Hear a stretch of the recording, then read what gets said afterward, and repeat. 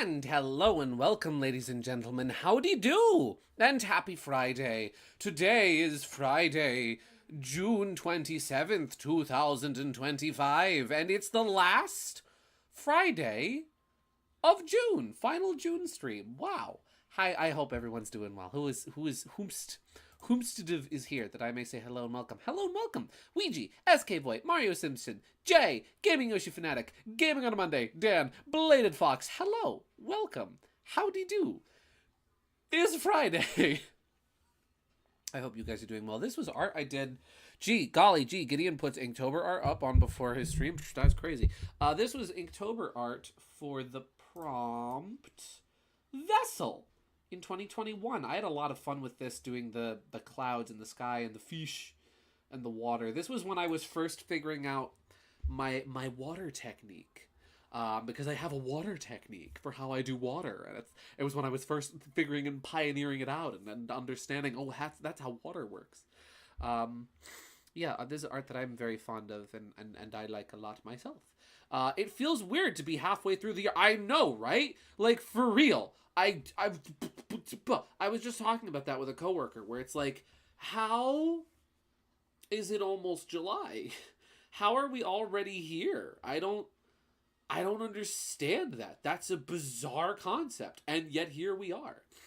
2021, dang, I was still figuring out the basics at that point. It's very nice though, my guy. Thank you. I'm glad you like it. This was really good art I did. Sometimes I look back on my older art, I'm like, how the frick did I do that? How do I do that again? I don't know. But yeah, this is good stuff. I hope you guys are doing well today. I had a good day today. It was kind of a slow day. We're getting to the point now at work where our spring stock is like running out for our spring plants.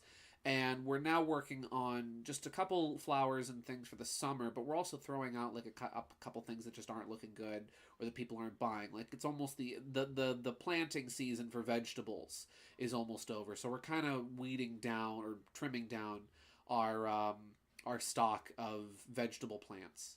And so it was just a lot of that today. A lot of trimming, cleaning things up.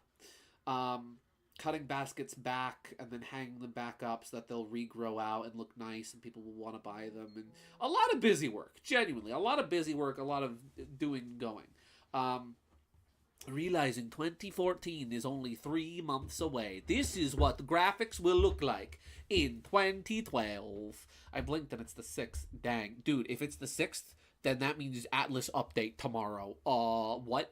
Yeah, the big Atlas update is coming on the 7th, and I'm very excited. Something happened this week, though. Something happened yesterday that's been on my mind, and I wanted to talk about. So I figure I'll open up and start with that. So in order to tell this story, I need to go back like a month or two. About like a month and a half ago, Teeter and I were hanging out. We're playing some games on Discord, and he was showing me a bunch of different randomizers for a bunch of different games. Mario World, Earthbound, a bunch of really cool randomizers and things. And I'm like, hey, why don't we check out Tower of Trials? Now, Tower of Trials is this really cool roguelike randomizer mod for Thousand Year Door. And so I got it installed on my totally legitimate GameCube, as you can install things on your totally legitimate GameCube, as we all know. And I'm trying to figure it out, and for some reason, it's not working. The title screen graphics were changed, the font was changed, things were definitely changed about the game, but the patch wasn't going through properly, and every time I tried to boot up the game, it was taking me into regular Thousand Year Door, and not the mod, which I even checked. I checked videos and whatnot. The mod is supposed to start out very differently from regular Thousand Year Door. So one of the things I thought maybe was wrong was my memory card, was the save files it was picking up. So I'm like, okay, I'll remove my memory card from my totally legitimate GameCube for now, and I'll tuck it aside, I'll put it away, and then I'll just put it back in later. So that was a couple months ago, like a month and a half ago. So last night, right? Was Labyrinth Larry there? No, he wasn't. We never got to go into the Tower of Trials. He might be there. Labyrinth Larry might be in the Tower of Trials, but I don't know because I haven't actually been there yet. Right? So, like, last night, Teeter and I were doing some stuff. We're playing some games. We checked out the latest update for Smash 64 Remix, which is incredible. They added Peach and Dedede and Crash Bandicoot and a ton of new stages. Or no, Dedede was already in. Who was it that they added? Alongside Peach and Crash. Oh, Lanky Kong. That's right. It was Lanky Kong. And it's very silly. It's really cool. It's absolutely stellar, right? And then after that, we checked out Akenia, which is a mod for Melee that does a very similar thing where it adds new modes, it adds new characters, it adds new stages. Sonic and Tails are in the game, and they are outstanding. Akenia, both Akenia and Project 64, not Project 64, 64 Remix are outstanding mods for how authentic they feel and how, like, you play Akenia and it feels like vanilla Melee. It does not feel like a modded game. It feels like these new characters, these new stages, this new music, these new modes, these feel like these should have been and were part of the game since the very beginning. They're both, and like 64 is the same way, where they're very authentic. Anyway, so Teeter and I were checking some things out. We go to play Akenia, right? I boot it up on my totally legitimate GameCube, and it tells me that there's no memory card in slot A, which is puzzling to me, because I had forgotten I removed the memory card to play Tower of Trials.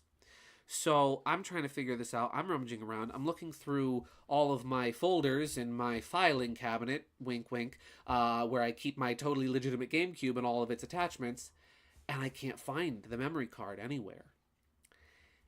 And then it hit me. It dawned on me that about 2 or 3 weeks ago, I was going through my files, and I was clearing things out and making some space to help things run better and faster and smoother. And I went through my totally legitimate GameCube file, and I saw, oh, I have all these old save states all piled up here from like 3 years ago, from like streaming Thousand Year Door and Sonic Heroes and Chibi Robo. And so I thought, okay, I'll just get rid of these. Not realizing that my memory card was in the same, I had stowed it away in the same folder as all of my save states. And my recycling bin had long since been emptied. And so all of the GameCube save files I've made while streaming are gone. And I have no one to blame but myself.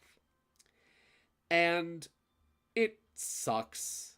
I was disappointed and a little upset about it. Not like sobbing, crying, upset. Just like upset, like, oh man. Because, like, that was my first time ever 100%ing Thousand Year Door on stream. And that save file is gone. Chibi Robo, I never 100%ed it on stream, but let's say I want to go back to it. That's gone. The Star Fox Assault file that I did twice, gone. It's all gone. At least you have video proof of your playthroughs and accomplishments. This is true. This is very true. And thankfully, my Wii files I still have. So Pets Cats 2 save file is safe. But it was disappointing and a little bit upsetting, but it's okay. At the end of the day, I don't, as much as it's nice to have those physical manifestations of those memories and accomplishments, I'm okay with the fact that I accidentally deleted all of that, because the memories, the non-tangible memories that I made hanging out with friends, streaming, playing video games, playing my favorite games, getting to show them to people, the things that I did on those streams while playing those games, whether it was crashing Thousand Year Door with a hot dog, or betting it all and winning the jackpot on the Great Pico in Chibi Robo, or again playing through Star Fox Assault twice and doing it on its 25th anniversary, doing it on its 22nd anniversary and its 25th anniversary. Even though the physical manifestation of those memories are gone, I will never lose those. I will never lose the memories I made personally. And that's I think what's more important. It's very easy with loss of any kind, right? To get a little deeper, and I won't drag things down, but to get a little deeper with any kind of loss, it's very easy to wallow in the sadness and the sorrow of no longer having something that you once had. But it's so much healthier and so much better to carry those memories to joyfully carry those memories in your heart, and to keep yourself open to trying and doing and experiencing new things, and being grateful that you experienced those old things in the first place. But carrying on and making new memories and doing new things. The memory card was the friends we made along the way. I was literally thinking about that today. You know what? The real memory card really was the fun times and the friendship and all that stuff that happened on the way. And I'm excited now for... Obviously, I'm going to continue playing GameCube games on stream. It's my favorite console of all time. And I'm excited now for the new GameCube memories and save files I will make going forward. Also, it gives me motivation to buy some kind of USB or SD card compatible GameCube memory card. That way I can transfer all of my main real GameCube onto my files, onto my totally legitimate, which is also real, GameCube. Yeah. But yeah, so that's my Gideon tip of the day. Is a very old saying, but a very true saying, and that being, it is better to have loved and to have lost than to have than to have never loved at all. So yeah, there you go. I'll get off my soapbox now, and we'll start playing Paper Mario. At least we got Pets Cats 2. At least we got Pets Cats 2. We got Pets Cats 2. We got Sonic Unleashed. We've got Sonic Free Riders. We got all of those. We got all of it. You can transfer files and saves onto GC memory cards with hacked Wii. I could. I have 2 Wiis in my home. So I could hypothetically do that. I could hack one of my Wiis. Let's see. Pets Cats 2. The game that mentally broke me. One of the few games to do so. A true accomplishment. Oh my gosh, Dan, I forgot you played that game. Actually, my guy, I got some art for the fridge. What? You send me that art, Mr. Man.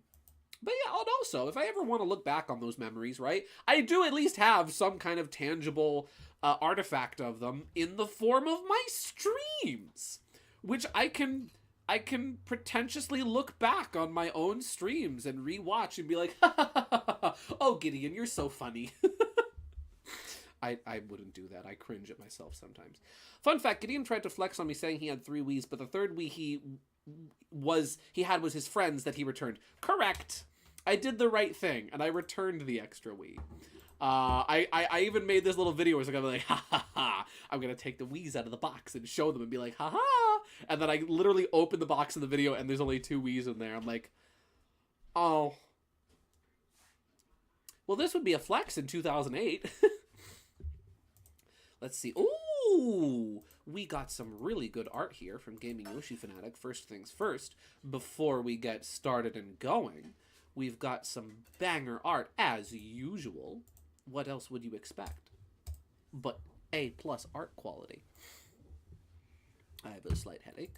I have taken some aspirin for it. The aspirin bottle makes me laugh, right? Because on the front of the aspirin bottle, it reads, genuine aspirin. Personally, I'm a bigger fan of disingenuous aspirin, but that's just me. So first, let me get my chat set up here. We have some delightful artwork here from Gaming Yoshi Fanatic of Yash. It's the boy. This is good stuff here, my guy. I really like... I know I'm always complimenting your lighting and your shading and whatnot, but it looks really good here. This is some good stuff. I like the teeth. I feel like Yoshi with sharp teeth is a concept that is not seen very often. And I like that. It makes sense. Yoshis are carnivorous, right? Like, well, they eat a lot of fruit, but they eat a lot of other things too. This is good stuff. I love the way you do eyebrows so much. That looks great.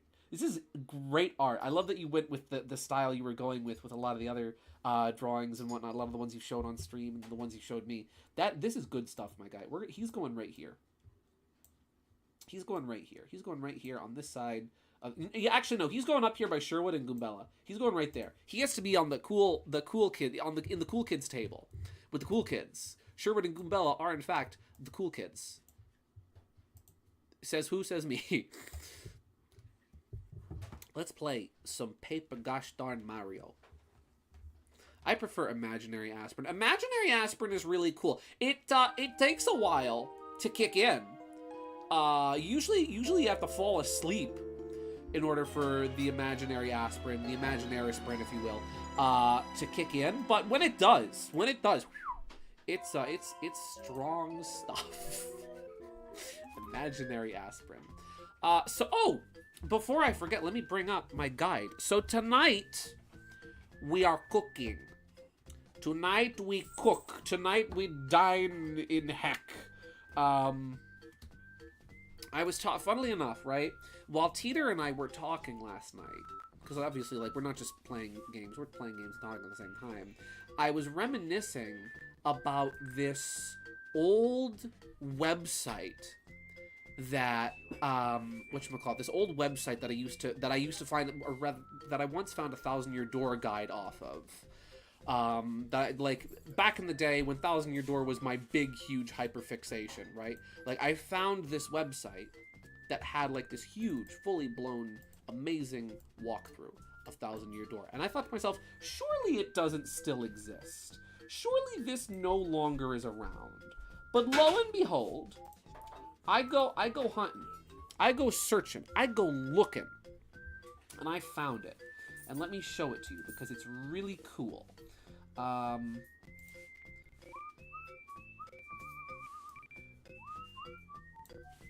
Let's select which window is it. It's this one. Yes? Yes. Here we go. Look at this website. RPGC. This has not been updated since I want to say like 2011. And this is 1,000-Year Door.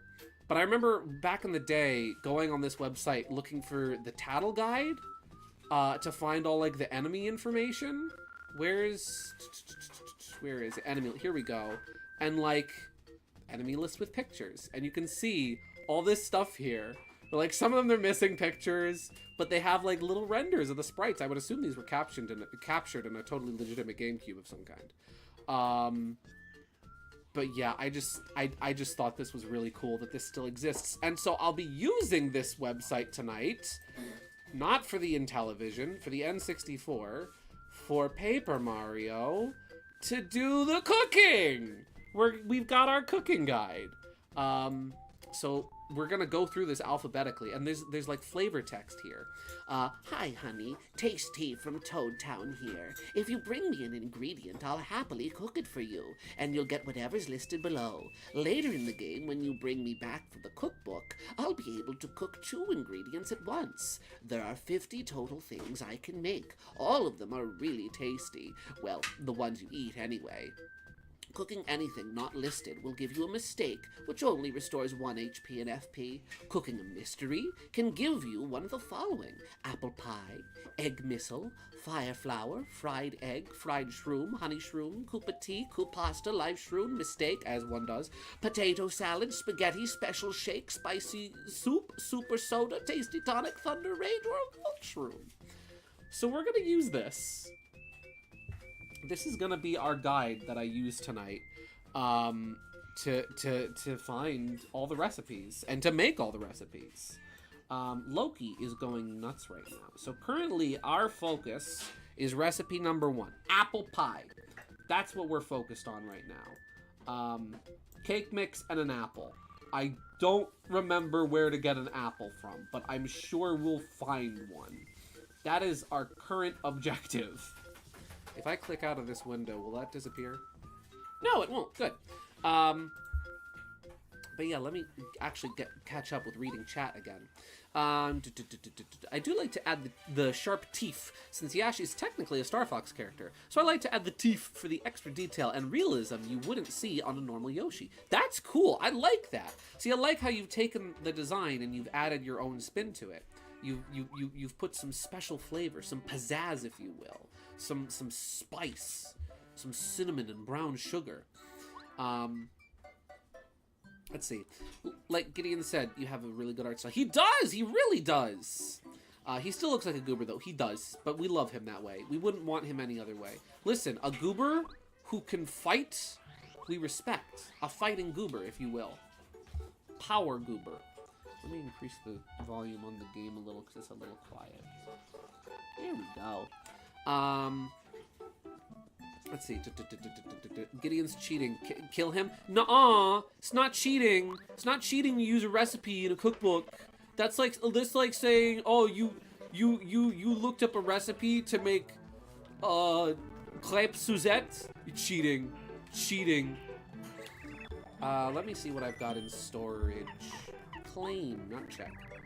This is very 2000s layout, like before I was even born. Yeah. This is, I wonder when this website is from. It's probably from 2000. Oh. Wait, do I have to go to claim? Can't carry. Oh, I'm out of space. I'm spaceless. GS Cheater Product. Nuh-uh. Nuh-uh. Who do you take me for? Super Cheater 64. Trying to use a cookbook to make a dish in a cooking competition. See what happens. Well, I never said I was gonna compete. I never said this was a cooking competition. You know. I don't know why my Nintendo 64 is lagging, so that's very strange. Listen, I'm not in a cooking competition. I'm competing with no one but myself. I am my competition in this situation. I am the one who is the problem. With myself. I'm beefing with myself. Let's see, websites made between 1996 and 2004 had a very distinct UI that is very nostalgic. Yeah, it's that like early. Oh, I do have an apple. Okay. So let's see. I need an apple and cake mix. So for cake mix, I gotta go to Shy Guy's Toy Box. But yeah, like old like NeoGAF and GeoCities websites have a very distinct Web 2.0, I think it was, feel to it. I forget what the proper terminology is. Keep in mind, I didn't get on the internet until 2011. So a lot of the stuff that I remember was like just phasing out of that look. But I remember a lot of websites. I remember there used to be like a lot of old like fan websites for like different characters and different series. I found like a bunch of like Yoshi fan websites because I was big into Yoshi when I was a kid. If anybody here remembers YoshiArt.com, you deserve a veterans discount. We like you. Tiny Gideon Chef Show. Yeah! I feel so bad for the creator of that Tiny Chef children's show. I heard about it one time. I remember hearing about it and seeing like the characters in the stop motion style like once before it got canceled. And before the creator was like, you know what? I am going to make a campaign to guilt trip the gosh darn Nickelodeon CEO into giving me my show back. Let's see, wasn't there an old Yoshi fan website back then? Yeah, I was about to say, wasn't there an old Yoshi fan website back then? Yeah, YoshiArt.com was really cool. If you've ever seen, like, old rips of the Super Mario World cartoon or old scans of Super Mario Adventures, you're probably familiar with the YoshiArt.com logo. They would put a little watermark in the corner of the pages or the corner of the screen. Lots of really cool stuff on there. It was just a Yoshi fan site at the end of the day. It was just like, hey, you think Yoshi's cool? We have a forum. And also an art gallery. Post in the art gallery. And you will be a Yoshi fan. It was cool. I never had the chance to like use the website myself because I wasn't old enough to make an account on it when I discovered it. And then eventually, like I think 2014, the owner of the website, like it kind of lost a lot of traction, a lot of traffic. And so the owner of the website stopped paying for the domain. And so now like the landing homepage still exists, but in a display only format. And like none of the other stuff on the website exists anymore. It's all gone, sadly. But like I know some of the so talented. A lot of the people who like post in the art gallery on there, I've seen some of their art on Deviantart since. So like they're still around. The people from YoshiArt.com, they still exist somewhere. Let's see, I never heard about the show until it was canceled. Yeah, it just like, oh, it exists. And it's a shame too because it has such a like charming and well put together style. Especially like very much, you know, since it's entirely stop motion. And the main character, little chef guy, he's adorable. Goes to show how terrible Nickelodeon is when it comes to marketing anything else besides SpongeBob or The Loud House. Yeah, people were saying, yeah, gee, I wonder why the show got canceled. Oh, what's that? Nickelodeon's running nothing but Paw Patrol on Nick Jr.? Well, that makes sense why nobody knows this show, because they're literally not running it. Lemon, no! We'll come back for the lemon, don't worry. Or we'll get another one. We'll need more lemons. And I know where to get them from. Because when life gives you lemons, I got lemonade right here, so I don't know how to make it. Haha!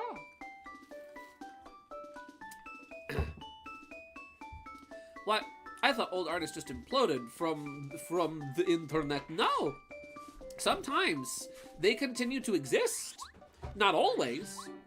Many times you'll find old artists on the internet will just kind of vanish without a trace, never to be seen again, and with a trail of unsorted PNGs that you have in really grainy quality, but that are just half there and half of their body work is gone.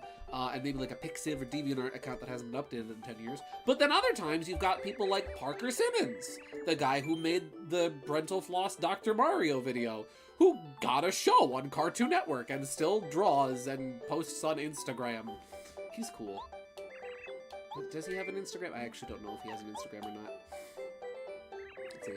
Remember a fan site called Unofficial World of Nintendo? It had some retro 2001 internet vibes, and I remember looking at the game ending section screenshots before YouTube. Oh, that's cool. I remember there was one, it was just called SuperMarioBrothers.org. And it was the website where Super Mario Bros. X was initially hosted on. Oh wow, she cooked that quick. Apple pie! An apple pie baked by Tasty restores 5 HP and 15 FP. That's pretty good. It looks like one of those, like, because it's obviously not like a round pie. It looks like one of those, like, McDonald's apple pies. Okay. Apple pie, check. We did apple pie. Let's see, what's next on the list? Next, big cookie. I think I cooked the cookie, but I don't remember. So we will cook the cookie with cake mix and an egg, because I have both of those. There we go. Yeah. On the topic of DA and old artists, I always get sad feeling when I spot... Oh, I always get sad feeling when I spot great fan art from a classic artist, only to find out that their last art was posted in, like, 2019. Yeah. That's happened to me with a couple really cool artists that I've followed over the years. I had a friend, actually. I had a friend on Deviantart, who she was the person that introduced me to, Fire Alpaca, actually. Her username was No Name Sammy. And her art style was fantastic. She had incredible artwork. She did a lot of, like, multi-fandom stuff. She did some Pokemon. She did a lot of Luigi's Mansion, Dark Moon fan art. A lot of really cool stuff. And she had some great OCs of her own. And then one day, she just kind of disappeared. And I haven't ever heard, she deleted a couple accounts because she was just, like, moving out of certain internet spaces. Big cookie. And then she was just gone. Kind of sad. Genuinely very sad when it happens. But, much like what I was saying earlier, I'm glad that I had the chance and experience, and I'm thankful for the experience to have gotten to know her. Even if the time that I knew her for was very short, I am grateful that I had that experience. I am sad that I no longer know where to find her, but I'm still glad that I got to meet her in the first place. Alright, that's 2 recipes down. Let's see what's next. Bland meal. That one sounds delicious. Very appetizing. I love bland meal. I love slop. Let's see. Koopa leaf and a goom nut. That's very easy. We'll do that one. That one's easy peasy, lemon squeezy. You can make this out of a lot. I like that there's a lot of recipes like this where, like, there's 1,001 ingredient combinations. So we want Koopa leaf and goom nut. Did I just throw away my Koopa leaf? I think I might have. Oops. Just gonna put this here. There we go. No one can read that. That's okay. Blandy meal. Delicious. Just like Mama used to make. Let's see. I forgot the name, but it was a fan site that was dedicated to... Oh, let's see. I forget the name, but there was a Mario fan site dedicated to a bunch of Mario fan games back in the day. Was it Mario Mayhem? Was it MarioMayhem.com? Because I remember that one too. There was Mario Mayhem, and then there was another one I forget the name of. Thank you for the live chat reminder, Luigi. I forget what the other one was named, but that was the one where I first played. Oh wait, no, that was just, yeah, correction. I'm sorry, that was an the one I'm thinking of was just the extended games page on SuperMarioBrothers.org. That one had Mario crossover, and it had Super Mario 63. Just such peak nostalgic Flash games. Yeah, slop! I love slop! Force feed me that AI generated slop! No! Let's see. I love when people go back to FQN stuff? I don't know what that abbreviation stands for. I'm playing a trilogy of old Sonic RPG. Oh, fan game?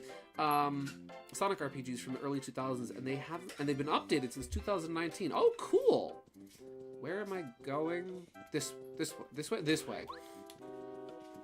Let's see. Has anyone ever heard of Koopa's Revenge? I have. That is a fan game that was unnecessarily bloody. A lot of them were unnecessarily bloody.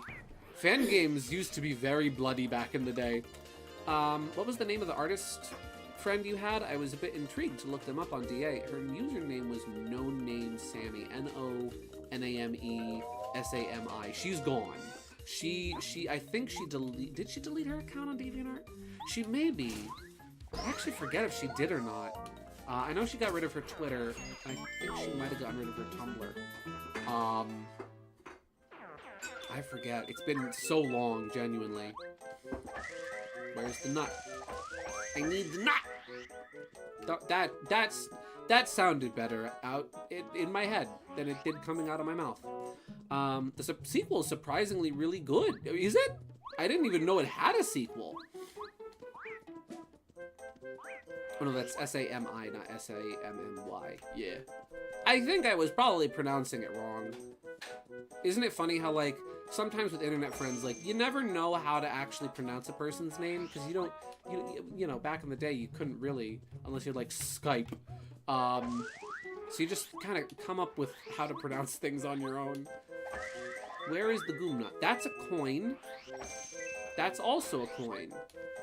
How does one acquire a nut?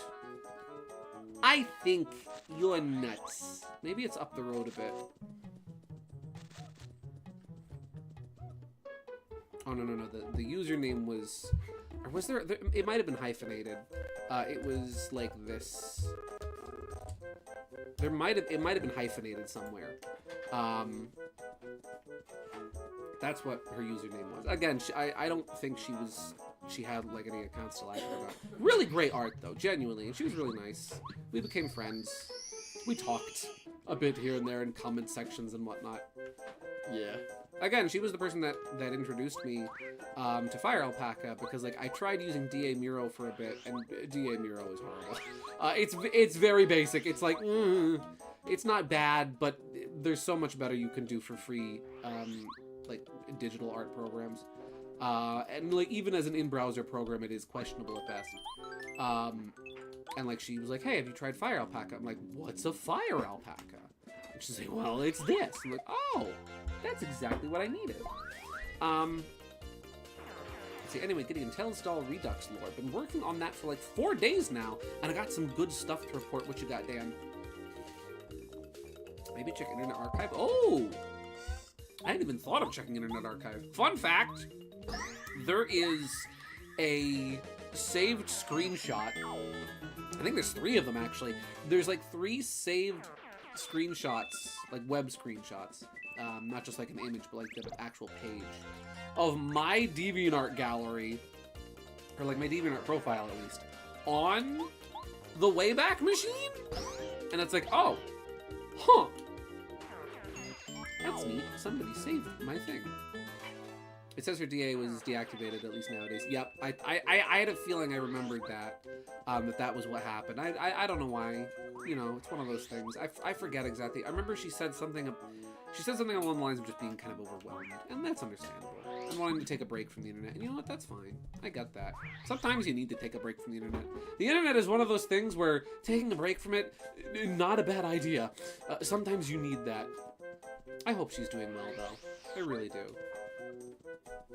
Now, well, what can you do? If I ever saw her again, I would thank her. I would thank her for introducing me to the program that wound up radically changing my art and improving it and changing my life for the better. Where is the Goomnut? Goombario, my boy. Where do I find the Goomnut, Goombario? It's literally named after your people. Where do I go? Hello, Florigato Scripts. Currently on a trip to Mexico, but I hope you're doing good. I am. Have fun in Mexico. Let's see. Tails Doll Redux focuses on a game called Sonic R Overclocked, which is shockingly mostly a normal remake of Sonic R, at least on the surface. Oh, made sure things on the surface were okay. I forget how the rest of that song goes. I am fascinated by the lore. I'm trying a new brand. I forget what the name on the bottle was, but I'm trying a new brand of lemonade this week. I decided to go back from my cider to the lemonade this week because I saw this on the shelf. I was like, okay, that sounds kind of good. And it's like a mostly like all natural lemonade, I think. It's pretty good. No sugar added. So it's a little tart, but it's very good. It's the tree near his house in Goomba Village. Oh! Don't mind me wasting time. If there's one thing I'm really good at doing on Paper Mario streams, it's wasting time. Oops. This week we had some particularly disgustingly hot days this week. I think Monday it hit around like 108, I think was around the high. It was not pleasant. It was not fun. And working in a hot greenhouse in those kind of conditions is even less fun. I was sweating like a pig. It was gross. I did not like it. I hope that it won't be like that again anytime soon. Yeah. Oh. Well, you know what? At least stomping on Goombas gets me a little extra money, which I'm going to need to pay Chet Rippo 640 coins in order to get Shine Sprite star pieces from him. This is pre Sunshine. There's no Shine Sprites here. But then like the past 2 days, like okay, Monday, Tuesday, Wednesday, it was hot and horrible and disgusting. Wednesday, I went to bed. Tuesday night. Was that no, correction. Yeah, Tuesday night, yeah. I went to bed. No, I'm sorry. That was Thursday. It was yesterday. I go to bed Wednesday night, and it's warm. It's warm and gross. I wake up Thursday morning, and it is delightful. It feels like almost like borderline fall. It felt so nice. It was like 60 degrees all day. It was beautiful. Kind of cloudy. But it was miraculous. And it was the same thing today, too. It's never a waste of time when you're hanging with Goombella, but this is not Goombella, is it? We have Goombella here, though. She's on the side, you know. Another thing you're really good at doing during Paper Mario 64 games, Paper Mario 64 streams, is not crashing the game. Correct! The one thing I wanted to do. The gameplay is incredibly normal up to a point where you unlock Tails Doll. Then things start to get weird. Unlocking her, you're still unable to play as her. This is a red flag. Correct. That's weird, I just unlocked this new character. Why can't I play as them? I need a leaf. I forgot the leaf. Don't cook. Cook or don't cook. Don't cook. Don't let her cook. Let's see. Today was raining a lot, so I biked the whole to the gym in just a t-shirt. It felt amazing. Yep, I like to go outside while it's raining with only a t-shirt. Maybe weird, but I am free. There you go. Listen, I've told the story before, but like last year when we had some of those really gross hot days at work, and like there was that one particularly humid day last year, where it was over 100 degrees outside. It was horrible. Me and Barry Guy, we go to sit down at the picnic table at lunchtime, and it starts to rain. And we're both just kind of sitting there. And I look at him, I put my phone in my little lunch bag, and I look at him, I'm like, you want to just stay here? He's like, yeah, I don't feel like going anywhere. So the two of us are just sitting there with bright, colorful, fruity Dunkin' Donuts beverages, sitting in the middle of an absolute torrential downpour, just laughing at the situation like two madmen. While it's just raining. One of my other coworkers, like, got out of his truck and had to run into the store, and, like, he runs by and just looks at us like we're insane. Which, to be fair, we are. But, you know, good insane. Let's see, I love walking around in the rain, honestly. Yeah, you know what? I've gotten kind of used, ever since that, I've gotten a little bit used to the rain, and, like, it doesn't bother me that much. I kind of like it. On a day like that, it was incredibly refreshing. It felt like going to the water park.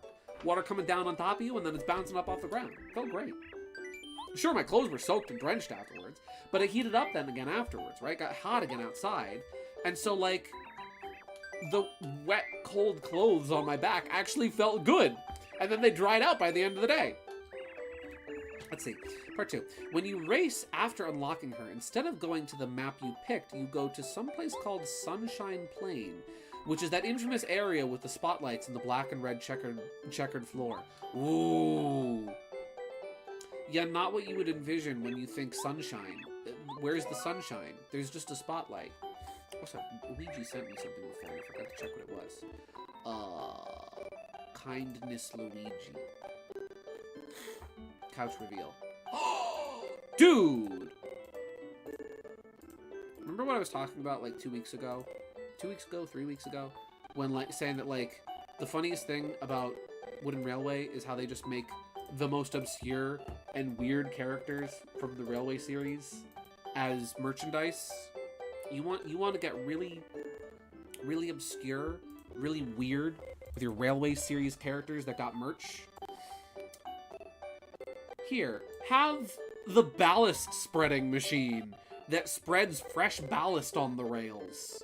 Ah, everyone's favorite character, who appears in exactly one illustration and doesn't even have a name.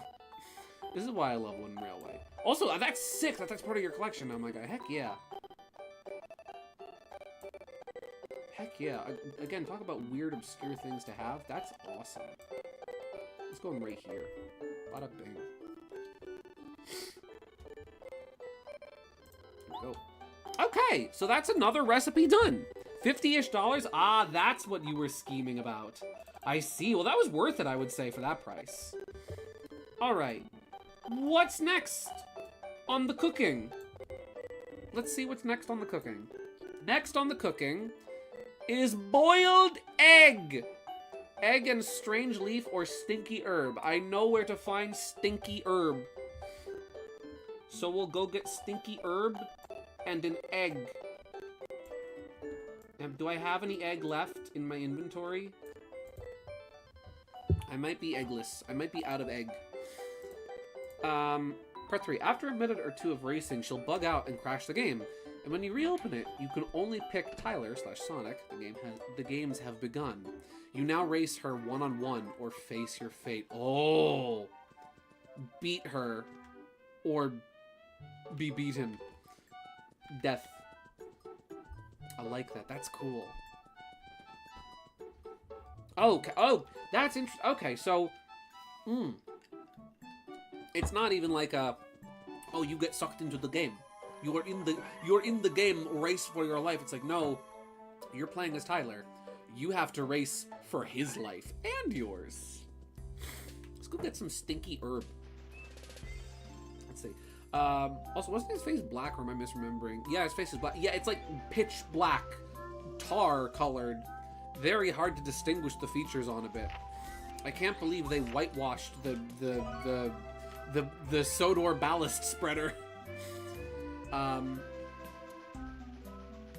Let's see. At least in his illustration, yeah. We can have, like... I was literally the only one who bid on this, by the way. Nice. I want to go back to Toad Town, Mr. Man. Let's see, we have orange, yellow, and purple faces, but that's nothing beyond that. Interestingly, the illustrations and the prototype, his side reads Sodor Chain Load Undercut.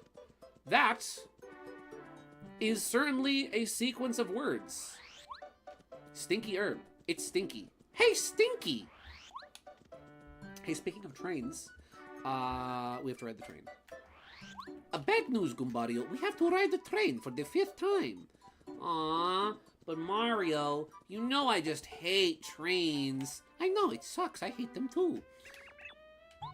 Mario says to Goombario, knowing that Goombario probably freaking loves trains. Goombario seems like the type of kid to be train-focused. I think Goombario likes trains. Yeah, I understand the name change. Soda Railway Repair rolls off the tongue far better. It does. No, it really does. Opposed to Sodor Chain Loader. Like, oh, that doesn't even make sense for what it does. Part 4, if you lose the race with Tyler, well, meets his fate. If you win, she gets a little mad, but relents and moves on to Tails. So on, so forth. If Tyler loses, his face is censored on the select. She's tormenting you and her other victims. It's a win-win. If you lose so many times in a row, you join them. And as she says, you get to come and feel the sunshine. Oh, geez. So that's a double whammy. It's like, if you lose, they die. And you die. But if you win, they survive? Question mark. What to throw away? I need to put something in the store. You know, wait, how's my stats looking? No. I'll use a mushroom. I can't use a mushroom. Do any of my party members? Oh, my party members don't have health in this game. The pasta I'm probably gonna need. I'll throw away one of the super mushrooms. I don't need one of those immediately. I'm probably gonna need one later. But for the time being, I probably don't need it.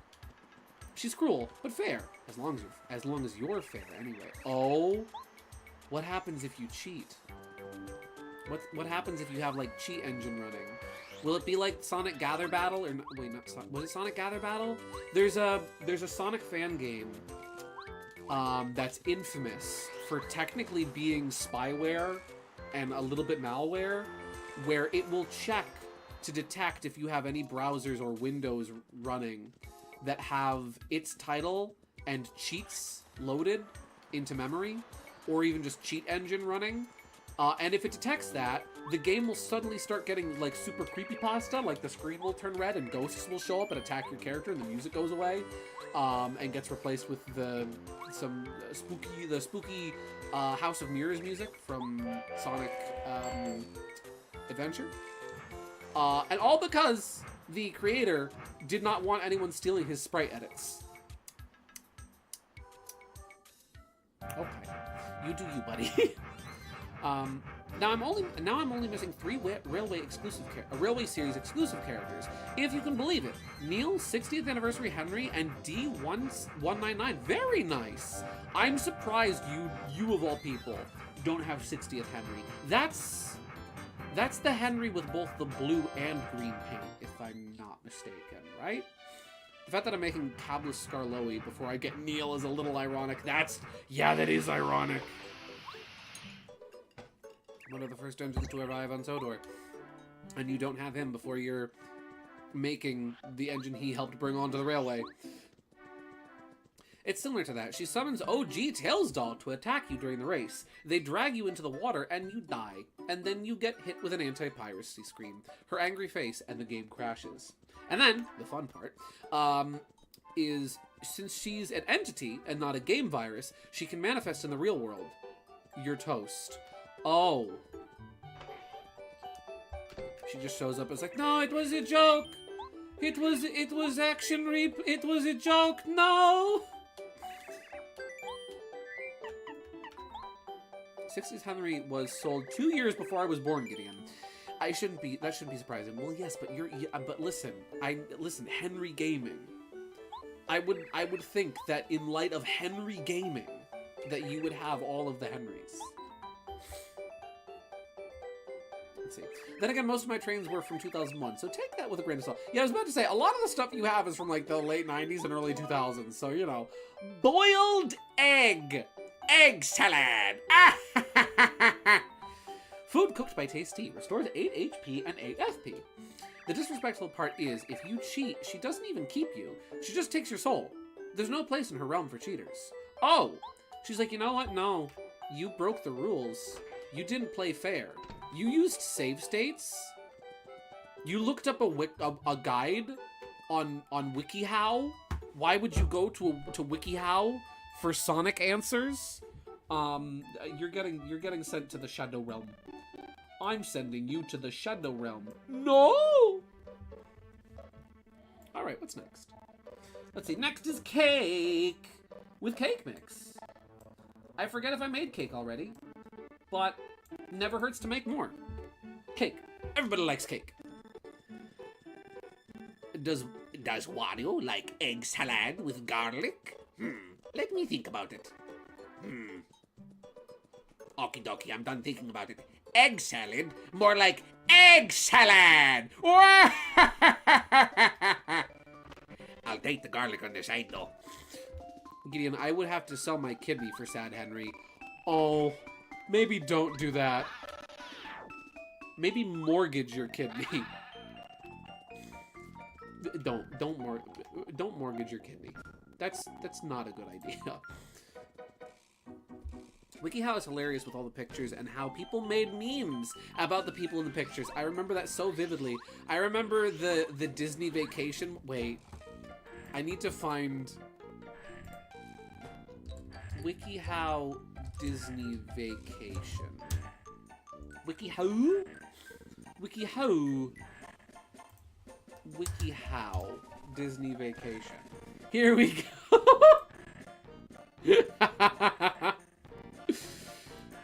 So this is from the article, How to Plan a Disney Vacation. This is real, by the way. Let it be known, throughout the land, from sea to sea, that this is a real image drawn by a real person. This is from years before AI-generated slop hit the scene. This is art right here. You want to see some real artwork? I'm gonna show you some real artwork. Are you ready? How to plan a Disney vacation. Look at that food. The Mickey burger, and the Mickey meatballs, and the Mickey pretzel, which looks like Mickey intestines. The dad's face. The dad's face. This guy right here, he saw this. He saw that dish, and he's like, oh, that's what they serve at Disneyland? Oh, I don't think I want to feed that to our daughter, honey. What are you talking about, honey? What are you talking about? It's Disney food. Everybody loves Disney food. Everybody loves Disney food. Don't you love Disney food? Oh, no, honey. Disney food's looking a little sus. No, it's fine, honey. It's Disney food. It's delicious. I love Disney food. The daughter's face. The daughter's face is especially great. The funny thing about this image is, though, right? If I'm not mistaken, family looking at computer stock photo. This is a real stock photo, if I'm not mistaken, that was drawn over? Like, I've seen this image before. I've seen the original.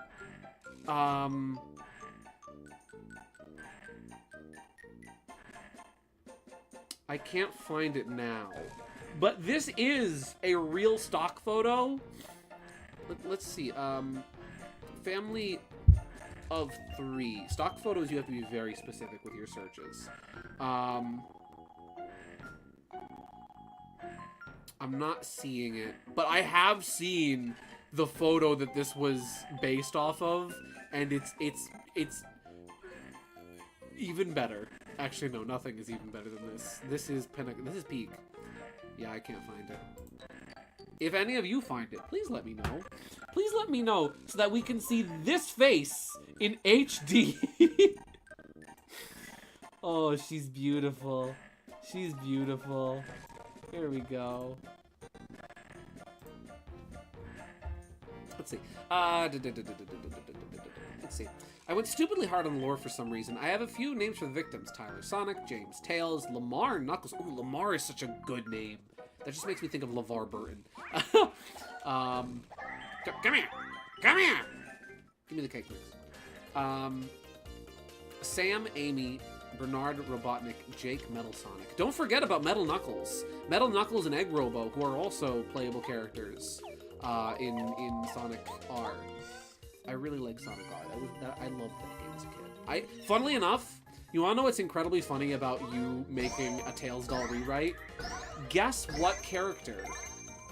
Guess what character was Little Gideon's favorite character to play as in Sonic R back in the day?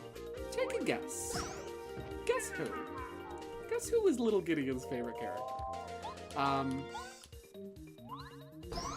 and 2. Supersonic Racer has no soul attached. In fact, she hates Supersonic Racer because of how unbalanced he is and tries to keep you from unlocking him. Ooh. Now here would be a fun irony part for the story, right? Like let's say that there is a point in the story where like the protagonist, right, winds up succeeding and like saves all the other racers. Like, you know, the souls of all the other people trapped in the game, and like she's pissed, she's livid, she's miffed off that her plan is not working, right? That she is unable to have fun, right? This is going off plan. And so in some kind of fit of rage, she captures the protagonist's soul into the game, but by accident puts them into Supersonic. And now it's like, girl, you got angry and you goofed. Kicks down door. Hi! Want some art, my friend Drew? Sure! Also, hi, Whip. How you doing? Tails Doll, Fang, Pac-Man, Amy. All of those are correct answers. Tails Doll, yes. Tails Doll was the character I always played as in Sonic R as a kid. I didn't even care that he was slow. I just thought he was great. I thought he was funny. I thought it was great that he just kind of floated over the surface of the water. Let's see, make this one. I thought it was great that he floated over the surface of water. Even though he was slow and floaty, I thought he was great. I thought he was wonderful. And so it was funny to me all these years later to be like, oh, everyone thinks he's creepy. Oops. Funnily enough, though, when I was a kid, right, you want to talk about, like, playground rumors and stuff, right? When I was a kid, I thought, because Fang was, like, of all the games on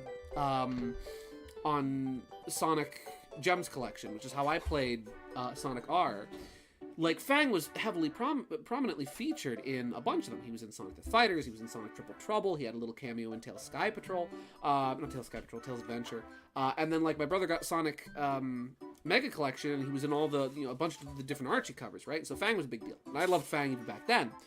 He wasn't as big of a favorite for me back then, but I still liked him. And so, like, prior to us unlocking all the characters, when we were trying to figure out how to unlock all the characters, I remember me and my siblings, like, really hard speculating, like, oh, I wonder who the other characters are. We need cake mix and a coconut. I need to go back for another cake mix. This is the Shy Guy abuse stream. I apologize to all the Shy Guys in the audience. Your people are the only way for me to get cake mix. Sorry.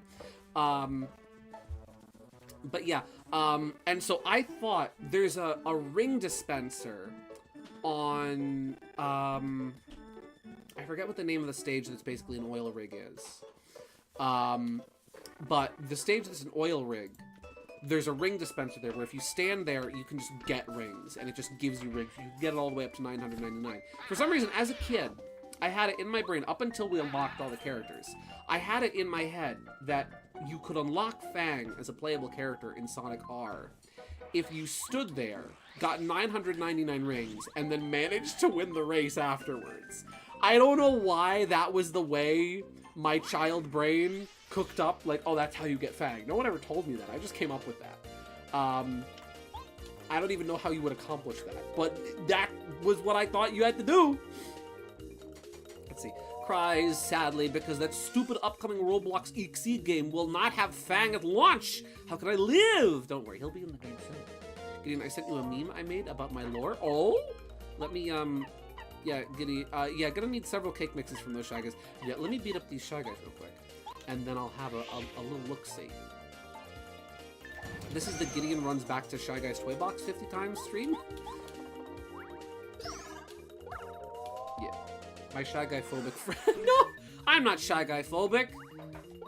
I'm Shy Guy tolerant. I don't know. Sorry for looking. I'm just drawing a little. Hey, no worries. You're good, my guy. You are a-okay. You draw. You doodle. You go to town. You have fun. My allergies have been acting up a bit lately. I'm out of space in my inventory. What can I dispose of? The super mushroom. I think I'll get rid of the super mushroom. I'll dump some stuff in storage and or sell some stuff. My plan is that I might wind up selling some of the items I cook to get a little extra cash to spend on Chet Rippo. But I'm a Shy Guy. I'm just a Shy Guy who loves to vibe with 90s and early 2000s stuff. I'm Slavico the Shy Guy. That's right. And you're the best Shy Guy. Easily, in my list of top 10 favorite Shy Guys, #1. Easy. I don't even have to think about that. Let's see. He was hard at work, running backwards and forwards all day. See? I'm a happy little tank engine tonight. Oh yeah, let me check out the DMs to see what I've been sent. What has been sent my way.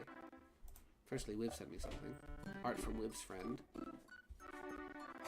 Ooh! This is magnificent. That's absolute. Wow, that's stellar art too. Wiv, do I have permission from your friend to show this on stream? I have no clue what's going on here. Actually, I have partial clue what's going on here. But this is delightful. If they're cool with it, I'll show it on stream.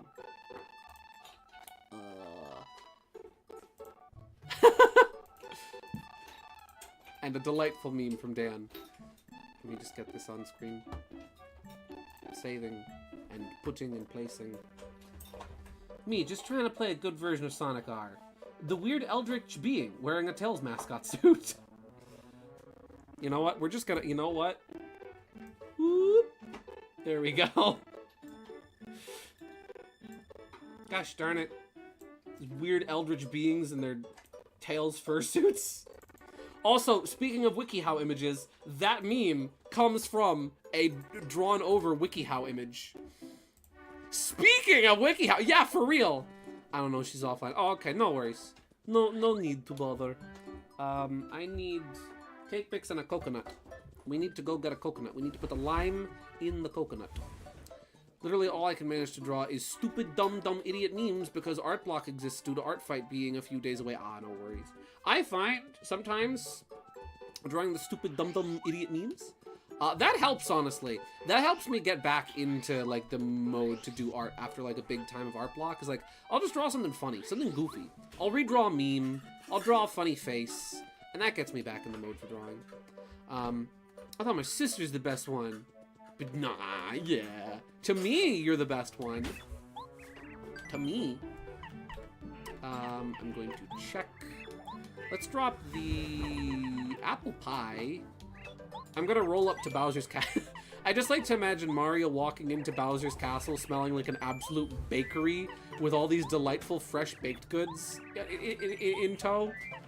Bowser just sees Mario coming like, Mario, I see you're finally... Hey, do you smell apple pie?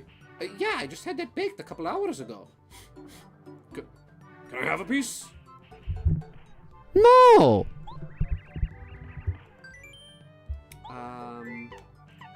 We'll put the cake in there for now. Let's see. Oh, also, someone asked me why she wears a cute Tails doll suit, a cute Tails mascot suit. My only answer is that she likes Tails. She thinks it's cute. More likely to lure people in. No, that's true. You're not gonna lure people in with, like, an Egg Robo costume or pretending to be Metal Knuckles. Well, actually, you might draw people in with Metal Knuckles because Metal Knuckles is freaking awesome. But Tails is adorable. How do you bait a trap? You bait a trap with something appealing, with something cute. Sharing is caring. Exactly. Let's see. I'd love to do art fight, but due to other things, I can't. That's kind of mean, Mario.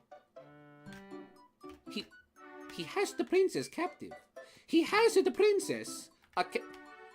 Listen, if he... Okay, you know what, Bowser? What? You know what? I'll cut you a deal. All right, I'm listening. If you set the princess free, I'll give you a piece of apple pie. You know what, Mario? You drive a hard bargain. But I'll allow it. You know what? I don't need the princess. I don't need to take it. I don't need to take over the Mushroom Kingdom. I just need pie. I realize now, after thinking about it, Mario, maybe that's what I'm missing from my life. Maybe that's why I feel so empty and unfulfilled. Exactly. You feel empty because you're hungry. Have some apple pie. Thank you, Mario. I never thought I would say that, but... Oh, I think I just threw up in my mouth saying that. Thank you, Mario. I never knew I needed apple pie in my life. Hey, so is it cool if we dropkick Bowser out of his castle now? What? Bye-bye! So long, gay Bowser! Mario!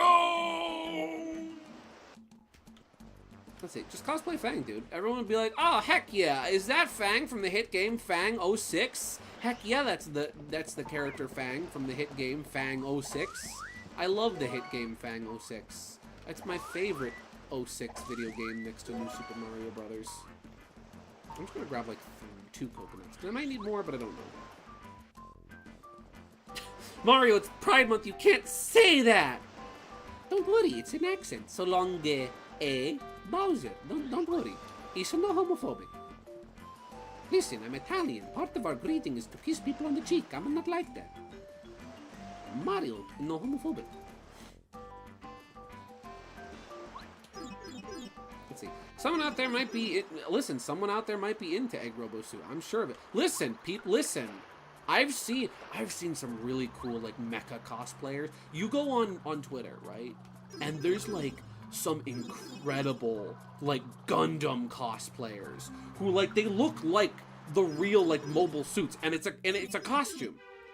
And they're incredible. They're made of, like, cardboard and foam, and it's like you would never guess because they look that freaking good. I need to see Egg Robo cosplay. I've literally seen Mechasonic and Scrapnik Mechasonic cosplays, and they look so freaking cool. Actually, Mario, I'm bisexual. Mario. Bye-bye! Let's see. Also, on topic, but the Steam Summer Sale just started had me definitely getting Battlefield 1 again. It only costs $1 with all the DLC now, so it's an insane deal. Jeez Louise, $1? I gotta check how much Sonic Adventure 2 is, because I've been meaning to pick that up. Atlas, for anyone who wants to play Atlas and hasn't played it yet, $5. It's normally 10. I mean, either way you spend on it, it's good money. It's good spending. You're spending good, and you're getting good, and you're eating good. Like Mario is, with all this delicious food. Okay. Next up is the delicious feast. We need potato salad and a shroom steak. Well, the deluxe feast. Okay, so first we need to figure out the potato salad. Dizzy Dial. Okay, question. Question from my Paper Mario experts in chat tonight. Some of the items that Tasty can cook are regular items, like the Dizzy Dial here. Does that count? Because in Thousand Year Door, it doesn't. Like, you can cook some regular items in Thousand Year Door, and it doesn't count towards your cookbook. Does things like the Dizzy Dial from Tasty count towards the cookbook? Do I need to make those too?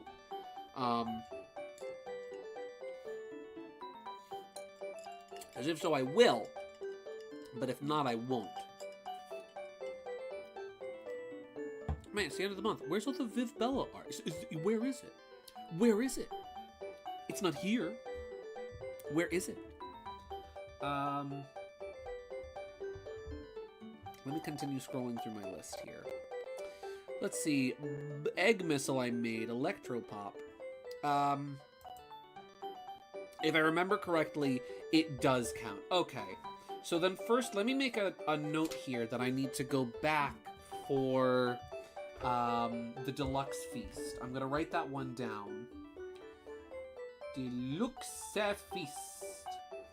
Which I am going to wind up wanting to make a bunch of those for like Bowser's Castle, because that's really good. Restores 40 HP and 40 FP. That's phenomenal. So for now, we will skip Deluxe Feast and we'll move down to Dizzy Dial, which we need a Strange Leaf, which I get from Boo Woods, I believe, if I am not mistaken. If I am not mistaken. Let's see. Battlefield 1 is a must-play if you like FPS games. So good. Because I'm out of the loop with Battlefield. Which Battlefield is Battlefield 1? Is that the one... Is that the World War II? Or the World War I one? I forget. I forgot. I don't play many FPS. I don't play many FPS. Let's see. Another fun fact is that the two red rings on Ectaris, I hope I'm pronouncing her name right, wrists are the two souls of former Sonic vessels, her favorites. She's so twisted, she turned her former victims into jewelry for all eternity. Oh. She messed up. Girl, you ain't gotta do that. All you gotta do is get some therapy. You don't gotta torture and torment people for the rest of eternity. You just need therapy, hon. That's all you need. Where do I get the mysterious leaf from again? World War II or World War 11? Oh, there's 11 of them? That does not bode well for the future. Battlefield 1 is the World War I inspired game. Gotcha, I thought so. Judging by the name, I just was not sure. Or maybe it's in one of the bushes. It's one of those things where it's like, oh hey, I remember that house near your door when you get the mystic leaf or the golden leaf in in Creepy Steeple.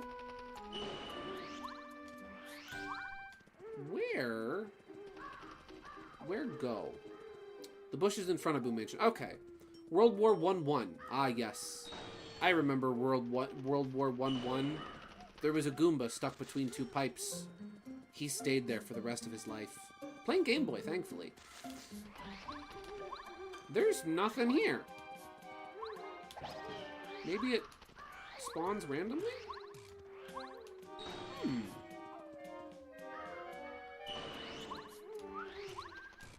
Maybe I have to come back. Leave and come back, and maybe it'll spawn. Whoop! Man, World War I was crazy. That one was nuts. I remember hearing about my great grandfather. Here we go, being in the trenches, and suddenly he slipped and tripped while trying to avoid enemy fire, and his head bonked into that invisible block, and he got shot, but he grabbed the one-up, and then he came back to life. Man, that was a nutty war. That was.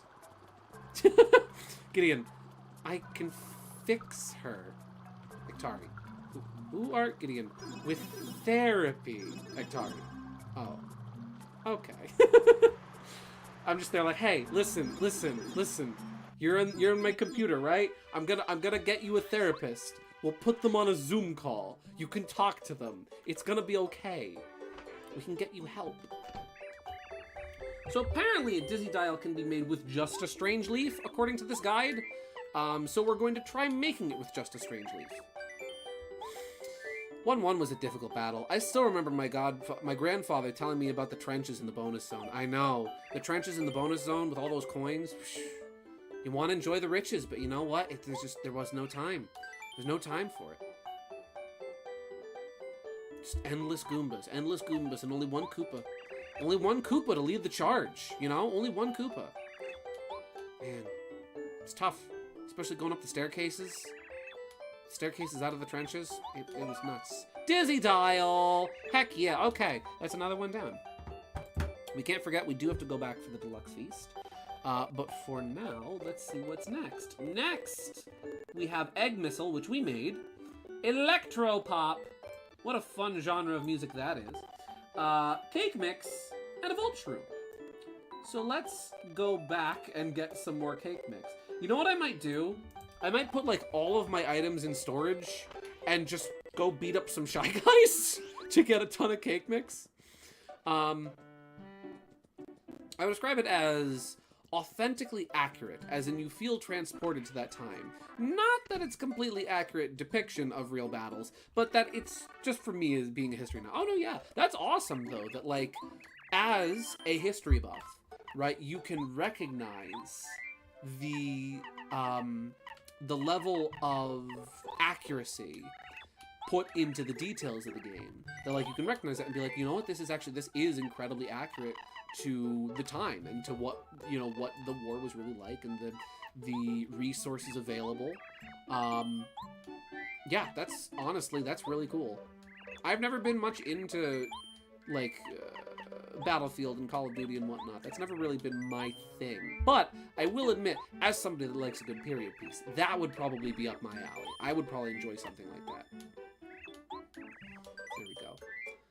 Shy Guy Assault looks great. I'm glad that Shy Guy got a shooter franchise. I know, right? Shy Guy Assault is my favorite.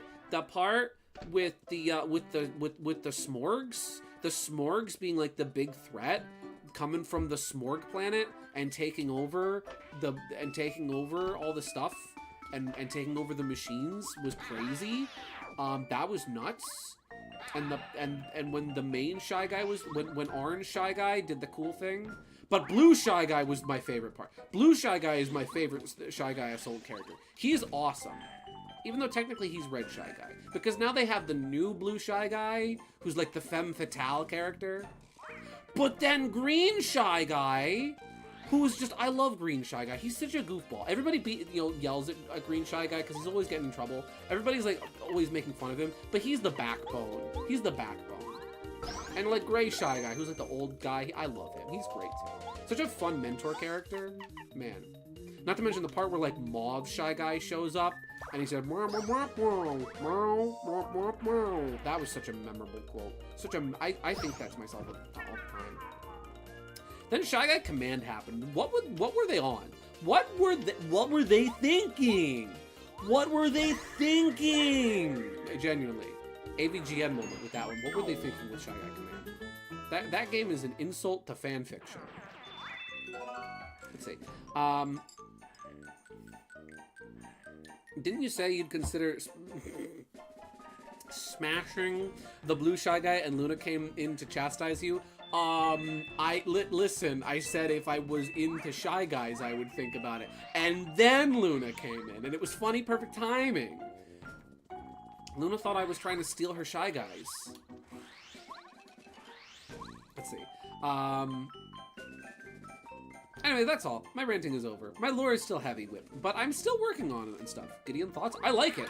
Genuinely, I really like it. Like, I'm not normally big into creepypastas, specifically of the Eeks variety, but I do really like, it's a fun twist on, like, of all the things to write about, of all the characters to rewrite, I feel like building off of the Tails doll as, like, kind of the original Sonic creepypasta, which I think predates Sonic EXE, correct me if I'm wrong.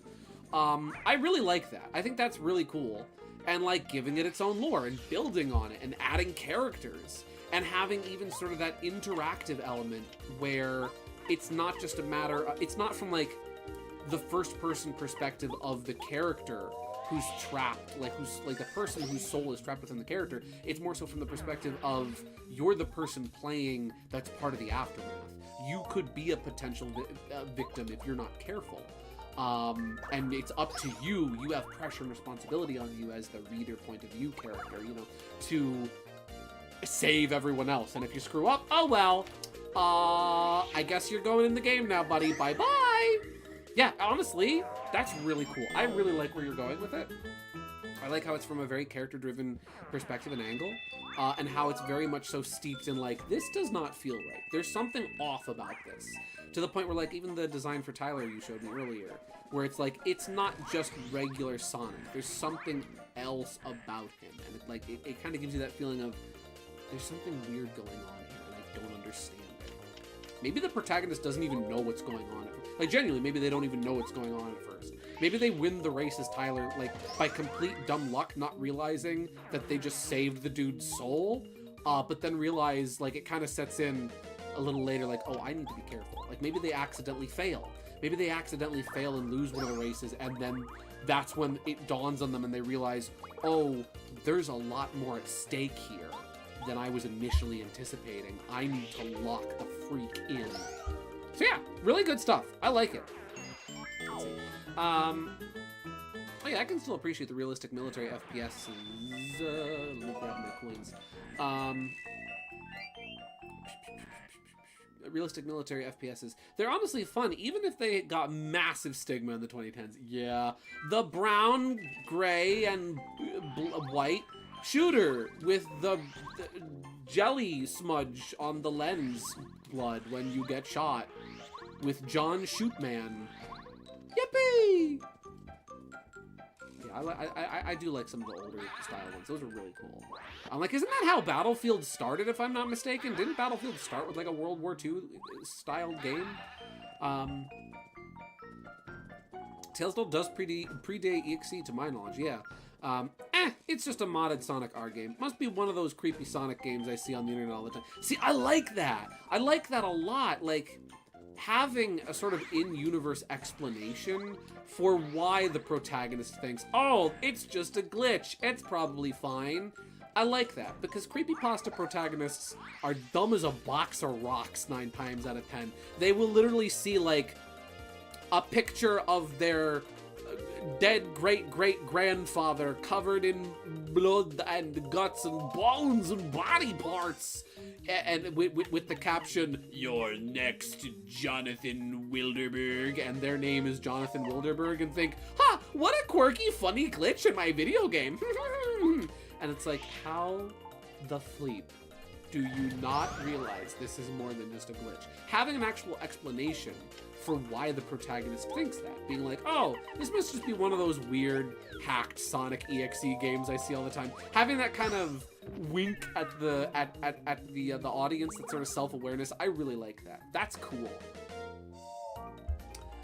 Can't forget the protagonist can't forget the protagonist with a really gravelly voice or funny man voice. Correct. I guess it's time to take out the trash. You know, that kind of guy. Duke Nukem doing mundane chores. Dang, I guess it's time to take out the trash. Let's see. Then it ventured, let's see. Yep, Battlefield, the original game called Battlefield 1942, started as a WW2 game. Then it ventured to modern times, to the far future, back to modern, and WW2, going back to WW1, etc.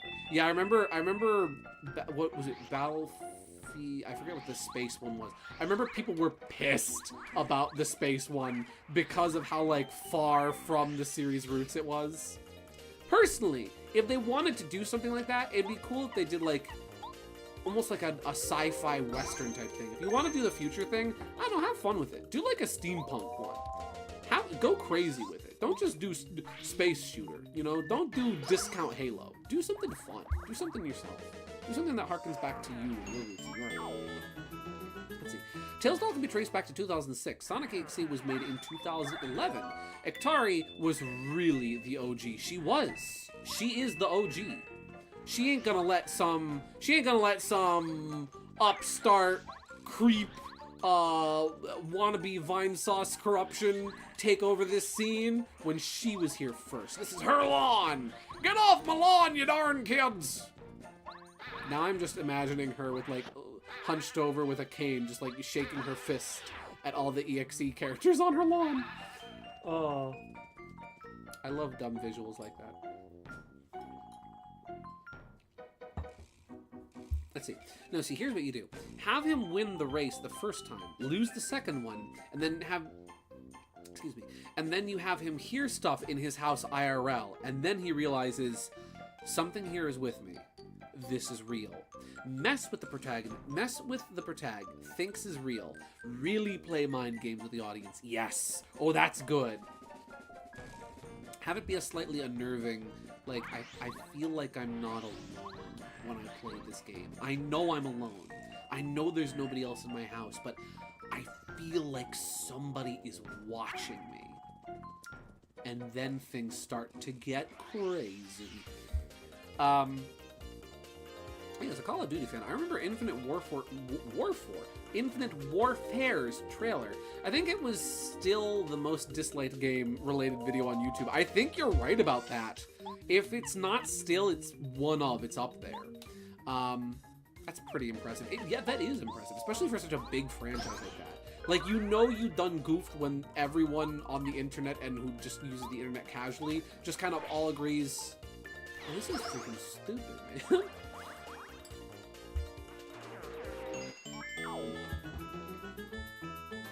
Teeter made a joke about something. I forget what it was, but he made a joke on my server about something. And now I've been sitting on the idea all day long of, like, a Star Fox Western AU, except it's just like that kind of concept like with Battlefield, where it's like, it's not entirely like straight Western, it's like sci-fi Western kind of theme, right? Where it's a little bit steampunk, but like, instead of being in the Lilac system on planet Corneria, it's in Lilac County. And the biggest city in Lilac County is the city of Corneria, which is this admittedly kind of small, but still, you know, comparatively big to other things, little town in like a Western setting. And like the Star Fox team, the Great Fox, is like a wagon train. And maybe they have like, instead of R-Wings, they have like somewhat robotic horses? Huh? And like the Star Fox team is a gang of bounty hunters hired by Mayor Pepper, the mayor of the town, when the evil oil baron Andros is sending in, you know, like thugs and goons and whatnot to try and drive people out of the town so that he can do strange experiments and steal all the oil. This is just a thing that's been cooking in my mind all day.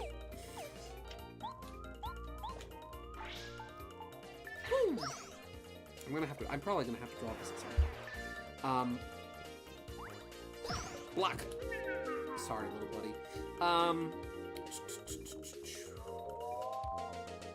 That's when I jumped over to Battlefield instead with BF1. Gotcha. Like normally wait. Did I miss any messages? I did not.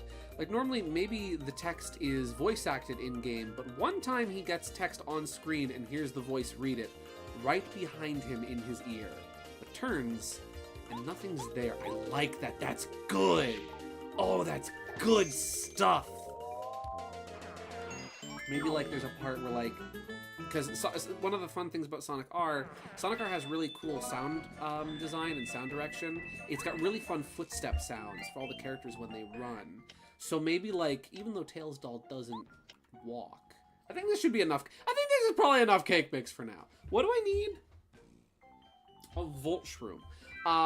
What would be cool, maybe, is even have, like, he's playing as a character, he's running, he's near the end of the race, Ektari is slowly catching up, and, like, he starts hearing the sound of footsteps behind him, slowly getting closer and closer, the closer she gets in the game to where he is. I like this. But can the horse do a barrel roll? Yes. You hear steps, but they aren't in the game. Yes, exactly. But they correlate to how close she is to the character he's playing as in the game. Let's see. I've seen creepypasta pro tags. Here's something in the house. Shrug, and to continue to complain about playing the game with tons of blood. Imagine if you will, like an almost like AVGN type situation, where like, oh, I forgot the Volt Shroom.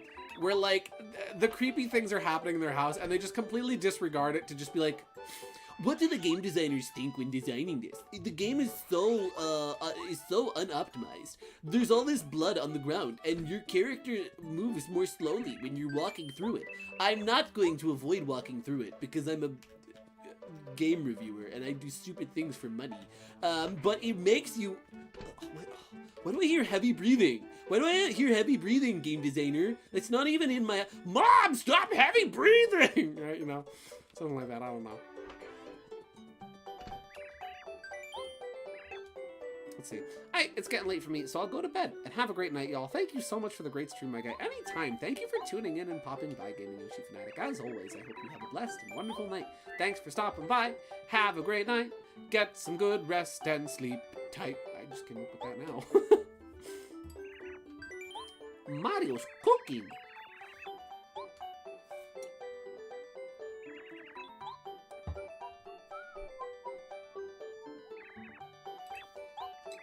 Let's see, what do we get? That was the Electro Pop.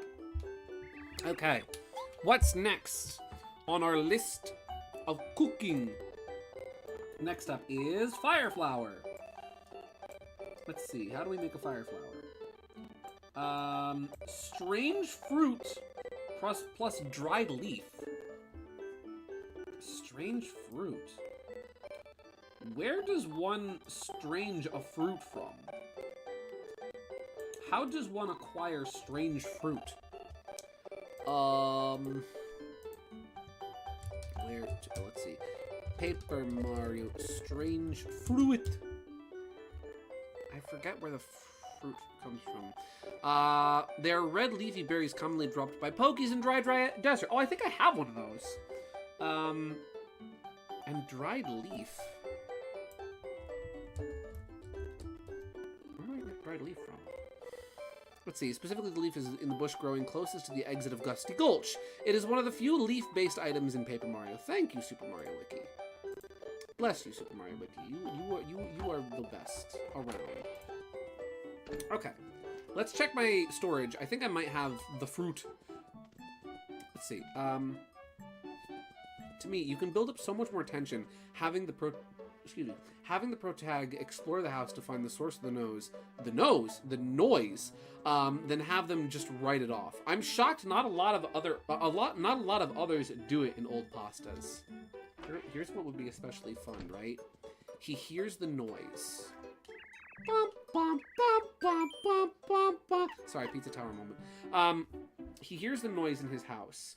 Oh, here's a cool idea for you, right?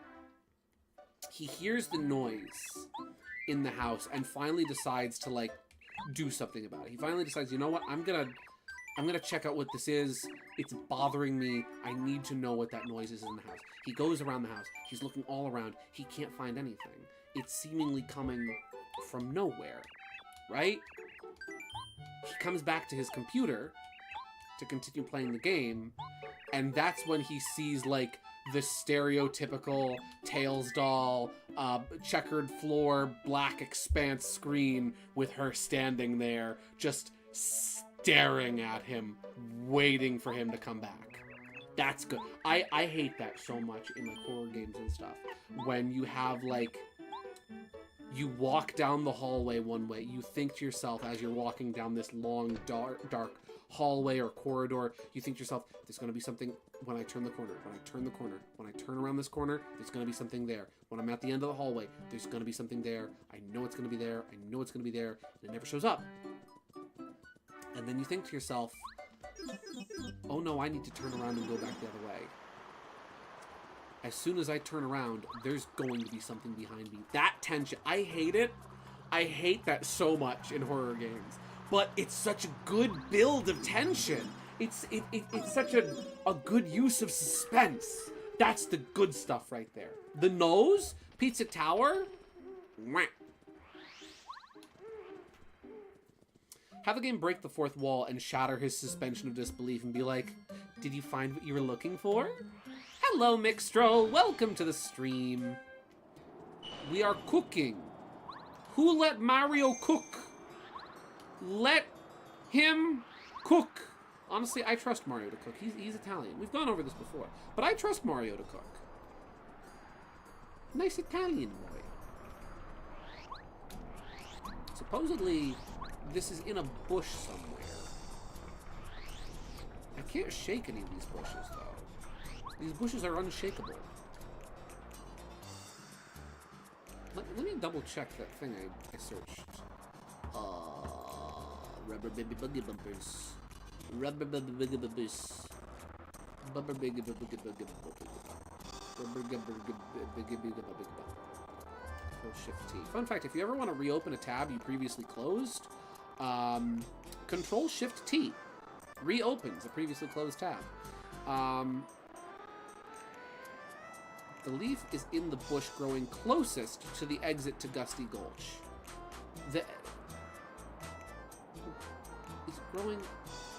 Is in the bush growing closest to the exit to Gusty Gulch. Is that the exit of Gusty Gulch to Tubba Blubba's castle, or the exit of Gusty Gulch to Boom Mansion? Super Mario Wiki, please specify. Oh! Oh, it's this. Oh. It's the one by the mansion. Wow, I'm paying really good attention tonight. Let's see. Oh, Fiddlestick. You know what? PK Starstorm! Let's see. The game just being like, oh wait, I read that part already. And he just goes down the list, and he just accepts it has to be real. I mean, at that point, I'm like, well, this is how I'm spending a Thursday night. Oh dear. Here we go. Man, there's some really good sound design in this area, where like you can hear the blades of the windmill spinning. That's I love me some good sound design. I would have it where the creepypasta protags to try to stop playing, but for some unknown force keeps compelling them to play. Also adds the horror factor of losing control of your body. True. The thought of slowly kind of losing your mind as you get mindlessly dragged deeper and deeper into playing this thing you know you should not be playing. The temptation of curiosity. There's a wonderful quote from, funnily enough, it's from Bendy and the Ink Machine of all things. There's these cardboard cutouts you can find in out-of-bounds areas that you're not normally supposed to go to. It's this picture of Bendy with a really crazy-looking face. And the cardboard cutouts say on them, wandering is a terrible sin. And it's sort of that. It's that temptation of curiosity that you know you shouldn't be doing it, but you need to keep looking. You need to watch it. You know, it's like what people say about like a car. It's like when people compare things like, oh, it was like watching a train wreck in slow motion. I couldn't take my eyes off of it. That would work. I'm writing that down. Nice. Good. Write that down. Write that down. Write that down. Fruit. What are we cooking again? A fire flower. A fruit and a leaf. Fruit and herb. Also, Ektari doesn't float, Gideon, so she doesn't have footstep sounds. So she does have footstep sounds. She doesn't float. She's in a mascot suit. She has working legs. Ah, that's good. I like that. Hear me out. Hear me out. Hear me out. Hear me out. Right? Hear me out. I'm just grooving. I hope you don't mind that I'm workshopping this idea with you. Hear me out. Fire flower is done. Maybe every once in a while, like as the footsteps get closer, the protagonist knows like there's a slight red shine and light coming from behind them, bouncing off their screen. It's the jewel. It's the little jewel on Tails' doll's head. Let's see. What's next? What do we got? I'm on the wrong monitor. Next is the fire pop, which we can use our fire flower to make, I think. Cake mix and fire flower. We don't even need to leave. We can literally use one ingredient to make another. That's sick. Let's see. Oh, fun Easter egg I found out recently. Apparently, after the Chantrell side quest, you can hear a third music track in Koopa's radio at Koopa Village. I'm going back. We're going back. We have to go back. We have to go back to the past to play the poopy games that suck, period. Oh yeah, so Teeter and I were, as I mentioned earlier, Teeter and I were playing Akenia last night, which is a little mod for, I want to go back and hear the other radio song. It's a mod for Melee that is outstanding. As I mentioned before, the level of authenticity in it is truly outstanding, where it really does feel just like, this is what Melee, this is just vanilla Melee. None of it feels modded. Tails is in the game. Sonic is in the game. Dedede, Lucas, bunch of characters are in the game, and there's all these new stages, and it all feels real. It all feels like this is just what Melee feels like. It's really fun. It's really good. You know, let's make it worse. His table's in a corner. There's a wall behind their chair. It's still coming from behind them anyway. Ooh. That's even better. He's literally backed into a corner. He's literally cornered. His back is against the wall, and yet he still hears the footsteps coming from behind him. I like that a lot. That's really cool. Also, I don't mind Gideon. I enjoy workshopping with you. Well, thank you. I'm glad. I'm glad you enjoy workshopping with me. It's fun. I love bouncing. No, not Koopa Coot. Get me out of here. It's fun to bounce ideas off of friends and kind of get input and feedback and stuff. Yeah. Let's hear the raid, Leo. Ooh. Is this a new song? Golden Oldies. Ah, there's Mario World. Hot Hits Music Station.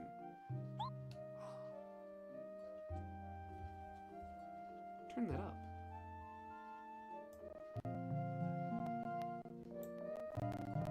Ooh.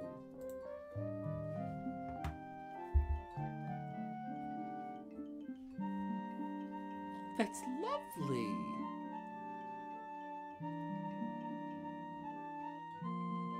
That's so nice. That isn't the song from... Oh, that is the song that she sings. Yes, that is the song that Chantrell sings. Wow, thank you, Mario Simpson. When your back is against the wall, when there's no way out and time is running out, you hear something in the hall. So retro. What's the name of this song? I don't know.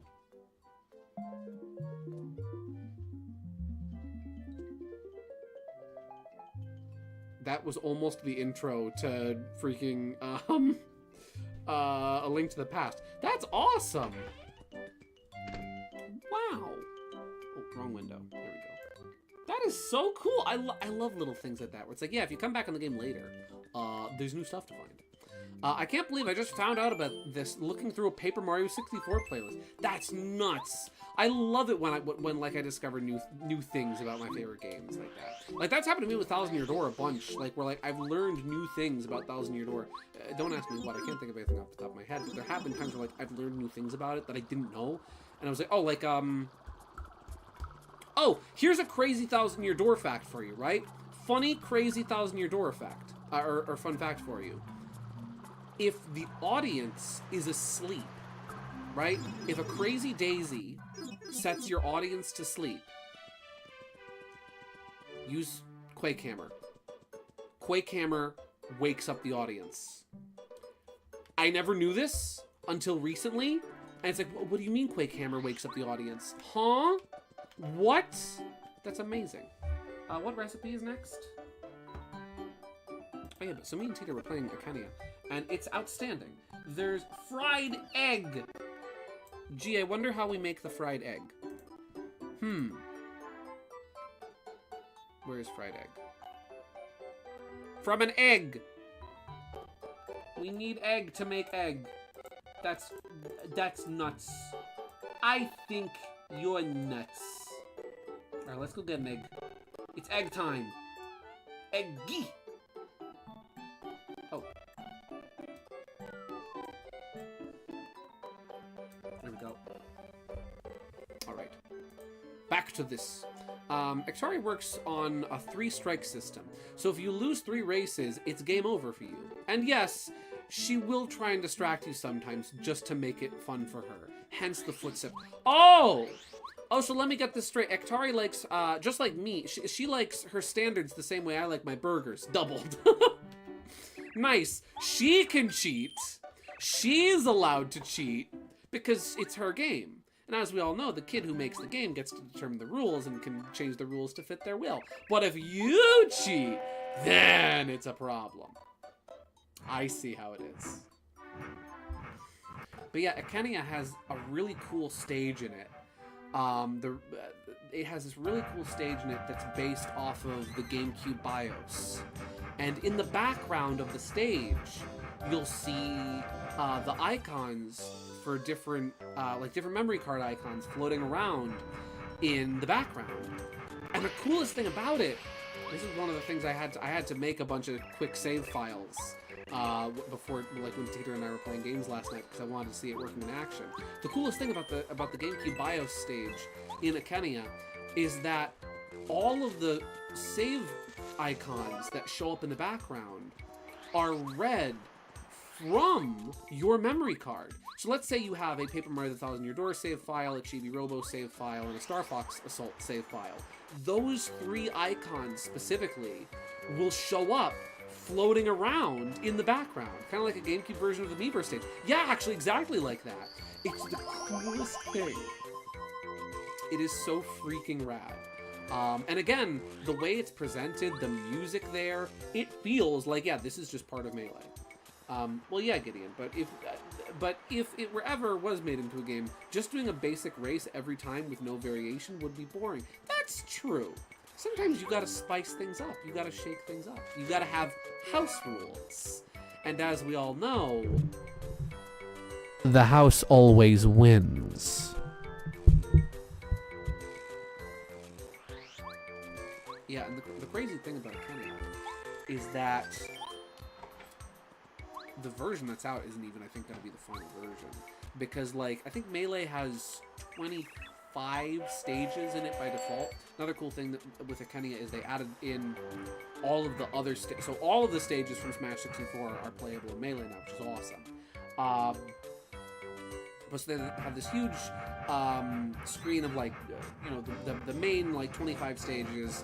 And then there's a second page of stages with all the new ones on it. And, like, 8 of them are playable now, and then there's a ton of question mark tiles, implying that there's going to be even more stages coming in the future. Which, for me personally, stages are one of my favorite parts of Smash Bros. I love stages, I love stage builder, I love stage mods. They're one of my favorite parts of Smash Bros. So that's kind of one of the parts of future updates for Akenia that I'm most excited about, is stages. I'm weird. Let's see. Yeah. I love 75 meters. 75 meters is silly and kind of janky, but gosh darn it, I am enthralled by its charm. I'm surprised we got 75 meters and not 25 meters. Or even like, wait. Yeah, I'm surprised we didn't get 25 meters, because I feel like that would be the more iconic Donkey Kong stage for like retro Donkey Kong, but still cool, still fun. There's the tower in the Bellsprout Tower, that's what it is. The Sprout Tower from Pokemon Gold and Silver, and Crystal obviously, is a stage, and it's so charming. There's all these little Pokemon that appear in the background. There's an Ampharos that's there that falls asleep at nighttime, and a Furret, and Hoot Hoot flies to the background, and it's so charming. It's like, that's what I really want, like, Pokemon stage in Smash Bros. Like, just have some Pokemon show up in the background, and I'm happy. And it's so cool. It's so fun, and it feels so, like, real, and it's great, and I love it. I think 25 meters, or the final level of Donkey Kong, would have been way better stage, to be honest. Yeah, actually, the last stage, 100 meters, 100 meter, either 25 meters or 100 meters, would have been my personal choice. It's funny because the name 75 meters, let me check what's next on the cooking list. The name 75 meters, let's see, fried shroom, we just need a mushroom for this. The name 75 meters is really funny when you consider the fact that the version of Donkey Kong that most people that probably played Brawl played, the name is confusing because that, you know, most people who played Brawl probably played the NES version of Donkey Kong. They probably didn't play the arcade version of Donkey Kong. So the name 75 meters would make no sense because to them, that's... Oh, wait, no, I'm wrong. No, actually, that is 75. I'm sorry. My mistake. I was going to be like, oh, the Pie Factory. Oh, that's the real 75 meters. I'm like, wait. Actually, no, that is the... No, correct. Yes, that is the real 75 meters. That's the real 75 meters. The 75 meters we have in Smash Brothers is technically in the arcade version 100 meters. And then the final stage is 125. Oh. Don't mind me being a nerd. Let's see. Also, Gideon, when you get a chance, check DMs. Oh! Last fun fact, Aktari likes drinking tea and would probably be friends with an EXE called Allfather. He's a timeless entity, she is. They have some in common. But yeah, that's it. Nice. I like that. She likes tea. She's not completely unreasonable. Just offer her some tea. Be like, listen, I just need a break. I'm gonna go make a cup of tea. I just need to go make a cup of tea, catch my breath, and then we'll do another race. I swear. Please don't kill me. She's like, you know what? I respect the tea grind. You better be actually making tea and not calling the police. I'll kill you. Never forget they removed 1-2 of Mushroomy Kingdom. Biggest loss of Smash for 3DS was the loss of 1-2 in Mushroomy Kingdom. And then they didn't get brought back for Ultimate. And it makes me sad because it was silly and dumb and fun. Another ingredient? No. Cement factory? Oh, yeah. I think it's funny that everybody called it a pie factory. Because to be fair,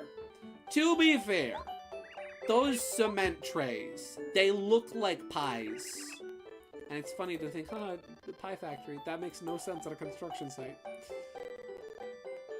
Oh! Ouija, you're working on your diorama. Oh my gosh, this is rad.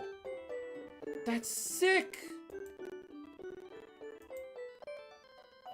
That's freaking rad. You know what? What I'm gonna do to make this easy is I'm gonna capture this out of my browser. We have progress.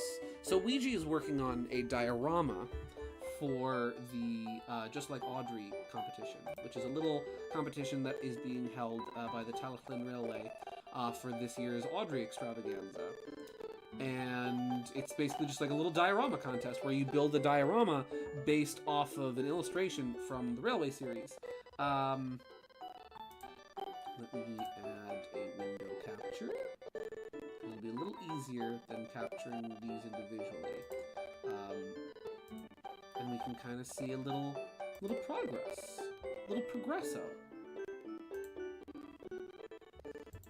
So here we start out with cardboard Amazon Prime boxes, right? From there, we move on to cut-up boxes and some tape and Gorilla Glue. Then we have our paint. Also, hi, Coldy. Hello, Coldy. Hi. I see you, Coldy. I see you. And then we have sky painted. And here we have sky painted dry, I believe. That's sick. Oh, dude, that's gonna turn out awesome.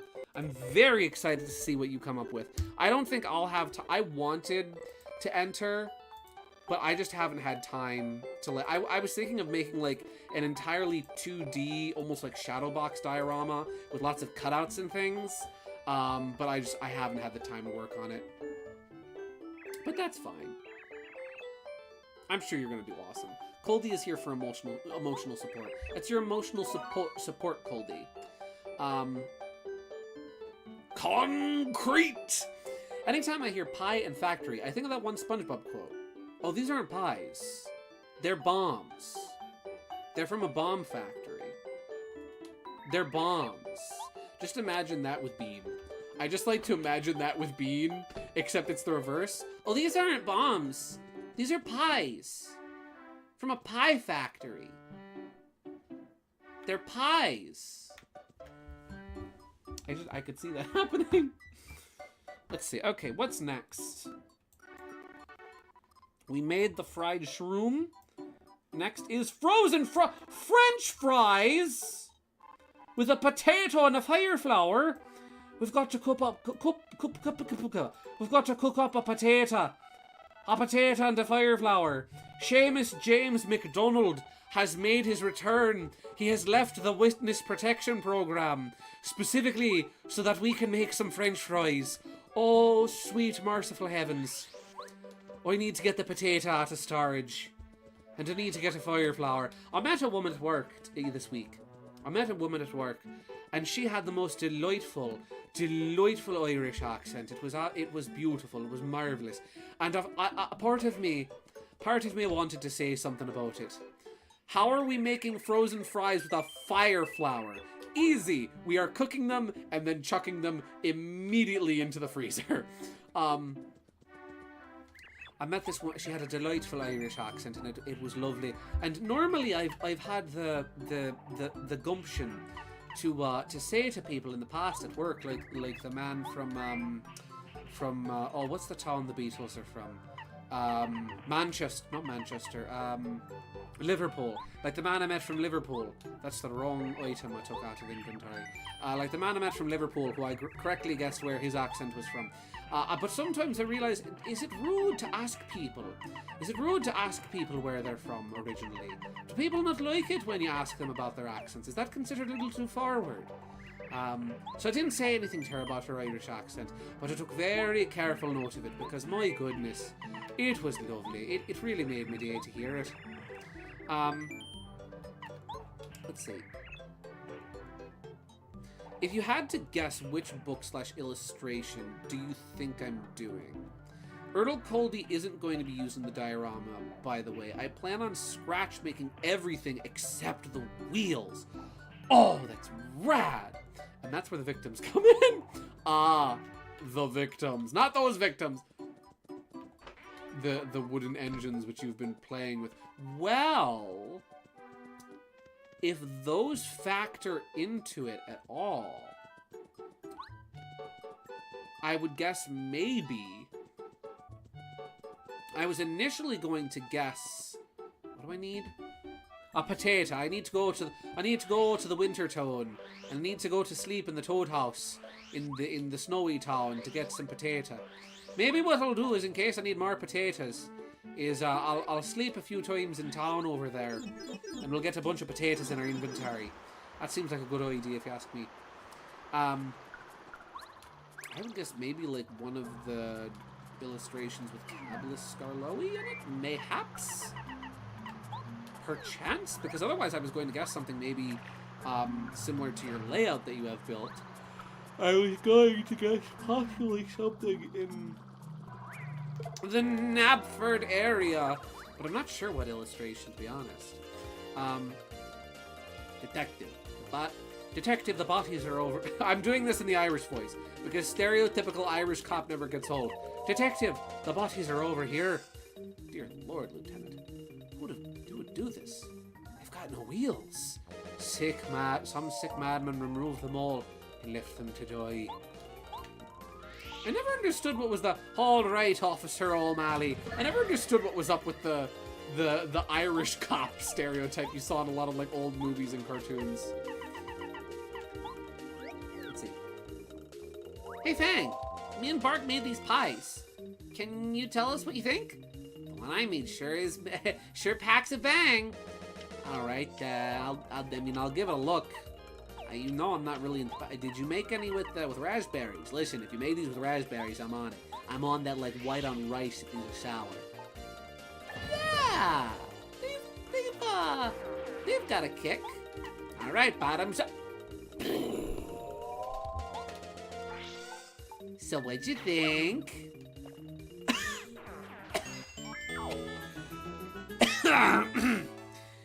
Well, I've heard of a flavor explosion, but that's a little pushing it. Bean, what did you put in that pie? Nitroglycerin. Come here! Let's see. I can't use my layout as the diorama. It has to be a minimum of 30 centimeters or under 12 inches. Yeah, I was thinking it was something similar to the layout, but not the layout specifically. I do kind of appreciate that the limitations that they have on it. After all, if what's the quote? If necessity is the mother, I have a personal quote that I like to say where if necessity is the mother of invention, then limitation is the father of creativity. And I kind of like that.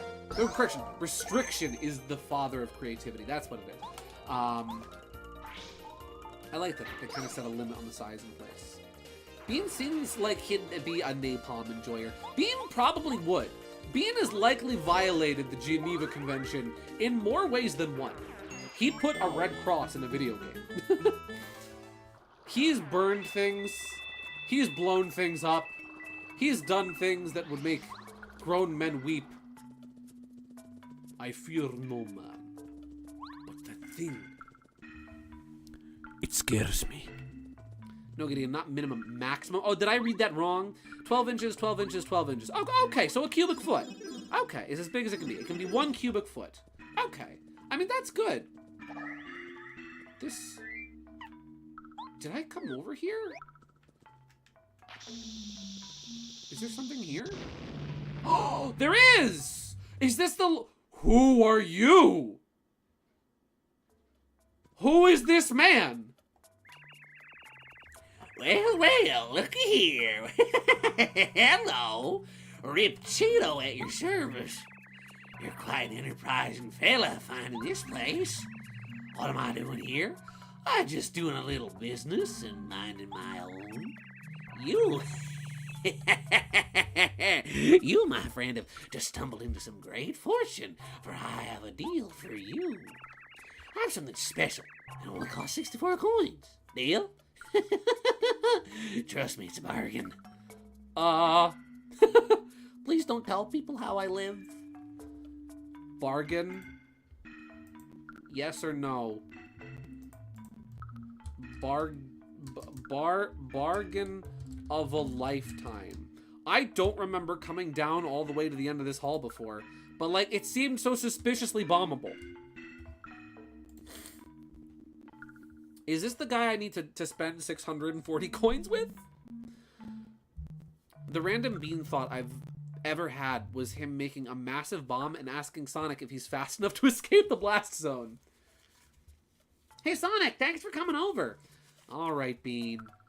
You got me to come over here. Now, what do you want? I made a little something. I want to show it to you. All right, what do you got? Bean? Is that a nuke? Yeah. Isn't it cool? I made it myself. What are you going to do with that? I want to see if you can outrun it.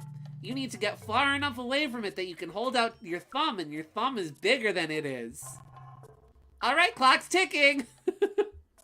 64 coins. That's oddly specific. You guys are saying bye. How many people are saying bye? 4 people are saying bye. Bye. Oh! He just sells star pieces. Well done, my good man. I thank you deeply. Now, if you thought that item was good, I have something even better at the same price, 64 coins. But I warn you, the offer is only good right now. You'll be kicking yourself if you miss this opportunity. So how about it? We have a deal or not? Okie dokie. Oh, this is unfortunate. You have too much stuff. Try coming back after you sell or check some of your items in a shop. Come on back now, you hear? Oh! Blue house? Blue house skip? This is where Blue house is? Blue house skip. Watch me do it. Watch me get it. This is the blue house? The blue house is Chet Rippo? Rip Cheeto? Huh. He's got some sody pops. Hey, Rip Cheeto. Can I have a sody pop? Watch me hit this clip, guys. Watch me. I'm gonna hit the clip.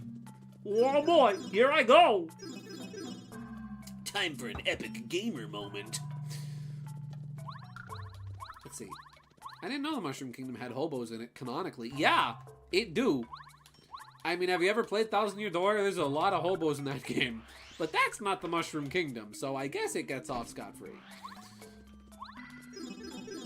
We need to go to the land where it is cold. We need to go to get potato. Well, that makes the journey back here a lot faster, though. That's nice. I can't believe I didn't like realize that was there for the longest time. I didn't even bother checking that, like the end of that hallway, I guess. Where is the shop? I need the shop. Where shop? I'd imagine there would be a lot of hobos since Bowser invades the kingdom and destroys a lot of toad houses. Yeah. There's a lot of homeless... Oh, here's the shop. There's a lot of homeless toads. A lot of hobo toads. I feel like a lot of Goombas are also hobos. Like, most of the enemies just wandering around in fields. I don't think they have homes. There's a housing crisis in the Mushroom Kingdom. And gosh darn it, Peach is doing nothing about it. Maybe that's why Bowser is trying to take over. Maybe Bowser's trying to take over the Mushroom Kingdom, not to rain down chaos and tyranny. Maybe, game theory, maybe Bowser's the good guy all along, trying to bring free housing to the homeless people of the Mushroom Kingdom. But that's just a theory.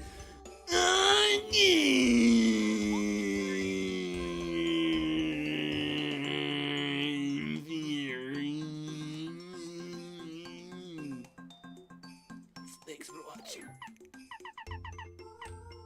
What was I cooking again? Iced potato. I need to go get a potato. We'll check the egg into storage. And I'll check the fried egg. And I'll put, did he say he was gonna put that on deep freeze? I'll put it in deep freeze. That's adorable. Do you have unlimited storage space in this game? Fouls in your door, the shopkeepers usually tell you like, oh hey, you only have X amount of space left before you can't store it anymore. But these guys are just letting me store stuff, and I'm wondering if that ever runs out of room. Anytime I hear that, I think back to the really old, Foxy's the good guy because he doesn't scream in your face like the others. And Scott later confirmed, no, he kills you. And I laughed. I love, there's that, like, I think when Matt Pat retired, I think there was a cameo from Scott Cawthon at the end of the video where, like, Scott Cawthon was like, let's talk for a bit. And instead, somebody reversed it so that Scott is closing the door on Matt Pat and saying, all of your theories were wrong. Goodbye. Hey, but at least we got some appreciation from my boy Foxy. All my homies love Foxy. If you don't love Foxy, the pirate, then I'm afraid you're not my homie. Ah, I'm just kidding. You're still my homie. I respect your opinion, even though it differs from my own. 3 potatoes will probably be good for now. I'll take 3 potatoes. Let's see. You remember the theory of Springtrap is a good guy because he doesn't get in your face and kill you. You just die from a heart attack. Yeah. Listen, Springtrap is just trying to get in your face because he recognizes that your heart monitor isn't working properly, and he wants to let you know that you're about to go into cardiac arrest. Unfortunately for him, he's so terrifying that he causes you to go into cardiac arrest. But he's trying to do the right thing. Let's see. Well, I don't. If you have an opinion different from mine, then you suck. Ah! That sounds like a you problem. Let's see. By the way, I DM'd you some stuff. My friend said it's fine to show off the art. You didn't see that. Oh! I didn't see that. With what you send me. What you send me with? Bah! Oh, you sent me stuff. Bullies you. My friend says it's okay to show off art. Look at this delightful art. Absolutely delightful. Peak art from Wib's friend. This is Roblox related. I am only vaguely familiar with these characters. I know of their deal, but I forget what their names are. KG explained all the lore to me. But this one character, firstly, we got wedding. Heck yeah, wedding. Also, take note. Firstly, this is really cool art. I love the sort of manga-inspired style here with the with like the bubbles and whatnot and the simplistic black and white shading. The lines are really nice. But hey, do you reckon the character on the left? Do you recognize what they're wearing? Because I recognize what they're wearing. Do you know what they're wearing? I'll tell you what they're wearing. they're wearing the gosh darn unisex wedding dress tuxedo thing that blew up on Twitter last year that I drew Sherwood wearing. Twinsies! Nice! Heck yeah. That's good art. This is really good art. I like this a lot. Peak artwork. Sherwood modeled that dress tux and it took off. No, Sherwood had nothing to do with it taking off. Azure and two-time. Correct, yes, Forsaken. One of these days I will roll a blocks. And then I'll know all the lore firsthand. Yeah, FNAF theories back in the day are wild. Tons of fun. Tons of fun, though. They were. For as crazy as they were. For as insane as they were fun. I like old and early FNAF theories. Old and early FNAF theories are fun in the stupid way. A lot like how a lot of Deltarune theories are kind of stupid and fun. Where it was like, oh, it was secretly Jockington. Jockington was Gaster Blaster all along. I need potato and iced potato. Iced potato. Oyster to meet you. There we go. When are you drawing Sherwood in a dress for the Disney Princess Wii game stream? When I play the Disney Princess Wii game stream. That's when. Theory, I am the purple guy. Waluigi. Hey, loser, it was me, Waluigi, all along. I was the man behind the slaughter.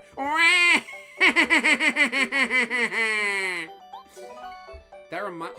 French fries! Congratulations, everyone. We have officially gone to McDonald's. We need to bring this into the fight with Bowser with us. We need to eat the French fries in front of Bowser. Mario just walks up with a carton of French fries in his hand. Mario, at long last you're here. It's about time you showed up too. You've been doing side quests the whole time. I was waiting for... Did you bring French fries in with you? Yeah.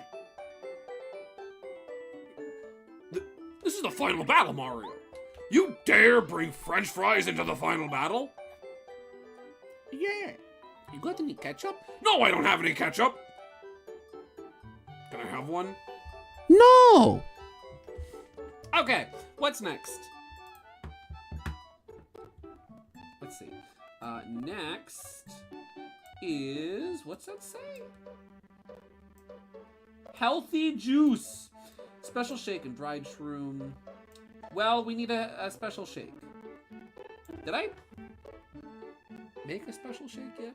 No, because that would be under S and this list is alphabetized. Okay. So we're going to have to come back for the special shake. I'm putting that on... Or for the healthy juice. I'm putting that on the grocery list. Healthy juice. Tastes so good. Okay, so we need to skip that one for now. That one theory about the two sprites in FNAF 2 because they were different colors. Everyone was like, there's two killers, guys. There's two killers. Oh my gosh, I forgot about that one. Scott Cawthon accidentally makes a sprite the wrong color and everyone's like, oh, it's a new character. It's the phone guy. That has to be the phone guy. That he has to be real. It's a new character. Yeah. Who else remembers remembers Salvage? That was a weird one too. Made sense at the time. Oh, that sounds familiar. Can anyone give me the cliff notes on Salvage? Honey candy. Cake mix and honey syrup. That's easy. That sounds vaguely familiar, but I forget what it is.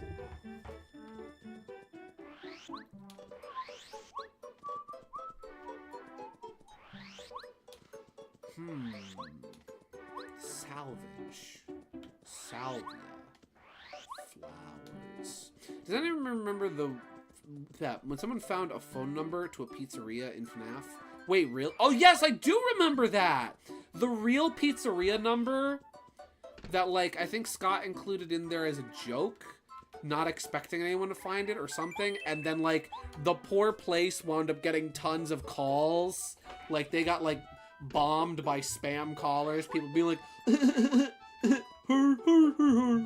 is this Freddy Fazbear's? Is this Freddy Fazbear's Pizza? Can you tell me who the man behind the slaughter is?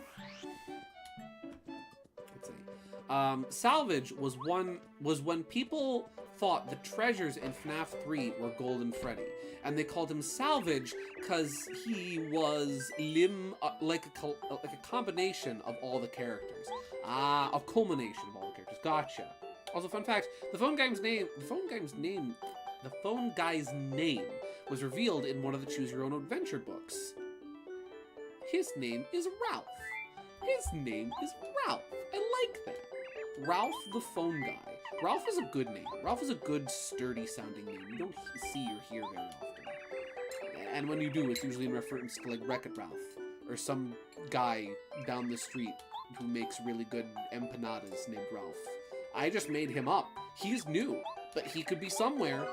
There could be a guy who lives down the street from someone named Ralph who makes really good empanadas, and you'll never know. You'll never find out unless you start walking down the street and knocking on random doors asking, hey, is Ralph here? Does he got empanadas for me? You gotta find him.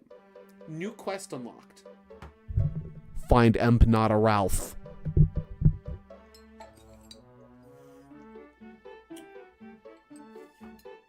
I have an Uncle Ralph? No way! Does he make good empanadas? That's cool. Oh, that's rad.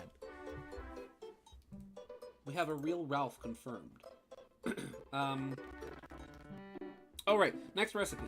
Next recipe is honey shroom, which is easy. That's just a honey syrup and a mushroom. We live in the South, Gideon. We're known for swamps and seafood. No, that's true. You're known for Cajun food, which is good. Granted, that's good stuff. That's good food there. Probably not empanadas. That's more like south of the border. You know, that's more, you know, like, you know, New Mexico, Texas,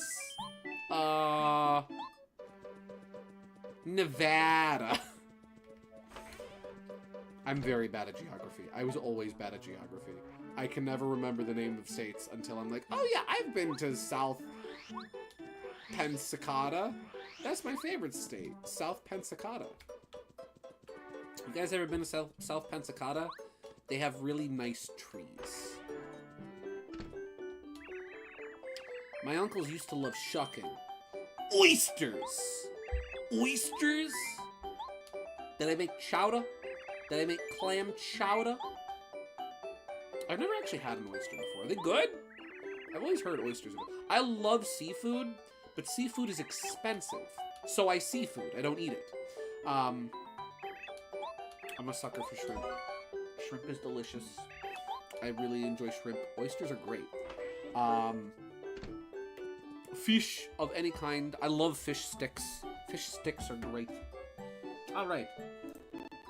What's next after the honey shroom? Honey super, honey ultra. Okay. I think I have an ultra mushroom, but I don't know where you acquire others, so this is going to suck. Let's see.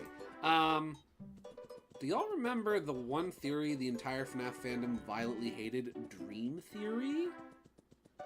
What's dream theory? I don't remember that one. My favorite is tuna, not the canned stuff. The actual fresh tuna steaks. Oh. I don't think I've ever had fresh tuna. I love tuna fish. I am a sucker for tuna salad. I'll admit, I know that I know the canned stuff probably sucks in comparison to fresh stuff, but gosh darn it, I live in New Jersey. We don't have a thriving tuna market, and tuna is very expensive because tuna expires very quickly as soon as it's caught. So I'm a sucker for the crappy stuff. Oh, I don't want to use my artificial. Oh, I have two of them, and I'm probably gonna need both of them.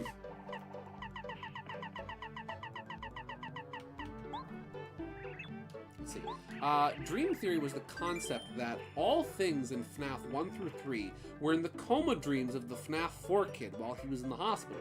So none of it happened in real life in the games. Oh, so there was no man behind the slaughter? There were no consequences? There was no actions? Nothing was gained? Nothing was lost? Did you know that Pokemon is all just a dream? It's all just a dream. In the first episode,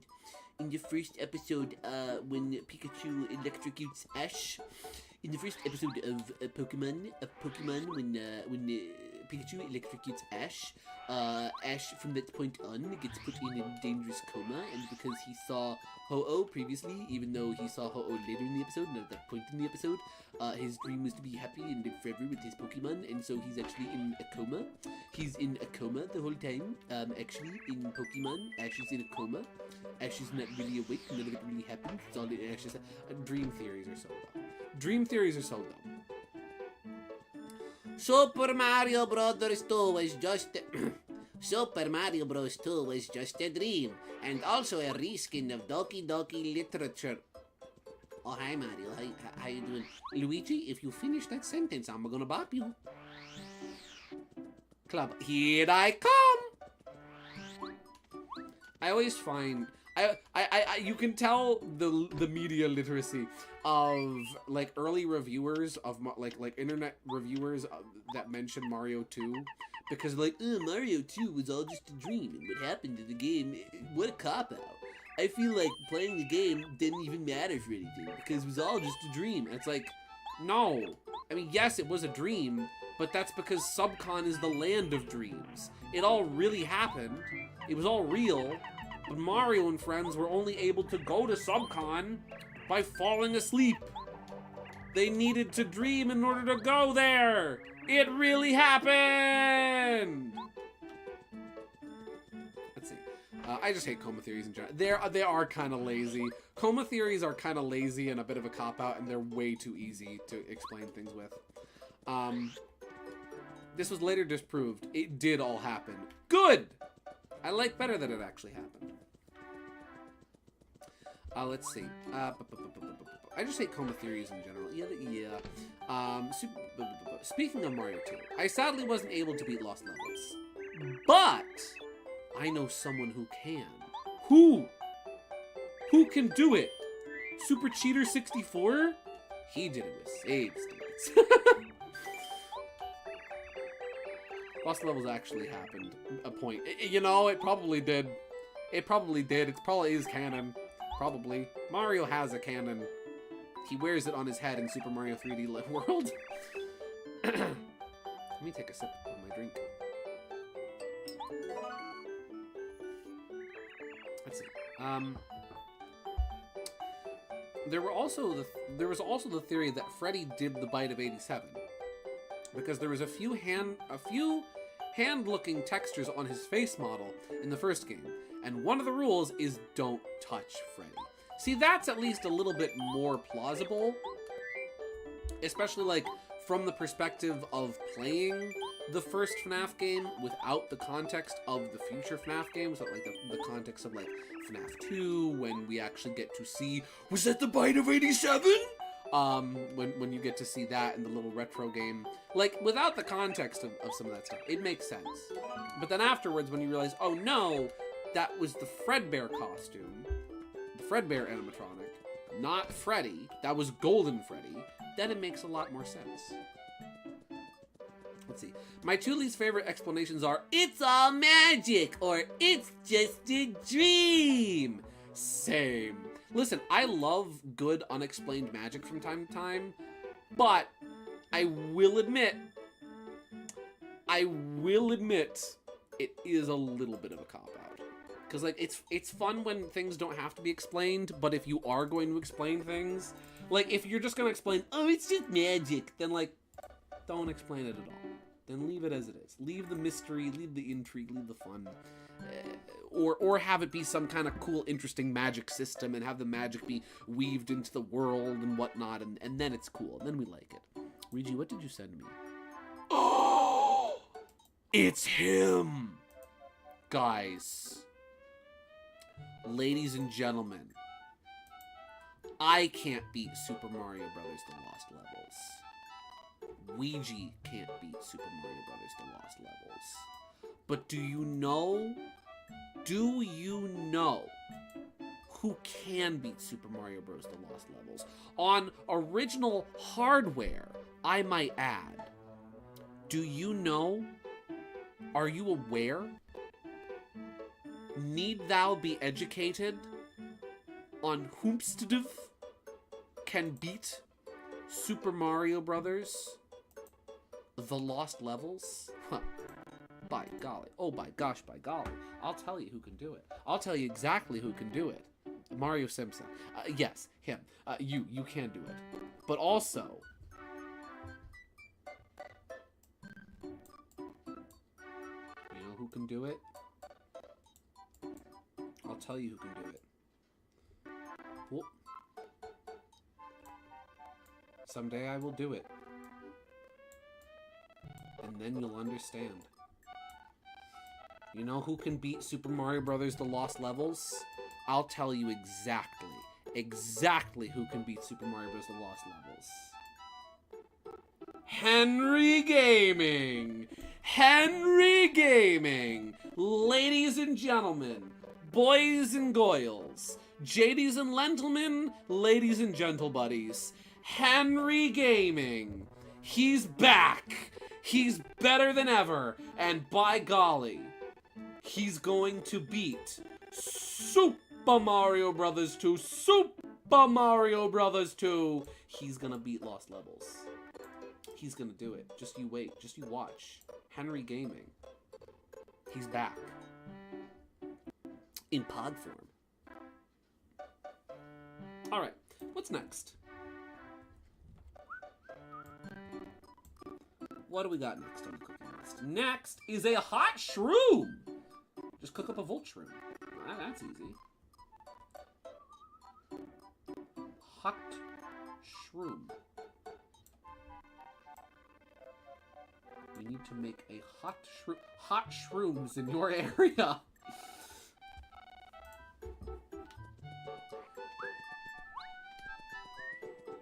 Let's see.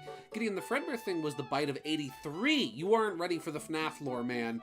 Don't make me get out the book of lore. I have forbidden knowledge of the franchise.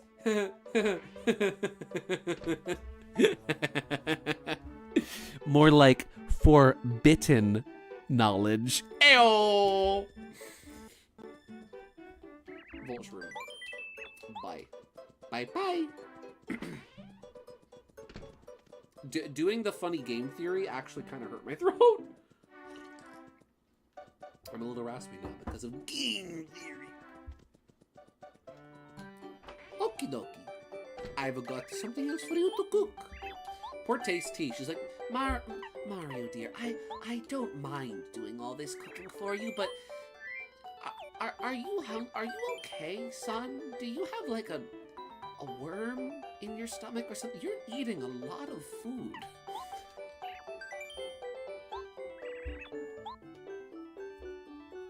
Here we go. Hot shroom. Hot shroom miku. Hatsune Miku, baby. All right, let's see. What's next? What do we got next? What do we got next? What do we got to cook? What do we gotta make? I'm on the wrong monitor. Here we go. Okay. Let me full screen OBS. Let's see. What's next? Next, we have the Jelly Pop. Jam and jelly. Oh, I don't want to use my jam and jelly. And a cake mix. I think I have a jam and jelly in storage. I'm guessing, like, considering how many of these recipes call for jam and jellies and ultra shrooms, I'm guessing there's a place in-game where you can buy jam and jellies and ultra shrooms. I just don't remember where. You know, it's funny you say that. Tom, the current host of Game Theory, hurts his voice trying to do it like MatPat, and MatPat can do it so naturally. He looks at Tom and goes, "It just happens, man." Nice. MatPat is built different. He is Game Theory. He is Mr. Jonathan Game Theory, Mr. Matthew Game Theory, and he can just do that. He just has, that's just part of him. That is an innate part of his vocal cords. It's just a theory, a game theory. Thanks for watching. The self-proclaimed smartest show on the internet. It's really not.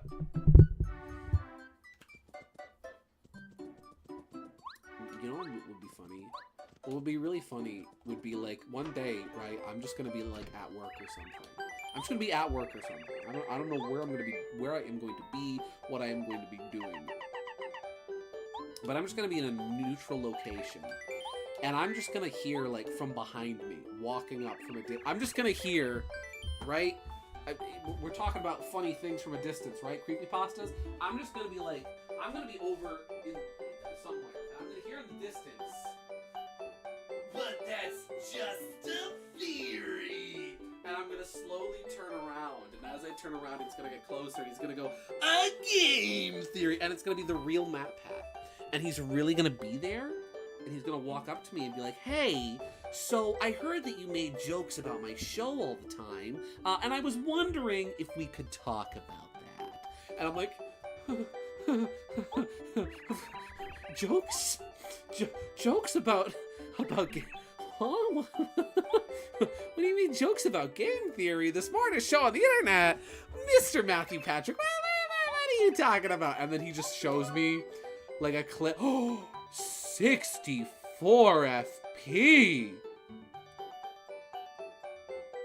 Holy Toledo. Oh.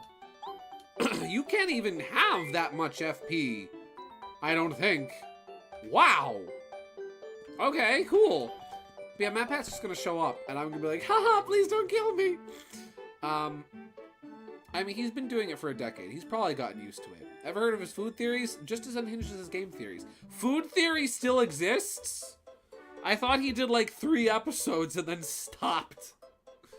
But yeah, he has thick skin. He's probably used to it. He probably does the thing they always say don't do, and that's read the comments. We're like, I know everybody says, oh, don't read your YouTube comment section, right? Don't do that to yourself. Don't read the YouTube comment section. It's not good for you, right? But like, I have a lot of respect for people who do.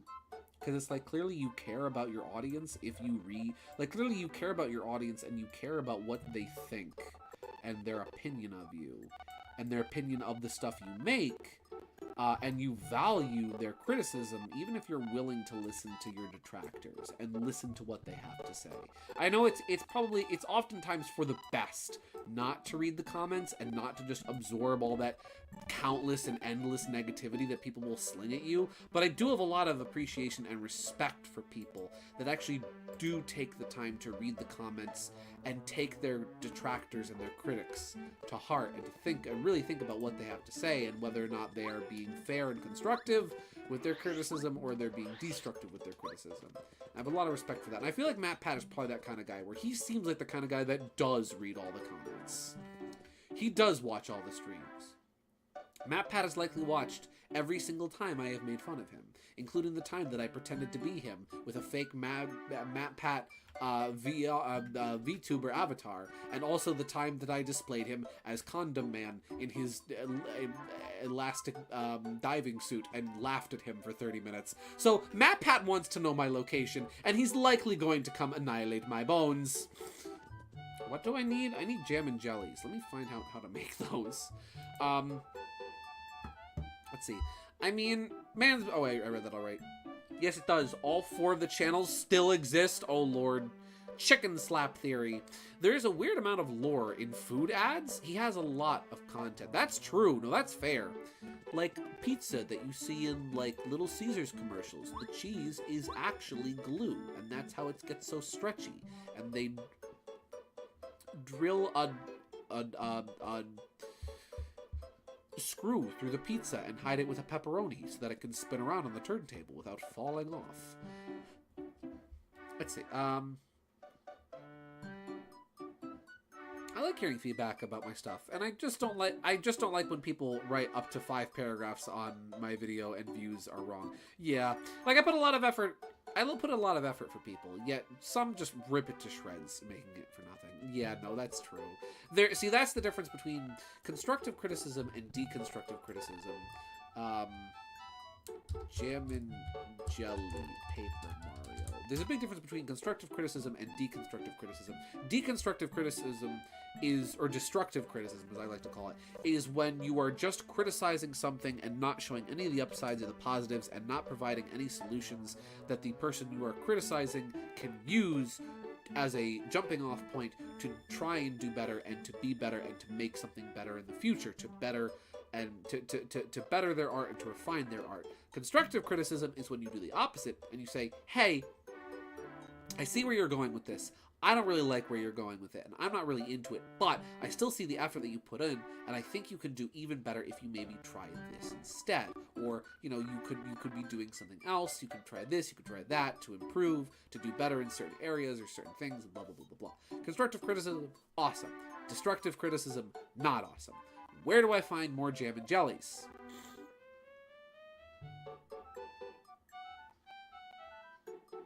Occasionally dropped by an Amazy Daisy. Oh no. Left by Silver Lil Oinks. Oh, we just have to gamble. Okay, we just have to gamble. Cool. We just have to gamble. We need to gamble. Oh dear. Oh dear, we have to gamble. MadPat did a theory on I think it was Chinese baseball team who threw a Colonel Sanders statue into a river over a bridge, and now they think it's cursed them and they haven't won a game since. Fun fact, the Burger Man statue in Sonic Adventure, the one outside the burger shop, is literally based off of that exact thing. It's literally that. Don't throw him into the ocean, kids. He'll curse you for 1,000 years. Oh, that's neat. Hi, Toad. It's a black little oink. They're going to be wild. Wow! I forget. How do I get things from the little... Do I go into the pen to scare them off? I forget. I'd rather people not... I'd rather people... tell me what to do, not what not to do. That, you know, that's fair. I mean, that's fair. Maybe, you know, yeah, I can kind of get that. Yeah. I had a thought and it just immediately just popped out of my head. I was too distracted by gambling and little oinks. Ooh! How many oinks are in the pen right now? I think you can have 10. 1, 2, 3, 4, 5, 6, 7, 8, 9. I can have one more. One more, right? Hit the bar, pay 10 coins, wait for the egg, hit it with a hammer to hatch a little oink. Try to find out what kind of little oinks will be born. Have fun watching those adorable little oinks. Be careful though, if someone gets inside the fence, all the little oinks will run away. You can have a maximum of 10 little oinks on the farm. When the 11th little oink enters, the first will leave. Now try to see all of the different types of little oinks. How do I get items from the oinks? I know there's a way, but I do not know how.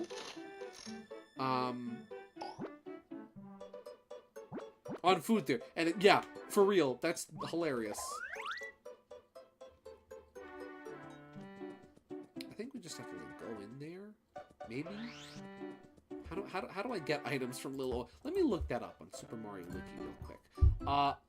Lil Oink, Super Mario Wiki. How does Lil Oink work? How do I get items from Lil Oink?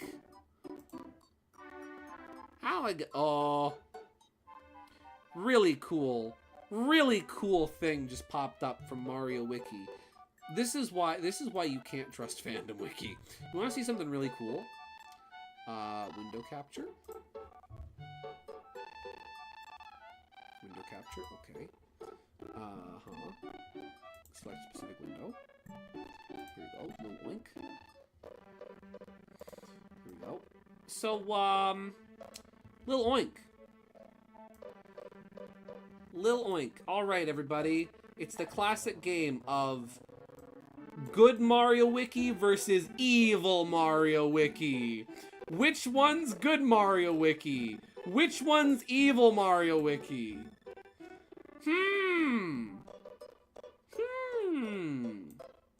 Lil Oink, huh? Golly. That's just how I remember Lil Oink looking. Yup. That's Lil Oink. Let's get a picture. Can I please see what's on this webpage? I need to see what's on this Mario Wiki. Mario Encyclopedia. This is not Super Mario Wiki. Where does this image appear on here? Huh? Okay, you need to see this. You saw that.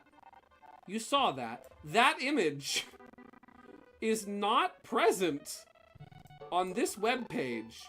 Nowhere on this webpage is that image. It's not here.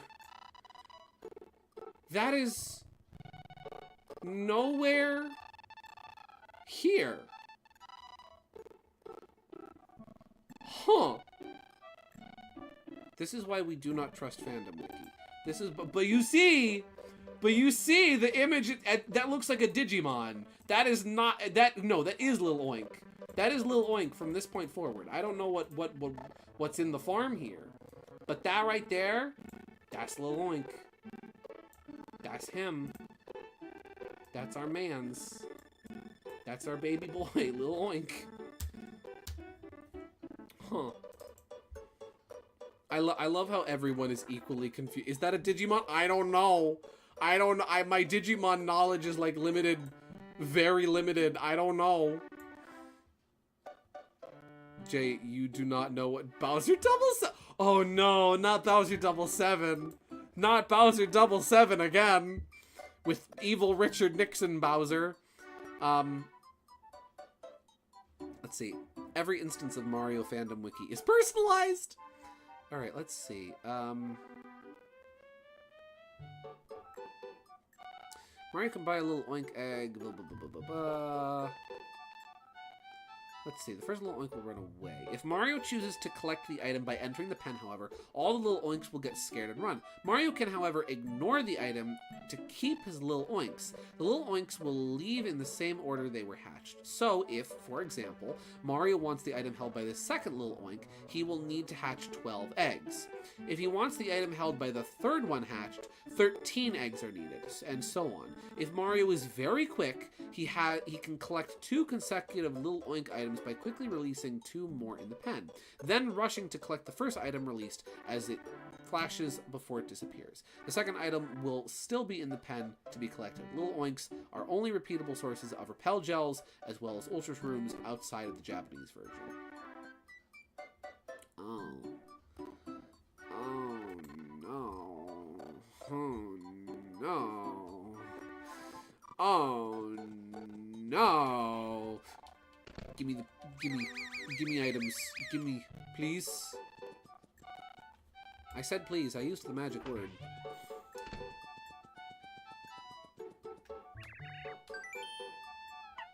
No. I do not wish to learn about them. There's no items here. Okay, here's what we're gonna do. Here's what I'm gonna do. We're gonna write down all the jam and jelly recipes and come back to them, and maybe I'll grind them off screen. So jelly shroom,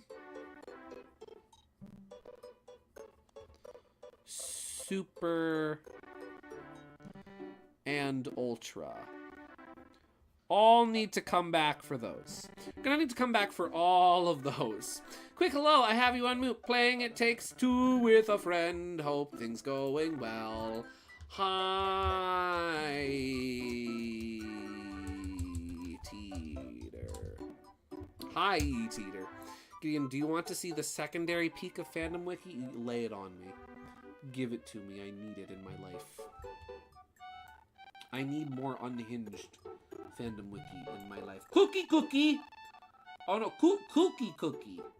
Cake mix and a Koopa leaf. Okay. I made that already, thanks to Koopa Coot, so I don't need to make that. And I made the Koopa tea, and I made the Koop pasta. I don't think I made the lemon candy, though. Candy is dandy, but liquor sells quicker. Alright, lemon candy is next. I'm no cheater, I'm now chump. Correct, Super Chump 64. Super Chump 64. Hey guys, if Teeter ever tells me to heal, he can't hear us right now, right? He's muted. If Teeter ever tells me to heal again, you have the right to call him a chump. Because his words, not mine, on his own stream, you can go back and check, I might have to clip it, he said that healing was for chumps.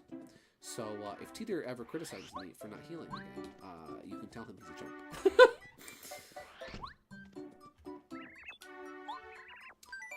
I need to claim. It feels nice being the quirky, I'm not like the other horror writers, guys, and have a Tails doll rewrite instead of another EXE. Yeah! Instead of Sonic EXE 576, we have Tails doll. Nice. I like Tails doll. Tails doll is great. Tails doll is the OG. Tails doll is the real one. We love Tails doll in this. You know what? You know what? We've talked about him so much. We've talked about him. We've ranted. We've raved. We've gone on and on and on. My game window slightly... My game window is slightly... Is my game window slightly off-center? It is slightly off-center. Let me fix that.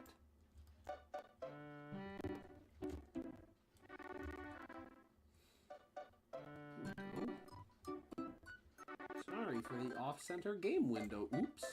There we go, that's better. Since, you know what? Since we've been talking about him this whole time, it's time to feel the sunshine. Ladies and gentlemen, can you feel the sunshine? Does it brighten up your day? Don't you feel like sometimes you just need to run away? Reach out for the sunshine and forget about the pain? Think about the good times? And they will come again? Hello, Mega Wii Master. Welcome to the stream. Howdy do. How are you?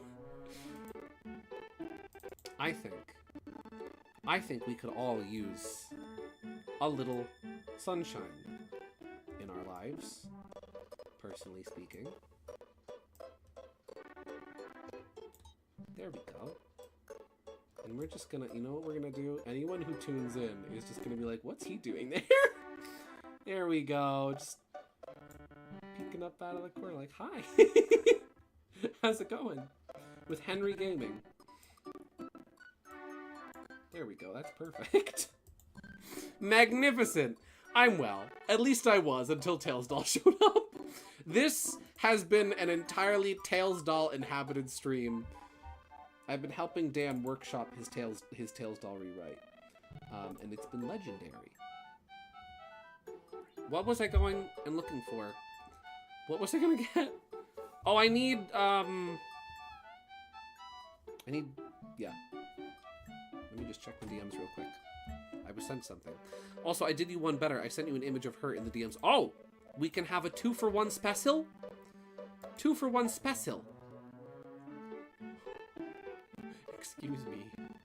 Excuse me, Ouija. What did you just send me? Why not both?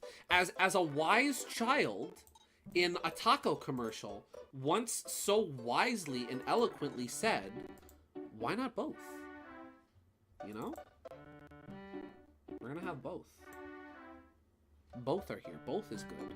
I'm just gonna pop it in a little bit, pop it in a little bit, and then we're gonna put this one in the other corner. There we go. There we go. You get the feeling of being watched. There we go. Also, Ouija just sent me something very, very interesting. Really cool, really good, something or another for our perusal, for our reading. Would you guys like to do some reading tonight? We've been doing so much cooking. Maybe take a little cooking break to catch up on our literacy, right? Yeah? That sound good to you? Sound good to you? Sounds good to me. Here is Alberto. Alberto. Hello, Alberto. What can we learn about Alberto today? Alberto is the longtime best friend of the Mario brothers. He is known by Luigi as being bad luck, cause he seems to get hurt every time. He is also a year younger than them, and is the new main character. New main character! Watch out, Mario. Step aside, Mario. This is not Super Mario anymore. It's Super Alberto. Along with Sally I need to know who Sally Yoshi is. In the Mario series. He is also in love with the Princess of Sunshine Island named Morena.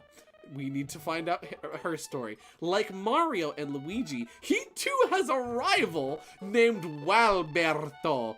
He lives with his only sweet but strong-willed cousin, Alberta. Alberta does not have a wiki page. Green Sponge? It kind of does look like Green Sponge. He's the Milo Murphy of the Mario series. Exactly, Murphy's Law, right? Sally Yoshi, that's my favorite characters. Keep scrolling, it's amazing. Firstly, please let it be known, this character is free to use. If you are a Fantendo user, you don't need permission from the creator of this character before using them. In fact, the creator encourages you to use them. As long as you keep them in character, go wild. Oh no, I'm not a Fantendo user. I'm not allowed to use Alberto. Give this man a franchise now. History. The history of Alberto. Let's read the history. So goes the history of Alberto. Alberto was a very lonely child in his past. He lost both his parents in a fire at his old house that showed up when a storm came, and he was playing outside, and now... Let's take a second to appreciate this run-on sentence. Alberto was a very lonely child in his past. He lost both his parents in a fire at his old house that showed up when a storm came, and he was playing outside, and he now lives with his cousin. Wow, that's a sentence.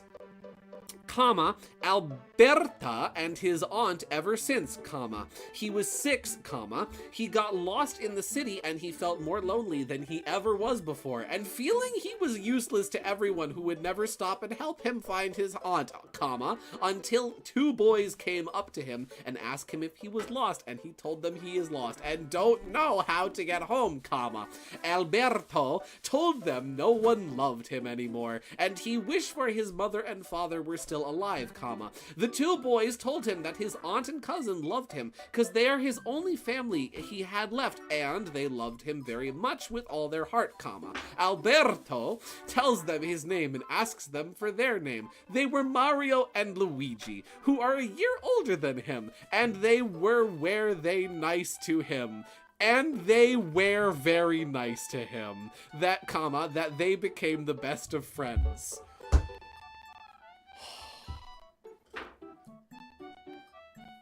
You know, it may not seem like it by the fact that I stumble and just absolutely obliterate the English language every time I open up my mouth, but I'll have you know that grammar was my jam in school. Thank you, Mom. Mom is here. I feel like I'm having a stroke reading this, and I'm loving every second of it. There's a reason our teachers told us to write 2 drafts of our papers. Correct.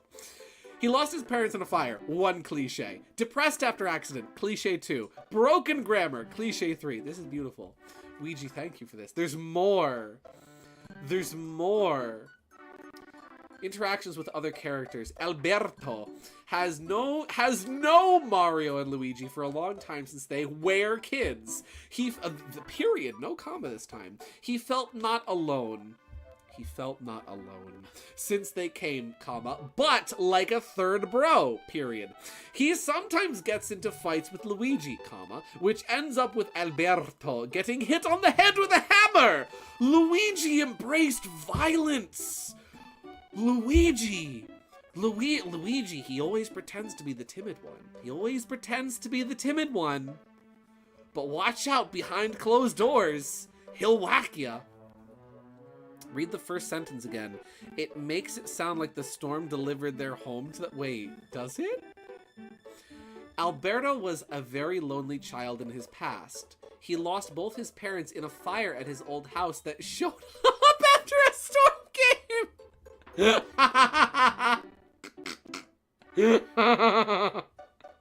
His house that showed up after a storm came.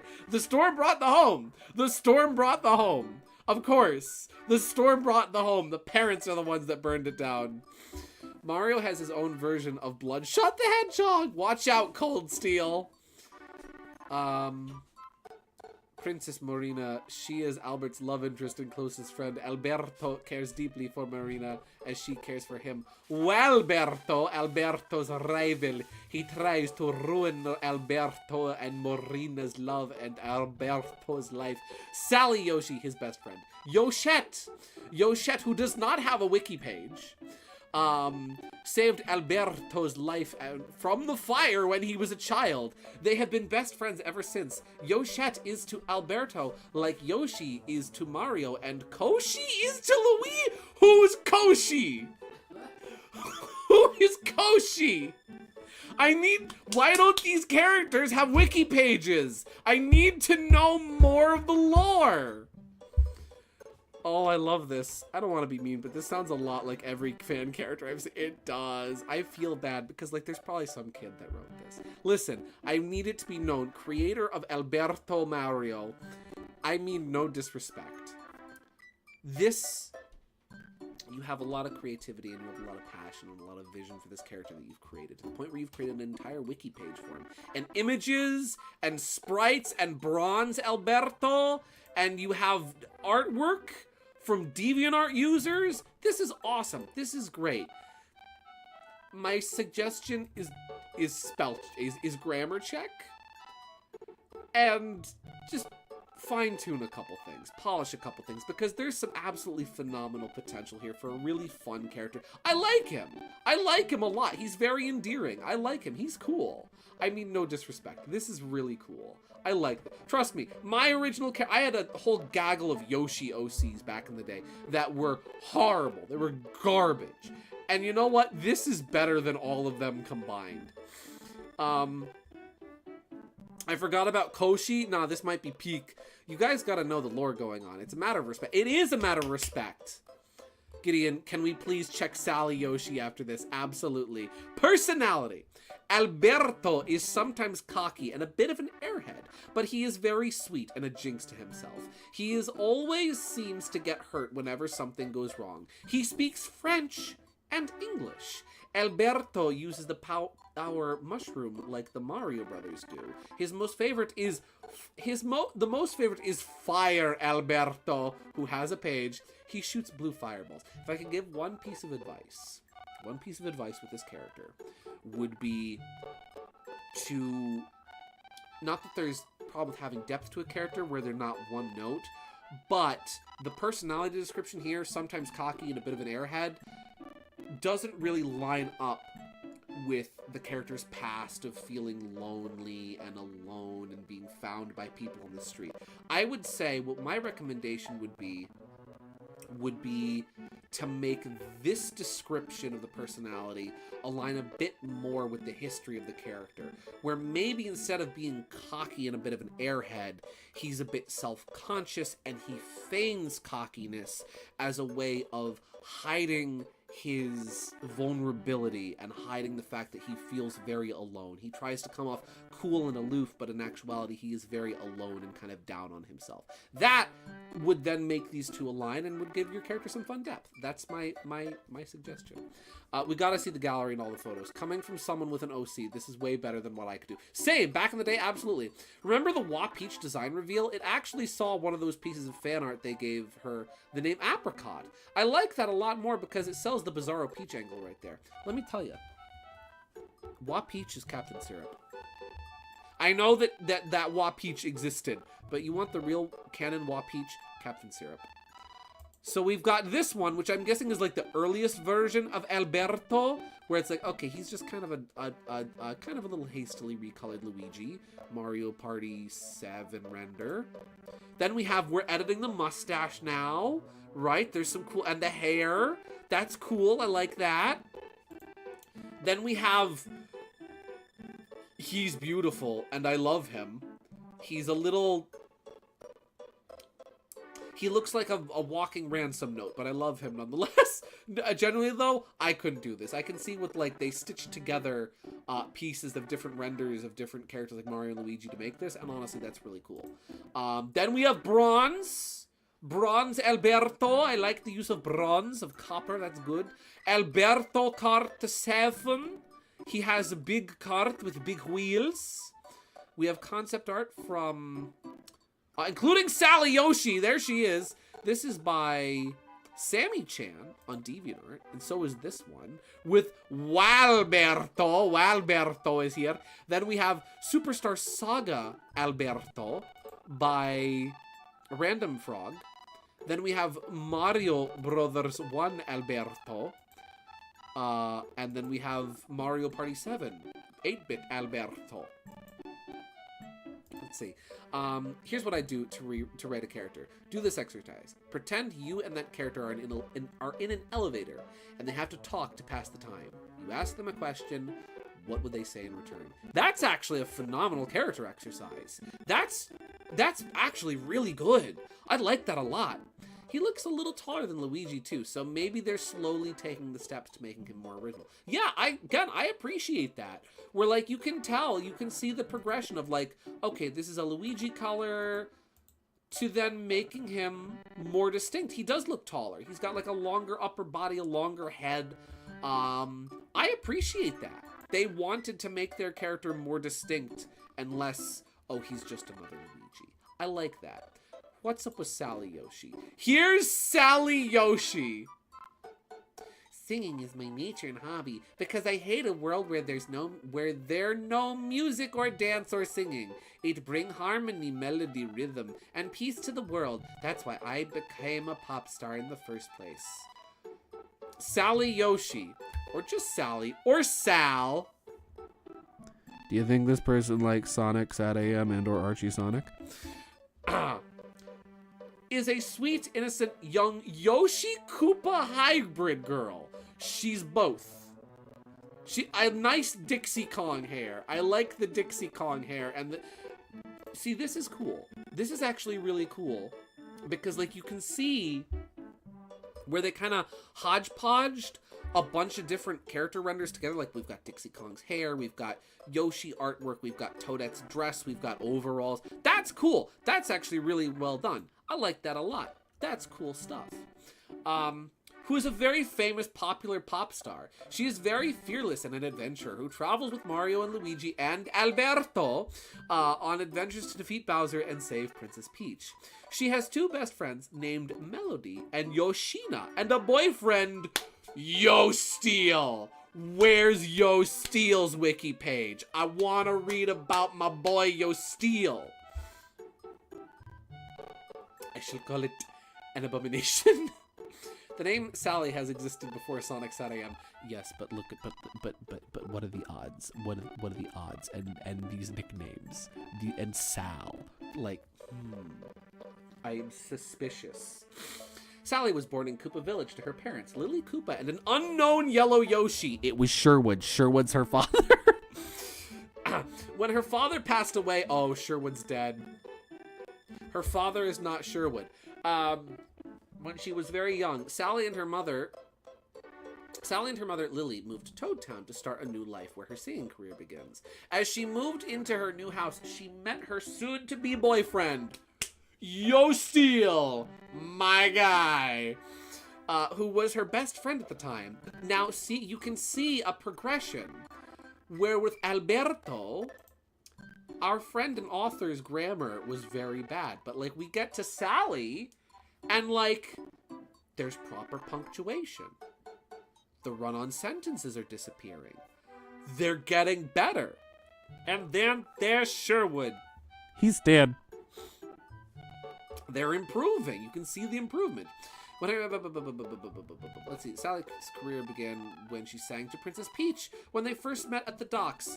Sally was unaware Peach was a princess because she didn't have her crown on. As we all know, Peach doesn't look like a princess. Put on crown, suddenly princess. It's like Clark Kent in his glasses. Only to bump into the Mario Bros. She wanted to save the princess too, so Mario allowed her to come along and help out. Sally was very useful in the adventure, as Bowser's spell can be broken by her beautiful singing voice, and she can fly the bros to high places by using her ponytail. After saving the day once again and saving the princess, Peach asked Sally to become an idol in the Mushroom Kingdom and sing them to lift their spirits. With that in mind, Sally accepted it and became well known around the Mushroom Kingdom and the world. Upon her return, Yo Steele, my guy, gave Melody, her little star sprite friend, who also goes with her and saves the day in adventures. And like you can see, like look at this. You can see like this person improving over time. Like this is like that's early on. You can tell it was probably done in MS Paint. Like this is kind of early and rough, but like their editing skills, their art, it gets better over time. They genuinely improved. Sally's last name is Yoshi, yet she is a hybrid. Sally's looks have changed by her creator, so she wouldn't look the same. That's crazy. In Doofenshmirtz's voice, Peach puts on crown. Princess Peach! It's the best feeling in the world watching someone's storytelling improve, or even better, noticing your own improve. Absolutely. It feels good to look back on like my older artwork and be like, whoa, I got better. I'm improving. I don't think I am, but apparently I am. Here's Princess Marina. Princess Marina is a new princess from Sunshine Island and is Princess Daisy's childhood friend. She first appeared being kidnapped by the Sea King Neptune. Neptune is in this, who wanted to marry her. And then she was like, hey, Neptune, you're old and gross. And I'm like, I don't know, like 20 years old. Get out of here. She is very much in love with Alberto, the best friend of the Mario brothers. She dislikes Walberto, who picks on Alberto and has a crush on her, which she thinks is gross, despite herself having a crush on Alberto. She is 2 years younger than Princess Peach, making her the youngest princess. This is great. Look at how these renders, like these edits, improve over time. This is cool stuff. Honestly, this is rad. I love this. You see how this person's art gets better and improves over time. And that's really commendable. I'm curious how old these are, how long these have been here for. This is rad. Neptune, aren't you bald? Oh, Alberto! Rune is such an improvement on light. Like, it's not even close. Oh, no, absolutely. Seriously, I agree. Sherwood as he is now is so much better than OG Sherwood or any other self-insert Sonic OC I made as a kid. It's him. Walberto. Walberto is the best, is his quote from Mario World Kart. Not Mario Kart World, Mario World Kart. Walberto is Alberto's evil counterpart and rival, who first appeared in Mario World Kart. He lives in Diamond City and works in WarioWare Inc. with his two sneaky friends, Wario and Waluigi, and often help them out with stealing and finding a way to beat the Mario Bros. And Alberto, which they fail every single time. He is in love with Princess Marina. However, she finds him disgusting and cruel, so he is planning to break her and Alberto up so he can have her for himself. Walberto is muscular and tall man, Look at this tall, muscular man right here, who wears a crimson shirt and hat with the letter A upside down. Same goes on his gloves. Personality, like Wario, is greedy and Waluigi is sneaky. Walberto is creepy and dim-witted, often looking at someone in a strange way and freaking them out. Walberto often shows saying or doing the wrong things at the wrong time, and often get him and the boys in trouble with everyone, mostly the police. However, he is pretty smart and hardworking in WarioWare Incorporated, working at the Sea Shack called Walberto's Seashell Shop. He sells seashells by the seashore, as he loves to find seashells. He loves to make stink bombs for fun and for pranks. I like how Walberto looks more like Wario despite Alberto looking more like Luigi. You think that Walberto would look more like Waluigi? Subverting expectations, aren't we? Daring, aren't we, sir? History. Not much is known about his past, but he has been working at the beach for years now. He has been working for Wario for a year, and his shop is quite popular. He has hated Alberto since the first meeting, and wants to someday defeat him and win Marina's heart. And then lastly, we have Fire Mario, who has a wiki page that yeah, it's just Fire Mario. Here's Fire Mario. This is him. There's edits of Fire Mario. Oh, that's charming. That's adorable. That's I love that. Those are sprites. That's great. This is just every Fire Mario ever. Dr. Fire Mario. This is every Fire Mario ever. Phoenix Mario. Phoenix, Arizona. Toad! Toad is here. Alright, the fan wiki is wild, bro. It's crazy. I love this. I live for this sort of thing. Ouija, thank you very much. Why is DK here? Why isn't DK here? Why shouldn't DK be here? Well, Phoenix Mario is a concept, is a cool idea. It is. I imagine that would just be like, here's Mario with a double jump and he can throw fireballs. That's cool. Or even like, okay, here's a cool idea for Phoenix Mario. Kind of like the tunnel mushroom, the drill shroom from Wonder, where like you can drill into the ground. Imagine, right, that like Phoenix Mario can like, he can sort of glide, but he can also like drop down to the ground and just turn to like a little pile of ashes and like speed along the ground, and then pop up and like sneak through little spaces like Mini Mario. That would be cool. I like this idea. And he can like throw fireballs.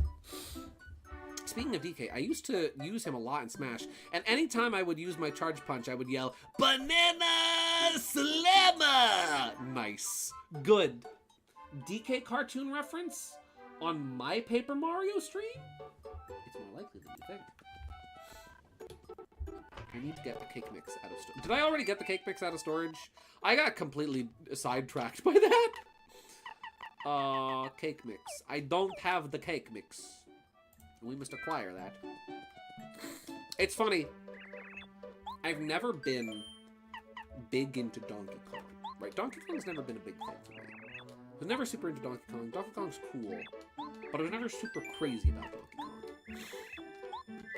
Teeter showed me 100 coins! Whoa!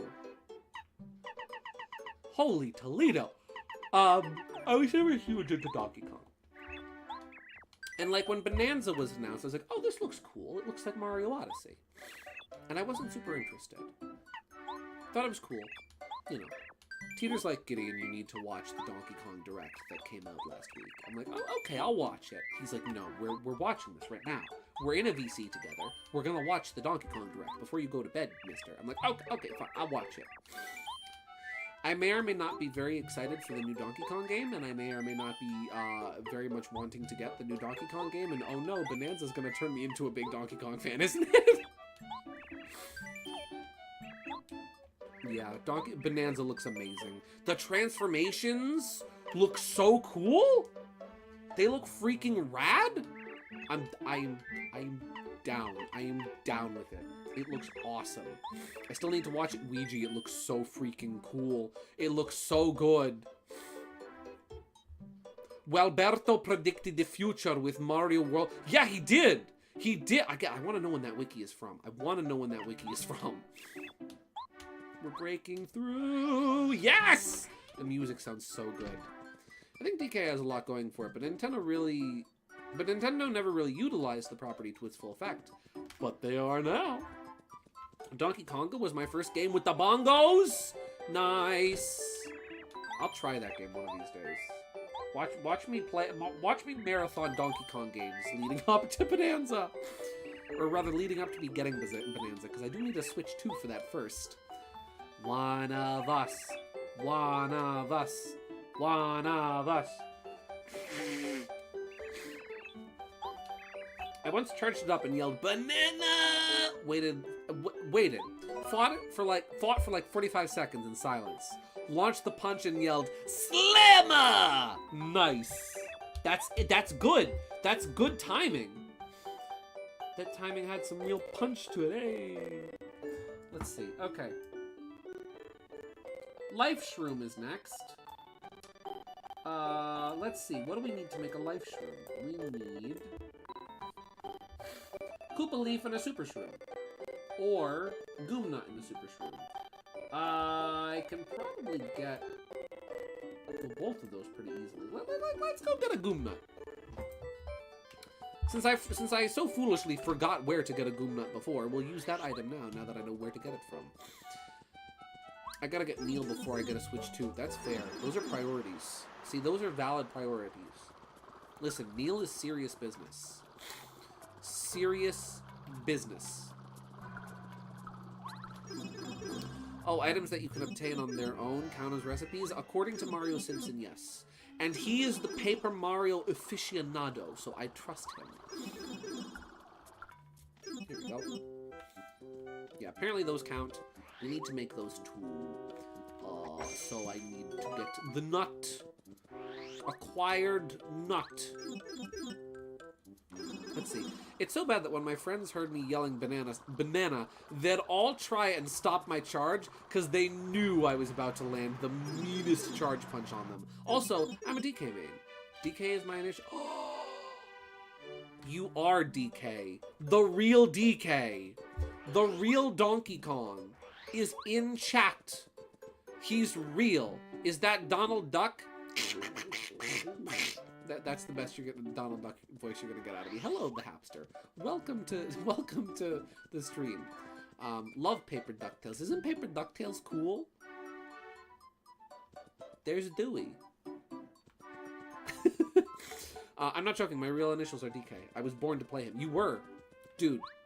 Hear me out, Dan. Hear me out. I play a mean Bowser. I play a mean Bowser. I've learned recently that my Bowser is really good. Doubles.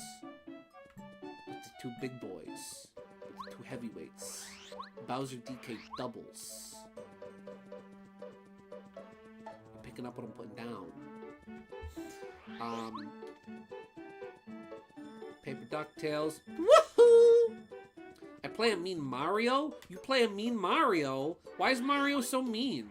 Mario's not mean. He's a nice guy. You think an immovable object versus unstoppable force type match? Oh, I'm thinking immovable object versus unstoppable force type match. Oh, I'm thinking it. Or teams. Unstoppable.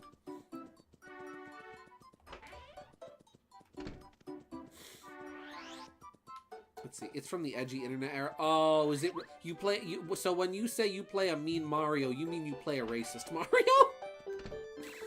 You mean you play a Star Bomb Mario? You play a Hot Diggity Demon Mario? You play a mashed The Truth About Mario. Mega Wii Master, do you play a mean banjo? Give me a riff on that four string thing. No, I play a Game Theory Mario. Oh, that makes sense. But that's just a theory. To be fair, DK mains are built different. I've seen DK mains pull off some crazy moves, and it somehow works out for them. Yeah, it does. Especially if we're talking Melee, where, like, Donkey Kong isn't great, but people have been relearning him and have been popping off with him. Okay, next up is lime candy. I can't see the whole recipe yet, but I'm gonna guess... Oh dear. Oh dear. Oh dear. What have I done? Oh sweet merciful heavens, what have I done? Oh no. Oh no! How big did I make this by mistake? Where's the middle? Why'd I still have the bowl, Bart? Where is the middle? I need to stretch it out so that I can fix it. Oh dear. I broke... Oh, there it is, there it is, there it is. Okay, just gently. Gently. Okay, good. Now we move this back over this way. Oh dear. You know what? We're just gonna delete that. We're just gonna remove that window capture. There we go. That's better. And now we're gonna do a new window. We're gonna recapture that window. We're gonna recapture the magic.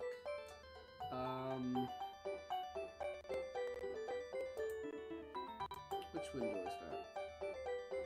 Here we go. Paper Mario Cooking Game. There we go. Okay, we're back.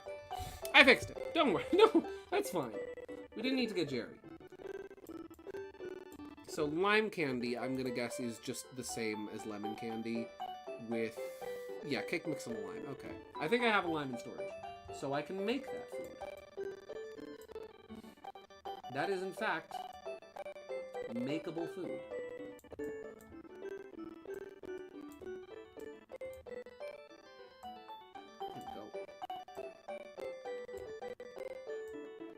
Okay. Cake mix and a lime. 2 lemons and a crab apple. Extreme close-up. I play me, Mario Sunshine, and DKC. Ayo, very nice. Heck yeah. DK was a monster in Smash Bros. Brawl. Changed my mind. No, he was good. He was good in Brawl. I remember him being good. And I didn't play much Brawl, but I remember when I did play it, that he was good. But then there was trouble. Let's see, DK's Charge Punch is one of the strongest moves in the game, isn't it? I don't remember if it's, like, the strongest, but I do remember that it's up there. Like, it's a very powerful move. It's, like, right, I think it's, like, very close to a Falcon Punch, if not, like, the same thing as Captain Falcon's Falcon Punch, in terms of power, especially when it is fully charged. Then, it is a force to be reckoned with. Then, you need to run. Nowhere to run, nowhere to hide. Uh-oh, DK's here. There we go. DK would have been decent, but you need to remember Brawl's meta revolves around Meta Knight. This is true! Meta Knight defined the game's meta. If not for Meta Knight, DK probably would have been one of the best. There we go. And we'll just cook that up. And it's been cooked. Lime candy. The lemon candy is very deceptive because it has like a lime green wrapper. So I keep thinking to myself that that's the candy we needed, or that we already made. It's like, no, the lemon just has a green wrapper for some reason. Who puts a lemon candy in a green wrapper? All right, maple time. It's time for Maple Story. So we need a maple mushroom, a maple super, and a maple ultra. I unfortunately have to use my other ultra shroom for this, which is another item I'm probably going to have to grind for to get more of, which that's not gonna be fun. I'll go get the mushroom. I think I need to go to Boo Woods to get more of the syrup. Well, actually, I could go to Shy Guy's Toy Box for that, actually, because I know there's a syrup, a maple syrup in Shy Guy's Toy Box, so I can go over there for that. Let's see. Gonna grab this. Yes. And I'm gonna go in storage, and I'm going to claim Where is it? There it is. Let's see. I forgot that Meta Knight had an endless normal combo in Brawl. Yep. Very deceptive. Even still, DK is very susceptible to chain grabs which are very dominant in Brawl. No, that's true. Brawl has a serious issue with chain grabs. Like, almost every, like, higher tier and good character, I mean, pretty much any character in Brawl can pull off a chain grab decently easily. So then it becomes a matter of, okay, don't get too close to your opponent. Uh-oh, you are too far away from your opponent. Oh, you're too close. Uh-oh, you're too far. Oh, no. DDD versus DK is a banned matchup for a reason. That's right. Doesn't DDD have a confirmed infinite on DK? Doesn't DDD have a confirmed chain grab, I believe? Like, chain grab, pummel, let go, grab. Yeah, it's like grab, pummel, let go, grab, pummel, let go, grab, pummel, let go, grab, pummel, let go, grab, pummel, up throw. Or something like that. It's basically wobbling. Basically DDD wobbling. DDD can just grab him once and he wins. This is why you don't mess with the king. Yes, along with Mario and Samus. Oh. No one is safe. No one is safe from the king, baby. Bonk.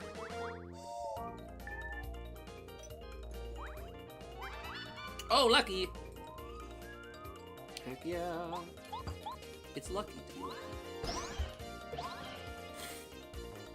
Down throw into down throw into down throw into down throw into down throw into down throw. Oh yeah, Fox is really bad with it. Fox is really bad with it where, like, I believe it's grab, down throw, and then it's like backdash into another grab, down throw, backdash into another grab, down throw, backdash into another. It's melee Fox, but even worse. Samus was my other main in Smash Bros. Still is. Samus is a good pick. He's the king of the show. You'll holler and hoot, he'll give Kirby the boot. DDD is the one! I love DDD Coming At Ya. DDD Coming At Ya was my favorite Saturday morning cartoon. I don't know about you guys, but DDD Coming At Ya, really great. You know what's funny? There's a scene in Cartoon Buffoon, the episode of Kirby Right Back At Ya, where King Dedede wants to start an animation studio and make cartoons because he thinks that'll be a cheap and quick way to profit, right? The episode of the cartoon that they make is a Dedede parrot. It's kind of a fourth wall break, where it's a King Dedede version of the first episode of Kirby Right Back At Ya. What's funny is that even in the English version of the show, the Dedede parody actually includes a scene that was cut from the English version of Kirby Right Back At Ya. So the episode it parodies, there was an episode that there's a scene in that episode that was removed from the English version that is still in the Dedede parody. So if you're watching it from an English viewer's perspective or point of view, it almost seems like it's a completely original scene. But then you watch the Japanese version, you watch Hoshi no Kabi, and you're like, oh wait, they just removed that scene for tonight. I see. Let's see. Okay, hearing out again, Metroid could make a really good live-action show if you did it right. Yes! Metroid would make... You know who would do really good? You know what would actually... What you could do with Metroid, right? Is... have it be a movie. Have it be like... maybe like an hour and a half long. Have it starring Sigourney Weaver. And have Ridley Scott direct the movie. And there's your Metroid movie! Whoa! Oh. Oh, I need one more of those. Let's see, those live-action commercials, like the Metroid Fusion one, are my no, absolutely. Metroid is a great example of a video game franchise that could actually work very well in live action. Battlestar Galactica. Freaking love Battlestar Galactica, the 2003 series. So much cool stuff is done in that show with like the live act, because it's all in live action, but with like practical effects and with the way the video effects are worked in. And like even that with kind of a lot of the setting with the corridors and the hallways, and how the sets are very minimalist and they reuse a lot of sets and redecorate a lot of sets, but you never notice it. Something like that could work really well for like a Metroid show, where you'd probably have a lot of hallways and areas and things that would be recycled and reused and changed around. But kind of goes to show sort of proof of concept. It could be done very well. Yeah, as a matter of fact, what's her name? I forget her name. Who played Starbuck in Battlestar Galactica? That's like my first choice for casting a Samus. Let's see. It would have been hard, but not impossible. Samus might need another character to play out. Possibly AI Adam. Possibly Adam. Adam could work. Though I don't know. That's the thing, though. See, I would love to see... Metroid could work so well as like a sci-fi thriller type show or movie with kind of a horror aspect, where like have it primarily be visual storytelling, environmental storytelling. Have it be very minimal dialogue. I feel like you can still tell an incredibly compelling narrative, even make that sort of a challenge of the film. You know how I even said earlier that, you know, if necessity is the mother of invention, restriction is the father of creativity, right? Have a challenge of the movie be to tell a compelling story with as little dialogue as possible. Metroid, played by Chris Pratt. Why can't Metroid crawl? I remember I used to spend years shooting Metroids and Ridley in the original Metroid NES game. Sure thing, Chris. Whatever you say, Chris Spirit. But yeah, Metroid I think could work really well as just sort of an... If it went super artsy with it, if it went kind of artsy, and just had some really compelling action sequences, but also getting to understand Samus's character just through observation. It would be a very observational film, where you're watching things happen, you're taking in the environments, you're interpreting the story kind of as you go along, and putting the pieces together, almost like a mystery in a sense, right? But part of the mystery is there's very little dialogue or explanation of what's going on. You kind of have to put the pieces together and figure it out yourself. That I think could work very well for Metroid. For a movie at the least. Just make like the Halo TV show. Have Samus take off her helmet every 5 seconds. Yeah, just make like the Halo TV show. Have the director never play a single Metroid game before making the show, and outwardly admit and even brag about the fact that they've never played a single Metroid game. That's all.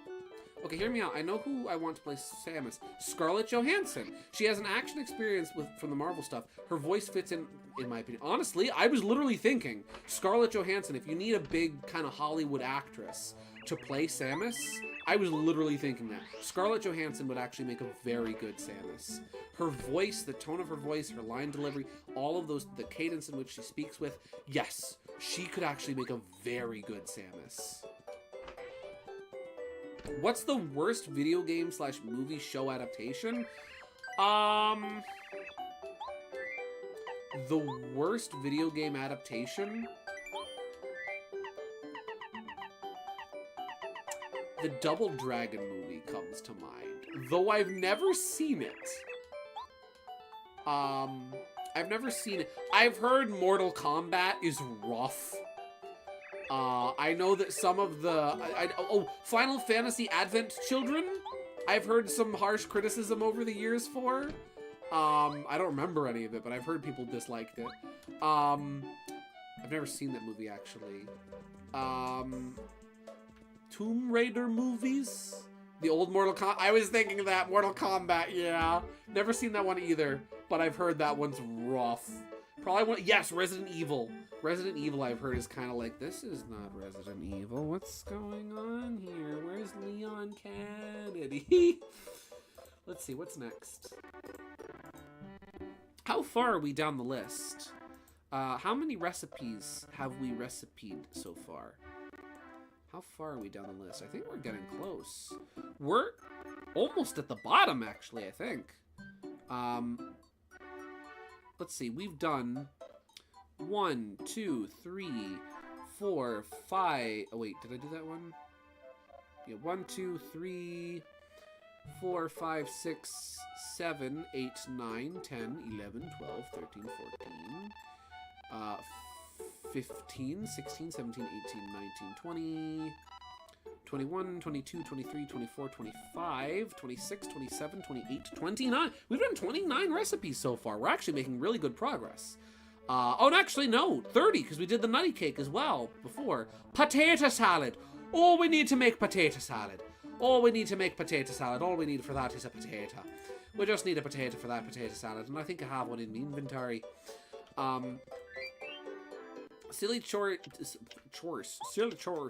Silly choice. Is it Borderlands? I remember one guy questioned one of the ushers. I want my money back after the movie ended when I was working. Heard that one was a little rough too. Does Netflix adaptations count? Because I heard Devil May Cry was kind of rough. Let's see. Make this one. I saw someone criticize the 90s Mario movie saying, why did Iggy and Spike steal Princess Daisy? They should have been Wario and Waluigi. Wario and Waluigi did not exist yet, you absolute spoon. Mario, listen though, the Bob Hoskins Mario movie, yeah, that one's up there. That one is definitely up there as one of the worst. Genuinely. That one's chunky. It has its fans. It's a fun time. Not a good adaptation. Not a good adaptation. Gideon, Mario Land 2? Was Mario Land 2 out at the time? Was Mario Land 2 out at the time of Mario movie? Shroom cake. Cake mix and mushroom. Okay, that's easy. Shroom cake is next. It's pink and purple. It's a shroob cake.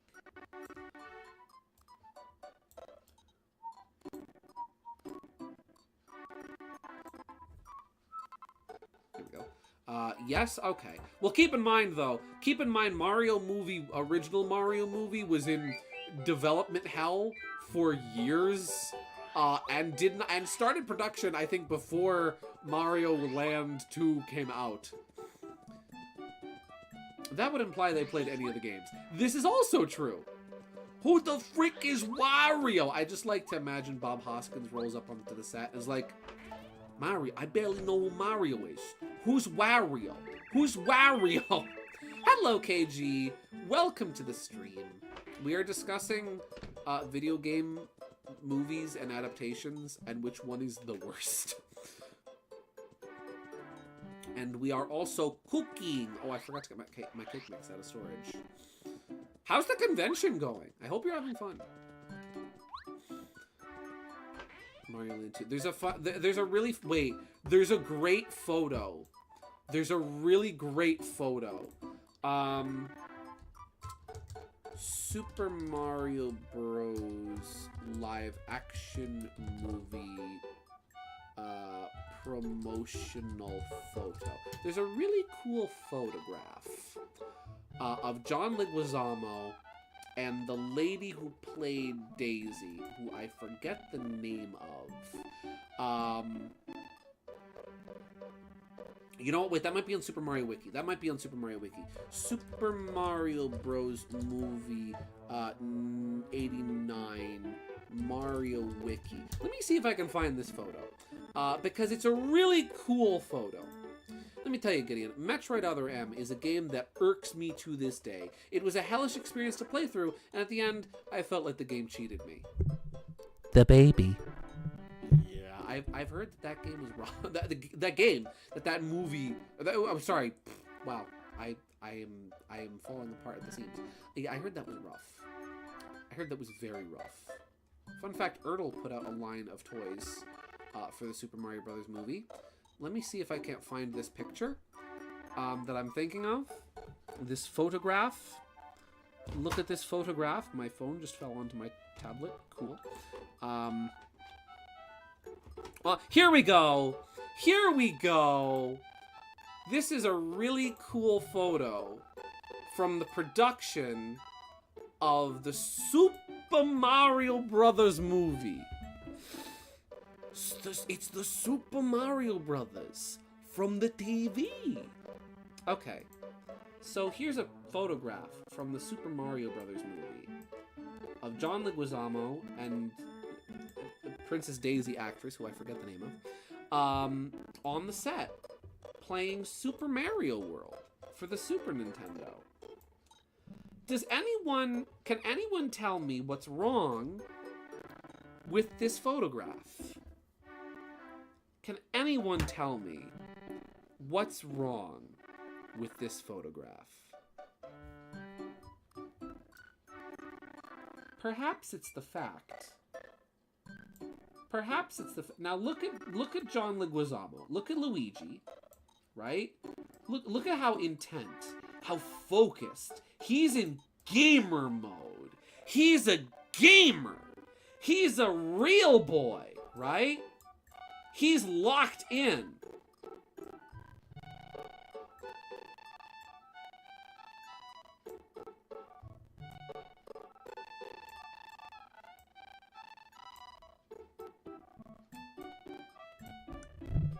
He's locked into the title screen.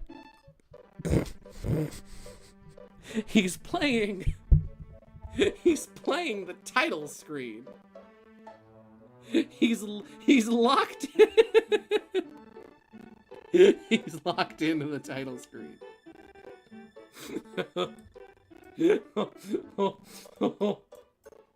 Here we have, ladies and gentlemen, the face of a true gamer. Also, she's not even looking at the console. I mean, at the game. She is standing behind the TV.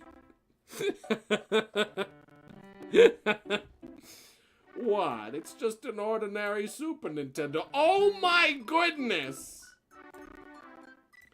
Gamer Leguizamo. Gamer Leguizamo.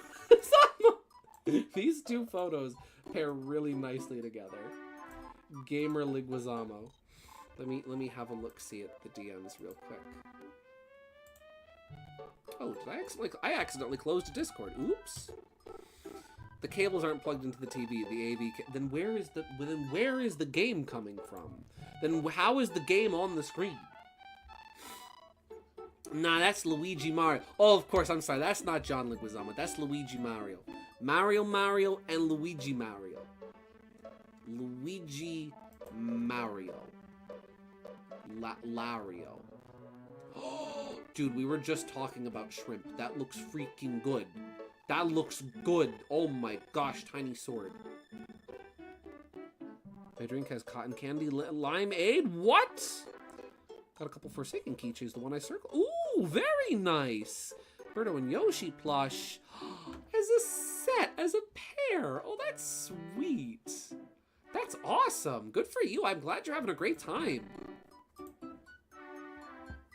He's the angry video game nerd title screen nerd. Kind of is, isn't he? What was I cooking?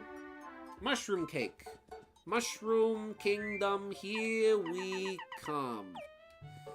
The sword is a toothpick. Yeah! I love toothpick swords. I haven't seen one of those in years.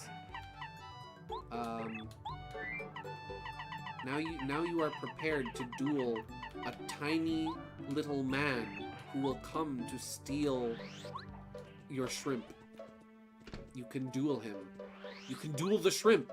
The shrimp will try to fight for liberty and freedom, to be liberated, and you can be like, nah, I will duel you. And if you fail, your dinner.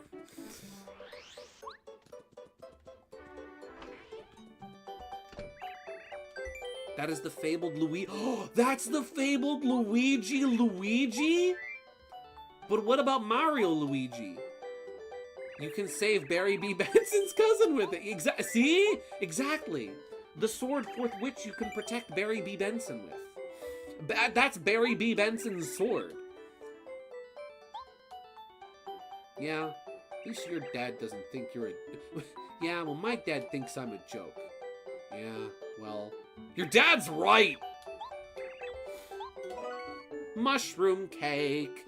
That does not look healthy with the purple mushroom. Okay.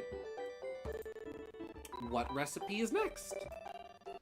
Next up, we have shroom steak. And it requires an ultra shroom. Alright, now here's my question. Where can I get an ultra shroom? Paper Mario ultra shroom. The shrooms are invading for that. They are! They are invading through the cake. That's what I was thinking.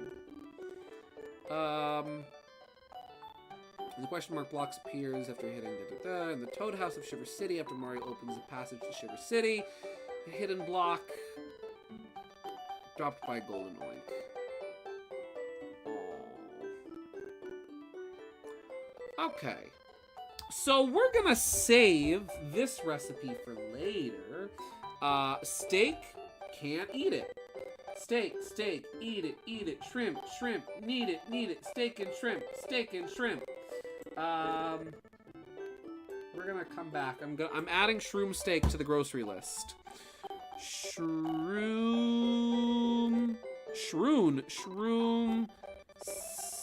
steak. That's on the grocery list. Next up, then, is a sleepy sheepy with a strange leaf and a blueberry. So let's go get a strange leaf. Let's see. Here we go. They didn't want a new home. They wanted our baked goods. Correct. They may not have our baked goods. The shrooms, they can have our baked goods over my... They can have my baked goods when they pry them from my cold dead hands. You can have my baked goods when you pry them from my cold dead hands. And even then, I will have glued them to my cold dead hands. Let's see. Also, I got an actual Team Cool Kid Join Today shirt. Nice. I know what that is kind of now. Let's see. Looking back at it, I'm so sad Nintendo hasn't made live-action Metroid show. Metroid has so much more drama in its storytelling than Zelda and stuff. It's one of Nintendo's darker franchises. It really is. Like, you know, Zelda is amazing. Don't get me wrong. And Zelda has some delightful storytelling and some delightful stories to tell. But there definitely is a lot of untapped potential with Metroid. You could do so much with Metroid. I would love to see like a live action Metroid. That would be one case actually, where as much as I'm not a big fan of live action remakes and adaptations, and I think there's so much you can do with animation you should do with animation. Metroid is one of those things I would love to actually see in live action and could work really well in live action. And it's a shame they haven't done it yet. There's your Seth Rogen laugh. Seth Rogen laugh is one of those things I can do so infrequently. What'd I come here for? Berries. Oh, I also got a tea kit too. Ooh! A tea kit? What kind of tea kit? Let's see. When is the Star Fox show where we get the crew dressing up in fursuits? Now, you joke. You joke. But E3 2015, when they revealed Star Fox Zero, literally had a skit by the Jim Henson Company with Fox Falco and Peppy puppets that were like, it was Reggie, Iwata, and Miyamoto puppets that transformed into the Star Fox puppets. So like, you joke. You don't joke? You're serious. Oh, okay. I'd even take more puppet shorts with the Star Fox Muppets. Yeah, for real. Dude, give me a Thunderbird. Genuinely, give me like a Thunderbird style Star Fox series with puppets in the style of the original SNES puppets. That would be amazing. That would be awesome. That would be incredible. Also, I find it incredibly funny, incredibly ironic that, again, keep in mind who made those Star Fox puppets, right? That whole skit was produced by the Jim Henson Company with the Star Fox puppets.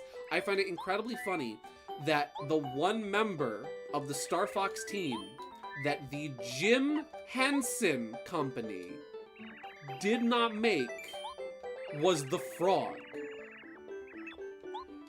Let me repeat that. The one member of the Star Fox team that the Jim Henson Company did not make a Muppet of was the frog, was Slippy. I find there's an irony in that. I find that incredibly funny. Let's see. If it makes you feel any better, Dan, I made Gideon jealous of me before. She has. KG makes me jealous with the cool things she has. I'm like, man, it's not fair. I want that. Spaghetti!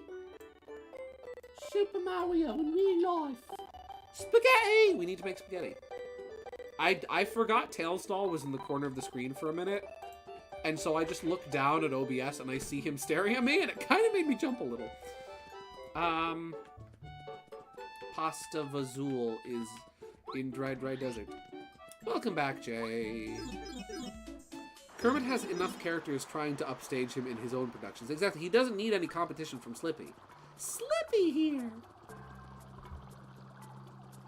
Hi-ho, Kermit the Frog here. Today I want to tell you about my good friend Slippy Toad, who definitely isn't here to upstage me. Right, Slippy? Yeah. Slippy, I swear, Slippy, if you try and Slippy, I have enough people on this show trying to take over my position as a day. You know how long I've been on television, Slippy? I have gone through like 4 different voice actors, and one of them can't even really do the voice properly. I can replace you in an instant. Kermit, I didn't realize you were so mean. Slippy, I really need some sleep right about now. I'm sorry. Let's see. I also like to think that Reggie and Iwana didn't want to be Slippy. That would be the funniest part. If no, they should have gotten Bill. They should have gotten Bill Trinan. They should have made a Bill Trinan Muppet and had Bill Trinan turn into Slippy. No offense to Bill Trinan. I love him. He just seems like he would be the type to be like, yeah, I'll be Slippy. I love Bill Trinan. Has anyone heard from him in a while? He still works at Nintendo of America, right? Bill Trinan was so cool. Why didn't I wish Bill Trinan. Forget Doug Bowser. I wish Bill Trinan was the president of Nintendo of America. Spaghetti! Star Fox Zero event in Nintendo New York was fun. Did you get to go? Did you get to see the puppets? The Muppets? Oh, that's rad. Gideon, Cool Kid is my killer main in Forsaken. Imagine me wearing that while playing him in-game. The sheer aura. I need to be a cool kid. You need this shirt. Too bad, Dan. I own the shirt now. Ha ha ha ha. KG has the shirt and not you. How does that make you feel, Dan? How does that make you feel? You need the shirt. I don't think I've seen Bill since the Pikmin 3 showcase. What happened to Bill? What did they do to him? What did they do to Bill Trinan? Special Shake, this mysterious thing that I haven't been able to make yet. Melon. It's like melon and everything. Melon. Where do I get a melon from? Where do you get melon? I don't remember melon.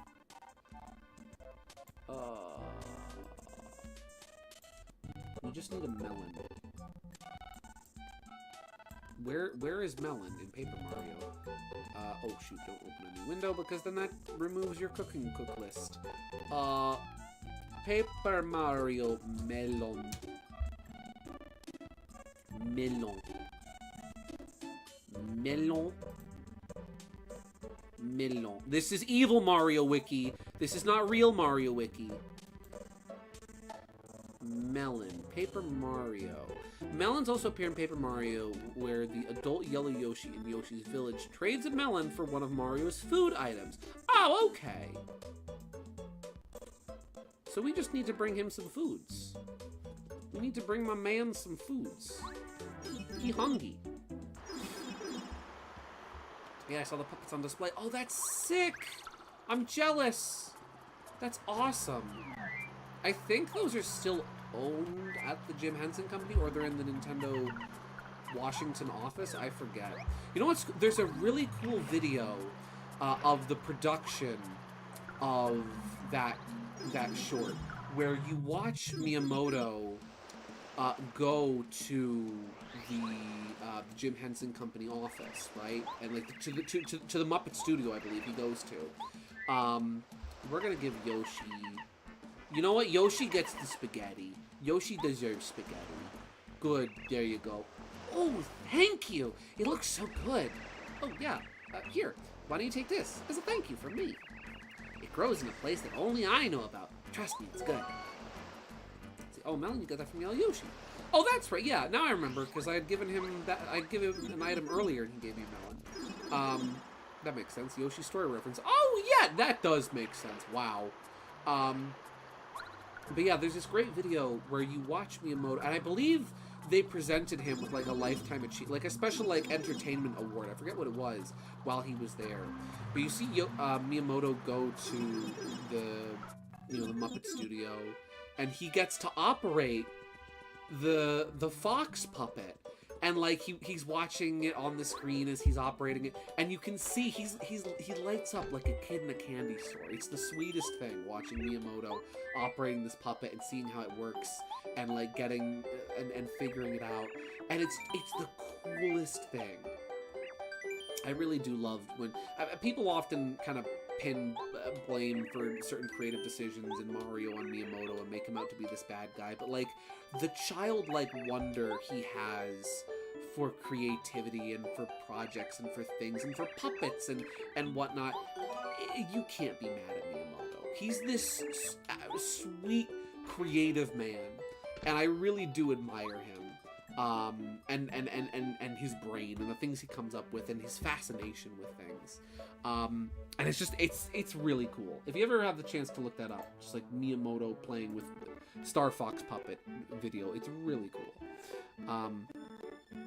Let's see, it makes me feel contempt knowing that KG can't play Cool Kid to save her life. Even Wiv hates playing him. I'm the only one of the three of us that plays him, let alone mains him.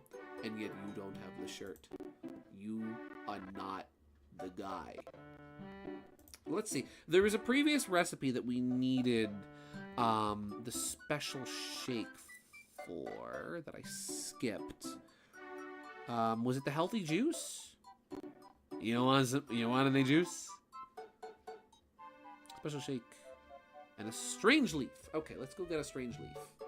So we're back up the recipe list a little bit.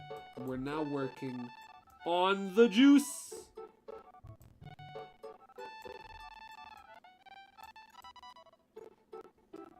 There we go. Let's go get some herbs, some stinky herbs. Or strange leaf. Let's see. Dan, I'm going to hold your hands and say this. Be careful what you say. KG going on a Cool Kid training arc? The training arc. The montage. Somebody get the music. There's no easy way out. There's no shortcut home. The juice is loose with Groose and a goose. Sleepy sheep. Sorry, sleepy sheep. Bye-bye. Okay.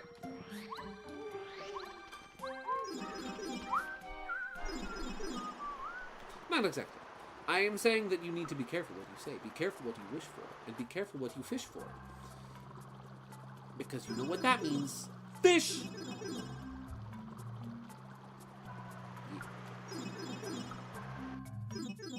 we go.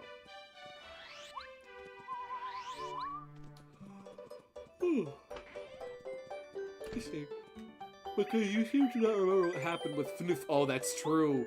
That's true. She became an entity. Oh yeah, so I goofed a little. I kind of goofed. IRL.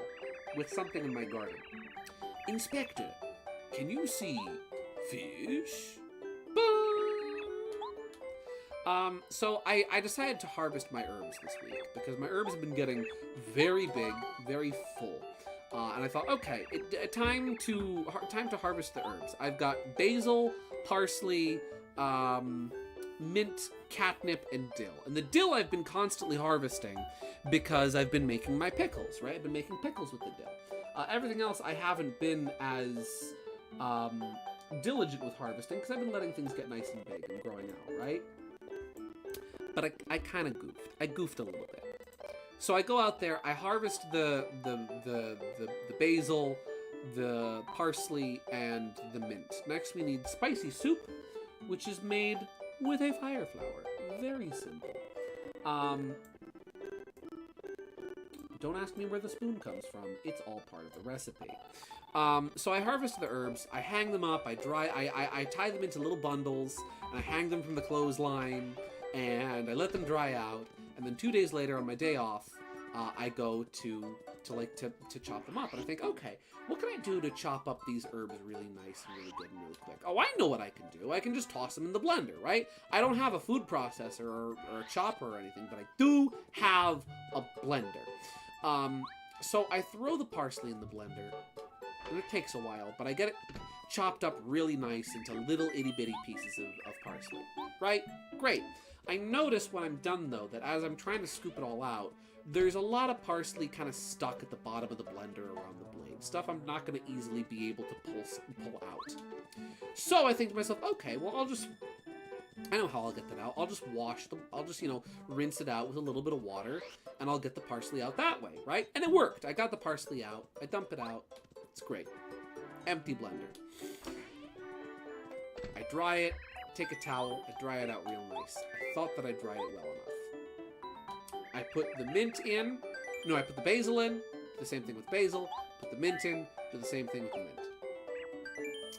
Then when I'm done, when everything's ready and good, I get some little leftover glass bouillon jars, and I put them all in the little jars, right? And I write the date and what's on them in them, and I put them in the little jars, and I put them on the counter.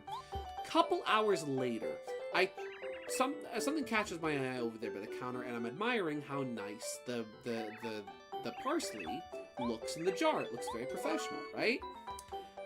But I noticed something looks off about the basil. The basil, which is supposed to be green, in the jar, is looking a little black. And so I open the jar and I'm looking at it, and I take a smell, and it smells bad. And I open the jar with the mint in it, and the same thing is happening, where it's black and it smells bad. So I'm like, okay, this is not good. I need to figure out what's going on here. Next, we need cake mix and a strange leaf. So I'm like, okay, that's not look good here. I notice that the basil and the mint are a little wet. And then it clicks in my head and I realize what happened. I must have not cleaned out. I must have not dried out the blender properly all the way. So they got wet and they were moist. And then I put them in the jar and they got ruined. So I accidentally ruined the parsley was fine. The parsley was a-okay. Strange things are happening to me. Friend and son. Yeah, so I accidentally ruined my own herbs, but the parsley is okay. So that's good. Let's see. I went from sucking to being a freaking sweat. Yeah, but this is different. Forsaken characters all have entirely different playstyles you have to learn. And then the trouble is hitting with Jason alone. Cool Kid's hitbox is smaller. I'm actually doing pretty decent with Jason. I was playing a public server with experienced players, and I actually got, I think, half of them. Oh, nice! So I forgot which character. KG's out here doing great. She is doing the do. And learning the character. Light Buzzyear. My favorite. I was living the life, living high. And some went out of the sky like a bomb, came some little punk in a rocket. And all of a sudden, strange things were happening to me. That's Randy Newman. I love Randy Newman. Randy Newman is a delightful. Oh, I think that's all the space in my inventory. Oops. I need strange leaf and a cake mix. Cake mix. Do I have any left? No. Let's go bully some Shy Guys. But yeah, I love him. He's a very talented composer. Like, don't get me wrong. Strange Things, fantastic song. Like, really good song, really catchy song. Same goes for You Got a Friend in Me. Like, all, you know, the songs from Toy Story, everything else he's done, very good music. The way he sings is a little silly, and I kind of love it. A lot of folks might be a little bit smarter than I am, bigger and stronger too. Maybe. I love him. I love him. I really do. He has a great voice. He's just it's very distinct. Yeah. And Buzz Lightyear, I come in peace. Buzz Lightyear. Oh. Whoop. Yeah. Apparently, I am cracked with corruption energy. Lol. She's cracked. Bravo. What a talented Shy Guy he is. What a talented Shy Guy. Okay, and one of Cool Kid's abilities is called Corrupt Nature, where he just throws a brick, and if you are good with predicting, you can get kills by beating someone with a brick. So what you're telling me... What you're telling me... Oh.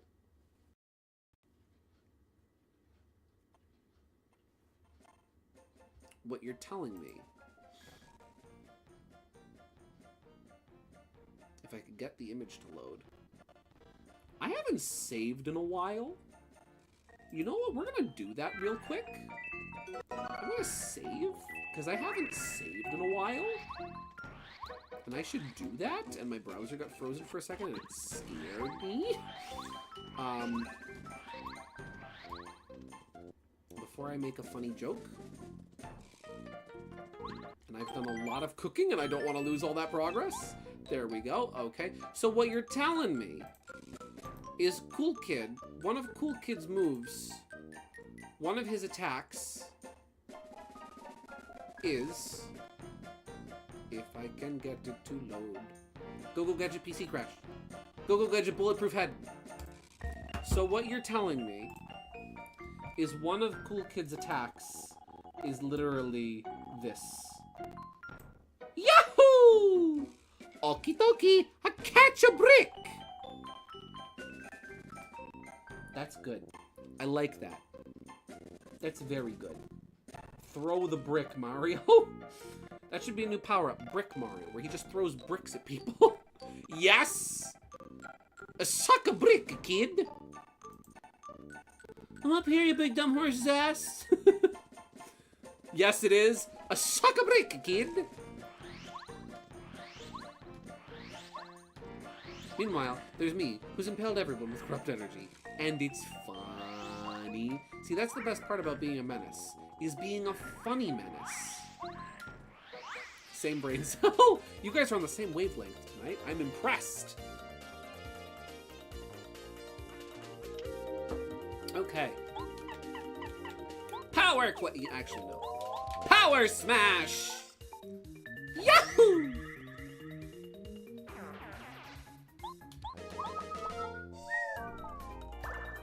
Bop. Let's see. Dumb horse's ass. I never thought I would ever get clear audio of that. It's from Home Alone. It's from Home Alone 2. There's a scene in Home Alone 2. Wait, is that Home Alone 1 or Home Alone 2? Yeah, I think it's Home Alone 2, where Macaulay Culkin is up on the roof of the apartment building, and he's throwing bricks down at Harry and Marv.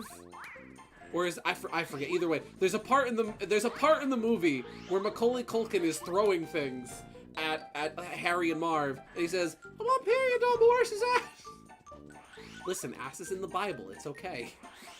I love that scene. It's so good. It's good. It's a good movie. Also, it's a joke that of all the other characters in the game have normal... Wait. It's a joke that all of the other characters in the game have a normal move called Slash, because they all have blades and claws. Cool Kid's normal M1 is just punch. Punching. Punch! Violence. He's throwing hands. Horse ass. Correct. Is it a horse? Is it a donkey? It's both! It's a horse. Spelled like horse throat. H-O-A-R-S-E. Oh, I need a strange leaf still. I'm missing the strange leaf. Donkey Kongu Bonanza. Correct. It's a donkey that belongs to a horse. Correct! It's a horse's ass! There's this dumb joke from an Ed's World episode, Salunatics, where you've got, like, Tom takes on the role of the sheriff, right?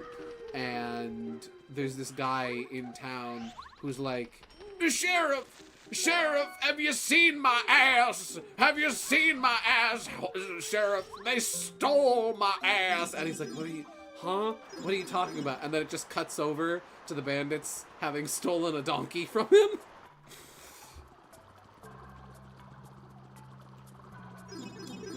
Even better, Cool Kid is 10 years old, Gideon, but he has the strength of a monster. He has pyrovision and thinks he's playing tag with everybody, but he's actually brutally murdering them. Jacked 10-year-old is here to play tag. Don't let him catch you. You know what? That makes sense. I always thought it was funny. It's like, oh, his name is Cool Kid. That's kind of funny. It's like, no, he's literally a child. That's why. Oh. I'm allergic to saying the word ass so many times in a row.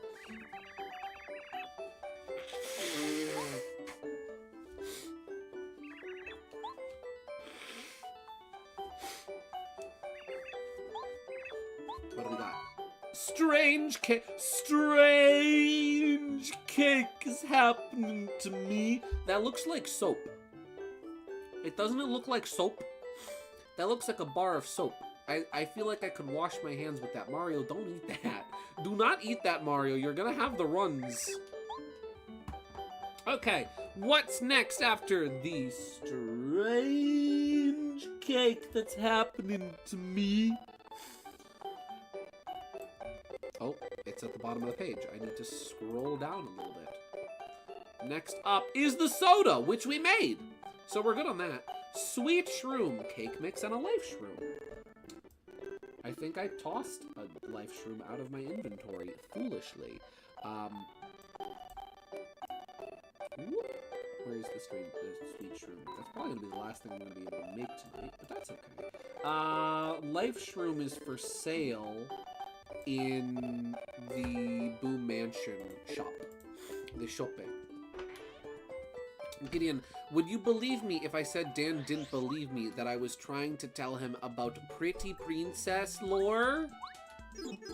Pretty Princess lore that she made to spread love and peace in her realm?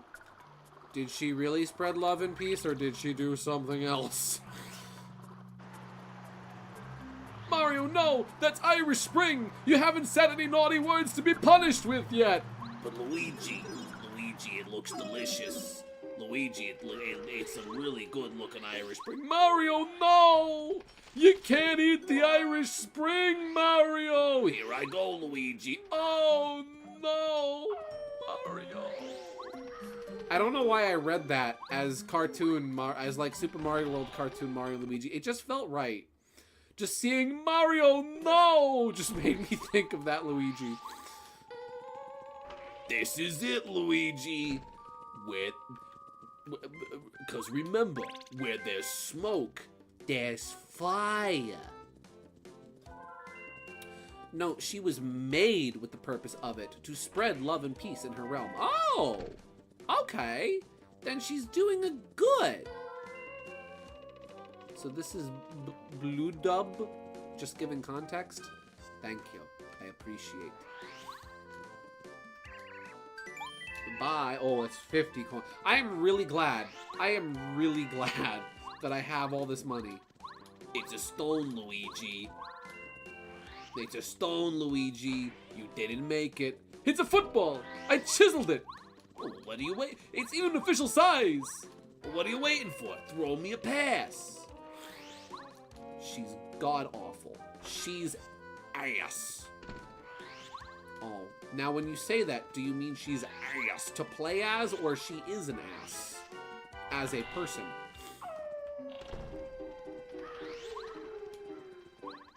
Go. Cake mix and a live stream. Oh, I have the cake mix at least. You can use cake mix for everything in this game. Pretty Princess and Blue Dub are skins for Cool Kid, but they all have official lore. Gotcha. Okay. No, she's just had. Oh, no, she's just bad. Okay. She's just, in general, she's just bad. Bad news. Duly noted. Life Shroom. Cake mix. It's just asinine. I love Cartoon Mario. I love Lou Albano and Danny Wells. I don't know, Mario. Hey, Mario. Listen, Mario. I'm allergic to mountains. Luigi, are you a man or a mouser? Neither. I'm a chicken of the sea. Alright, let's see. What's next? What is this? The next food item is Tasty Tonic. We just need a lime or a lemon, or a bubbleberry, or a coconut. I have at least one of those. I might have another coconut, actually. I think I grabbed another coconut. I can't go. I'm gonna have a baby. Ooh. I love Danny Wells. I love Super Show Luigi so much. What now, Mr. Big Time Gambler? Mario, something ain't right here. Toad should have been back by now. You worry too much, Luigi. It's about time the food came. So, what now, Mr. Big Time Gambler? Run for it! I have a coconut. I got a coconut. Let's go to the store. Or to the shop. Not the shore. What? Huh? I can't speak tonight. No wonder. It's almost 12 o'clock. I'm very tired. Luigi's racist Chinese cowboy impression is so racist that it causes Mario's stomach ulcer to burst. Leapin' lasagna! Suffering spumoni! Luigi's Chinese cowboy impression. Have any of you ever seen this legendary image? It's legendary. Let me show you this. I can't find the original caption. I can't find... Here we go! Here we go! I found it. This is a real frame. This is a real freeze frame from the Super Mario Brothers Super Show with Danny Wells and Lou Albano, produced by Deke Studios. As a result of his visceral reaction to Luigi's cringeworthy Chinese cowboy impression, Mario's stomach ulcer spontaneously ruptures, causing him excruciating pain. Here we have Luigi's racist Chinese cowboy impression. You know what we're gonna do? And then we have two of them, so that we can then have stomach ulcer Mario, who's over here, and Luigi is over there. There we go. Beautiful. Mario's throwing a brick at Luigi. Okay.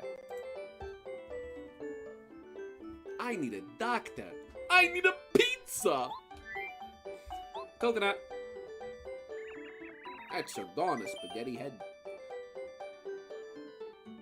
I'm a gondola! Oh no, I just want to use the one ingredient. Stop it. Oh no, shoot, no, I don't want to stop it. I want to cook it. I want you to cook the coconut. Put the lime in the coconut and then shake it all up. Yes. Gideon, I have one final thing for tonight. Show it to me, Ouija. Lay it on me. Give me the goal. Give me the thing. Do. Tasty tonic. Let's see. Can I crank out one final recipe before we wrap it up for the night? What's the last recipe that I'm making? Let's see. Thunder Rage. Dried fruit and a Voltshroom. Well, how do I get dried fruit? Let me look that up real quick. I might not be able to make that before the end of the night. Dried fruit. Paper Mario. Paper Mario? Ouija Mario. I don't understand. But Mario, what does that have to do anything with making babies? I don't understand. That's because you're a dog, Luigi. Wolf.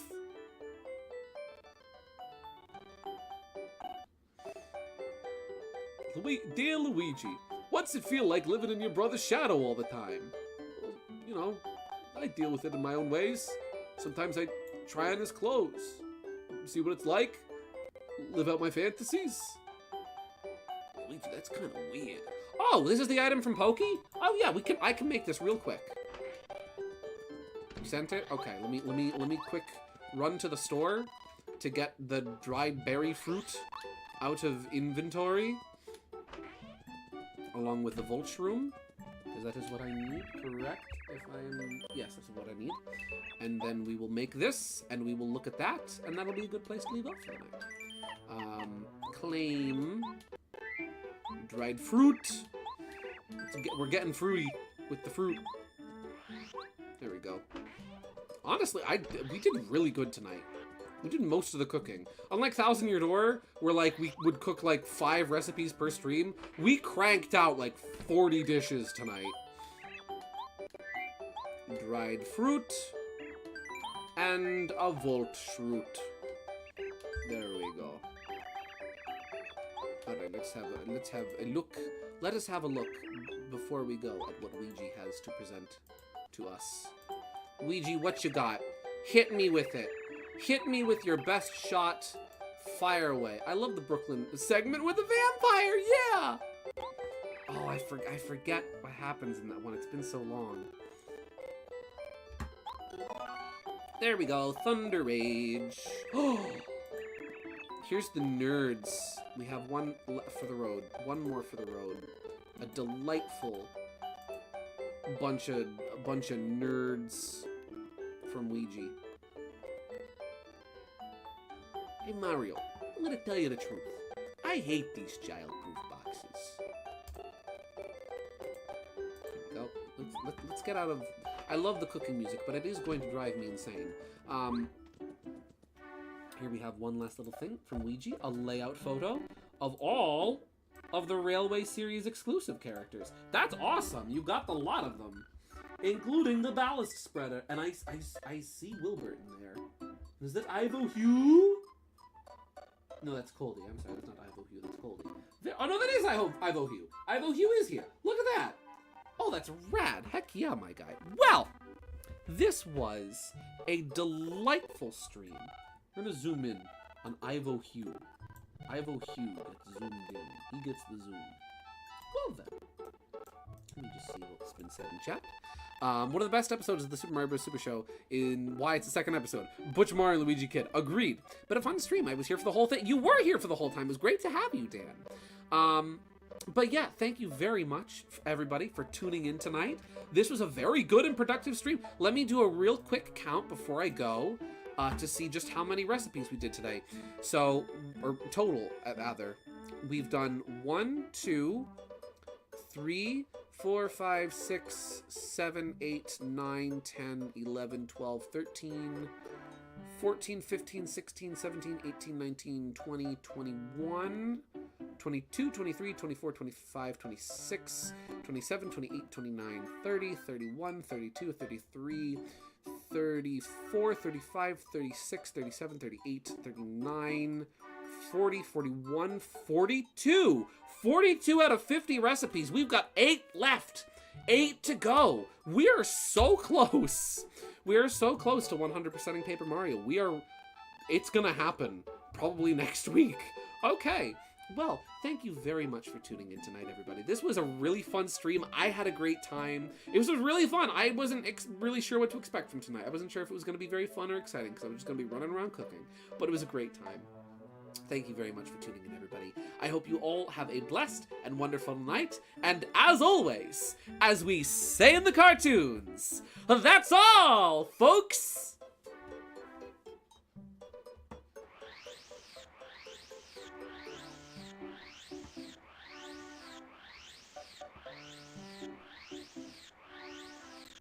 Hey, Mario, check out my racist cowboy impression. A suck a brick, Luigi! Yahoo!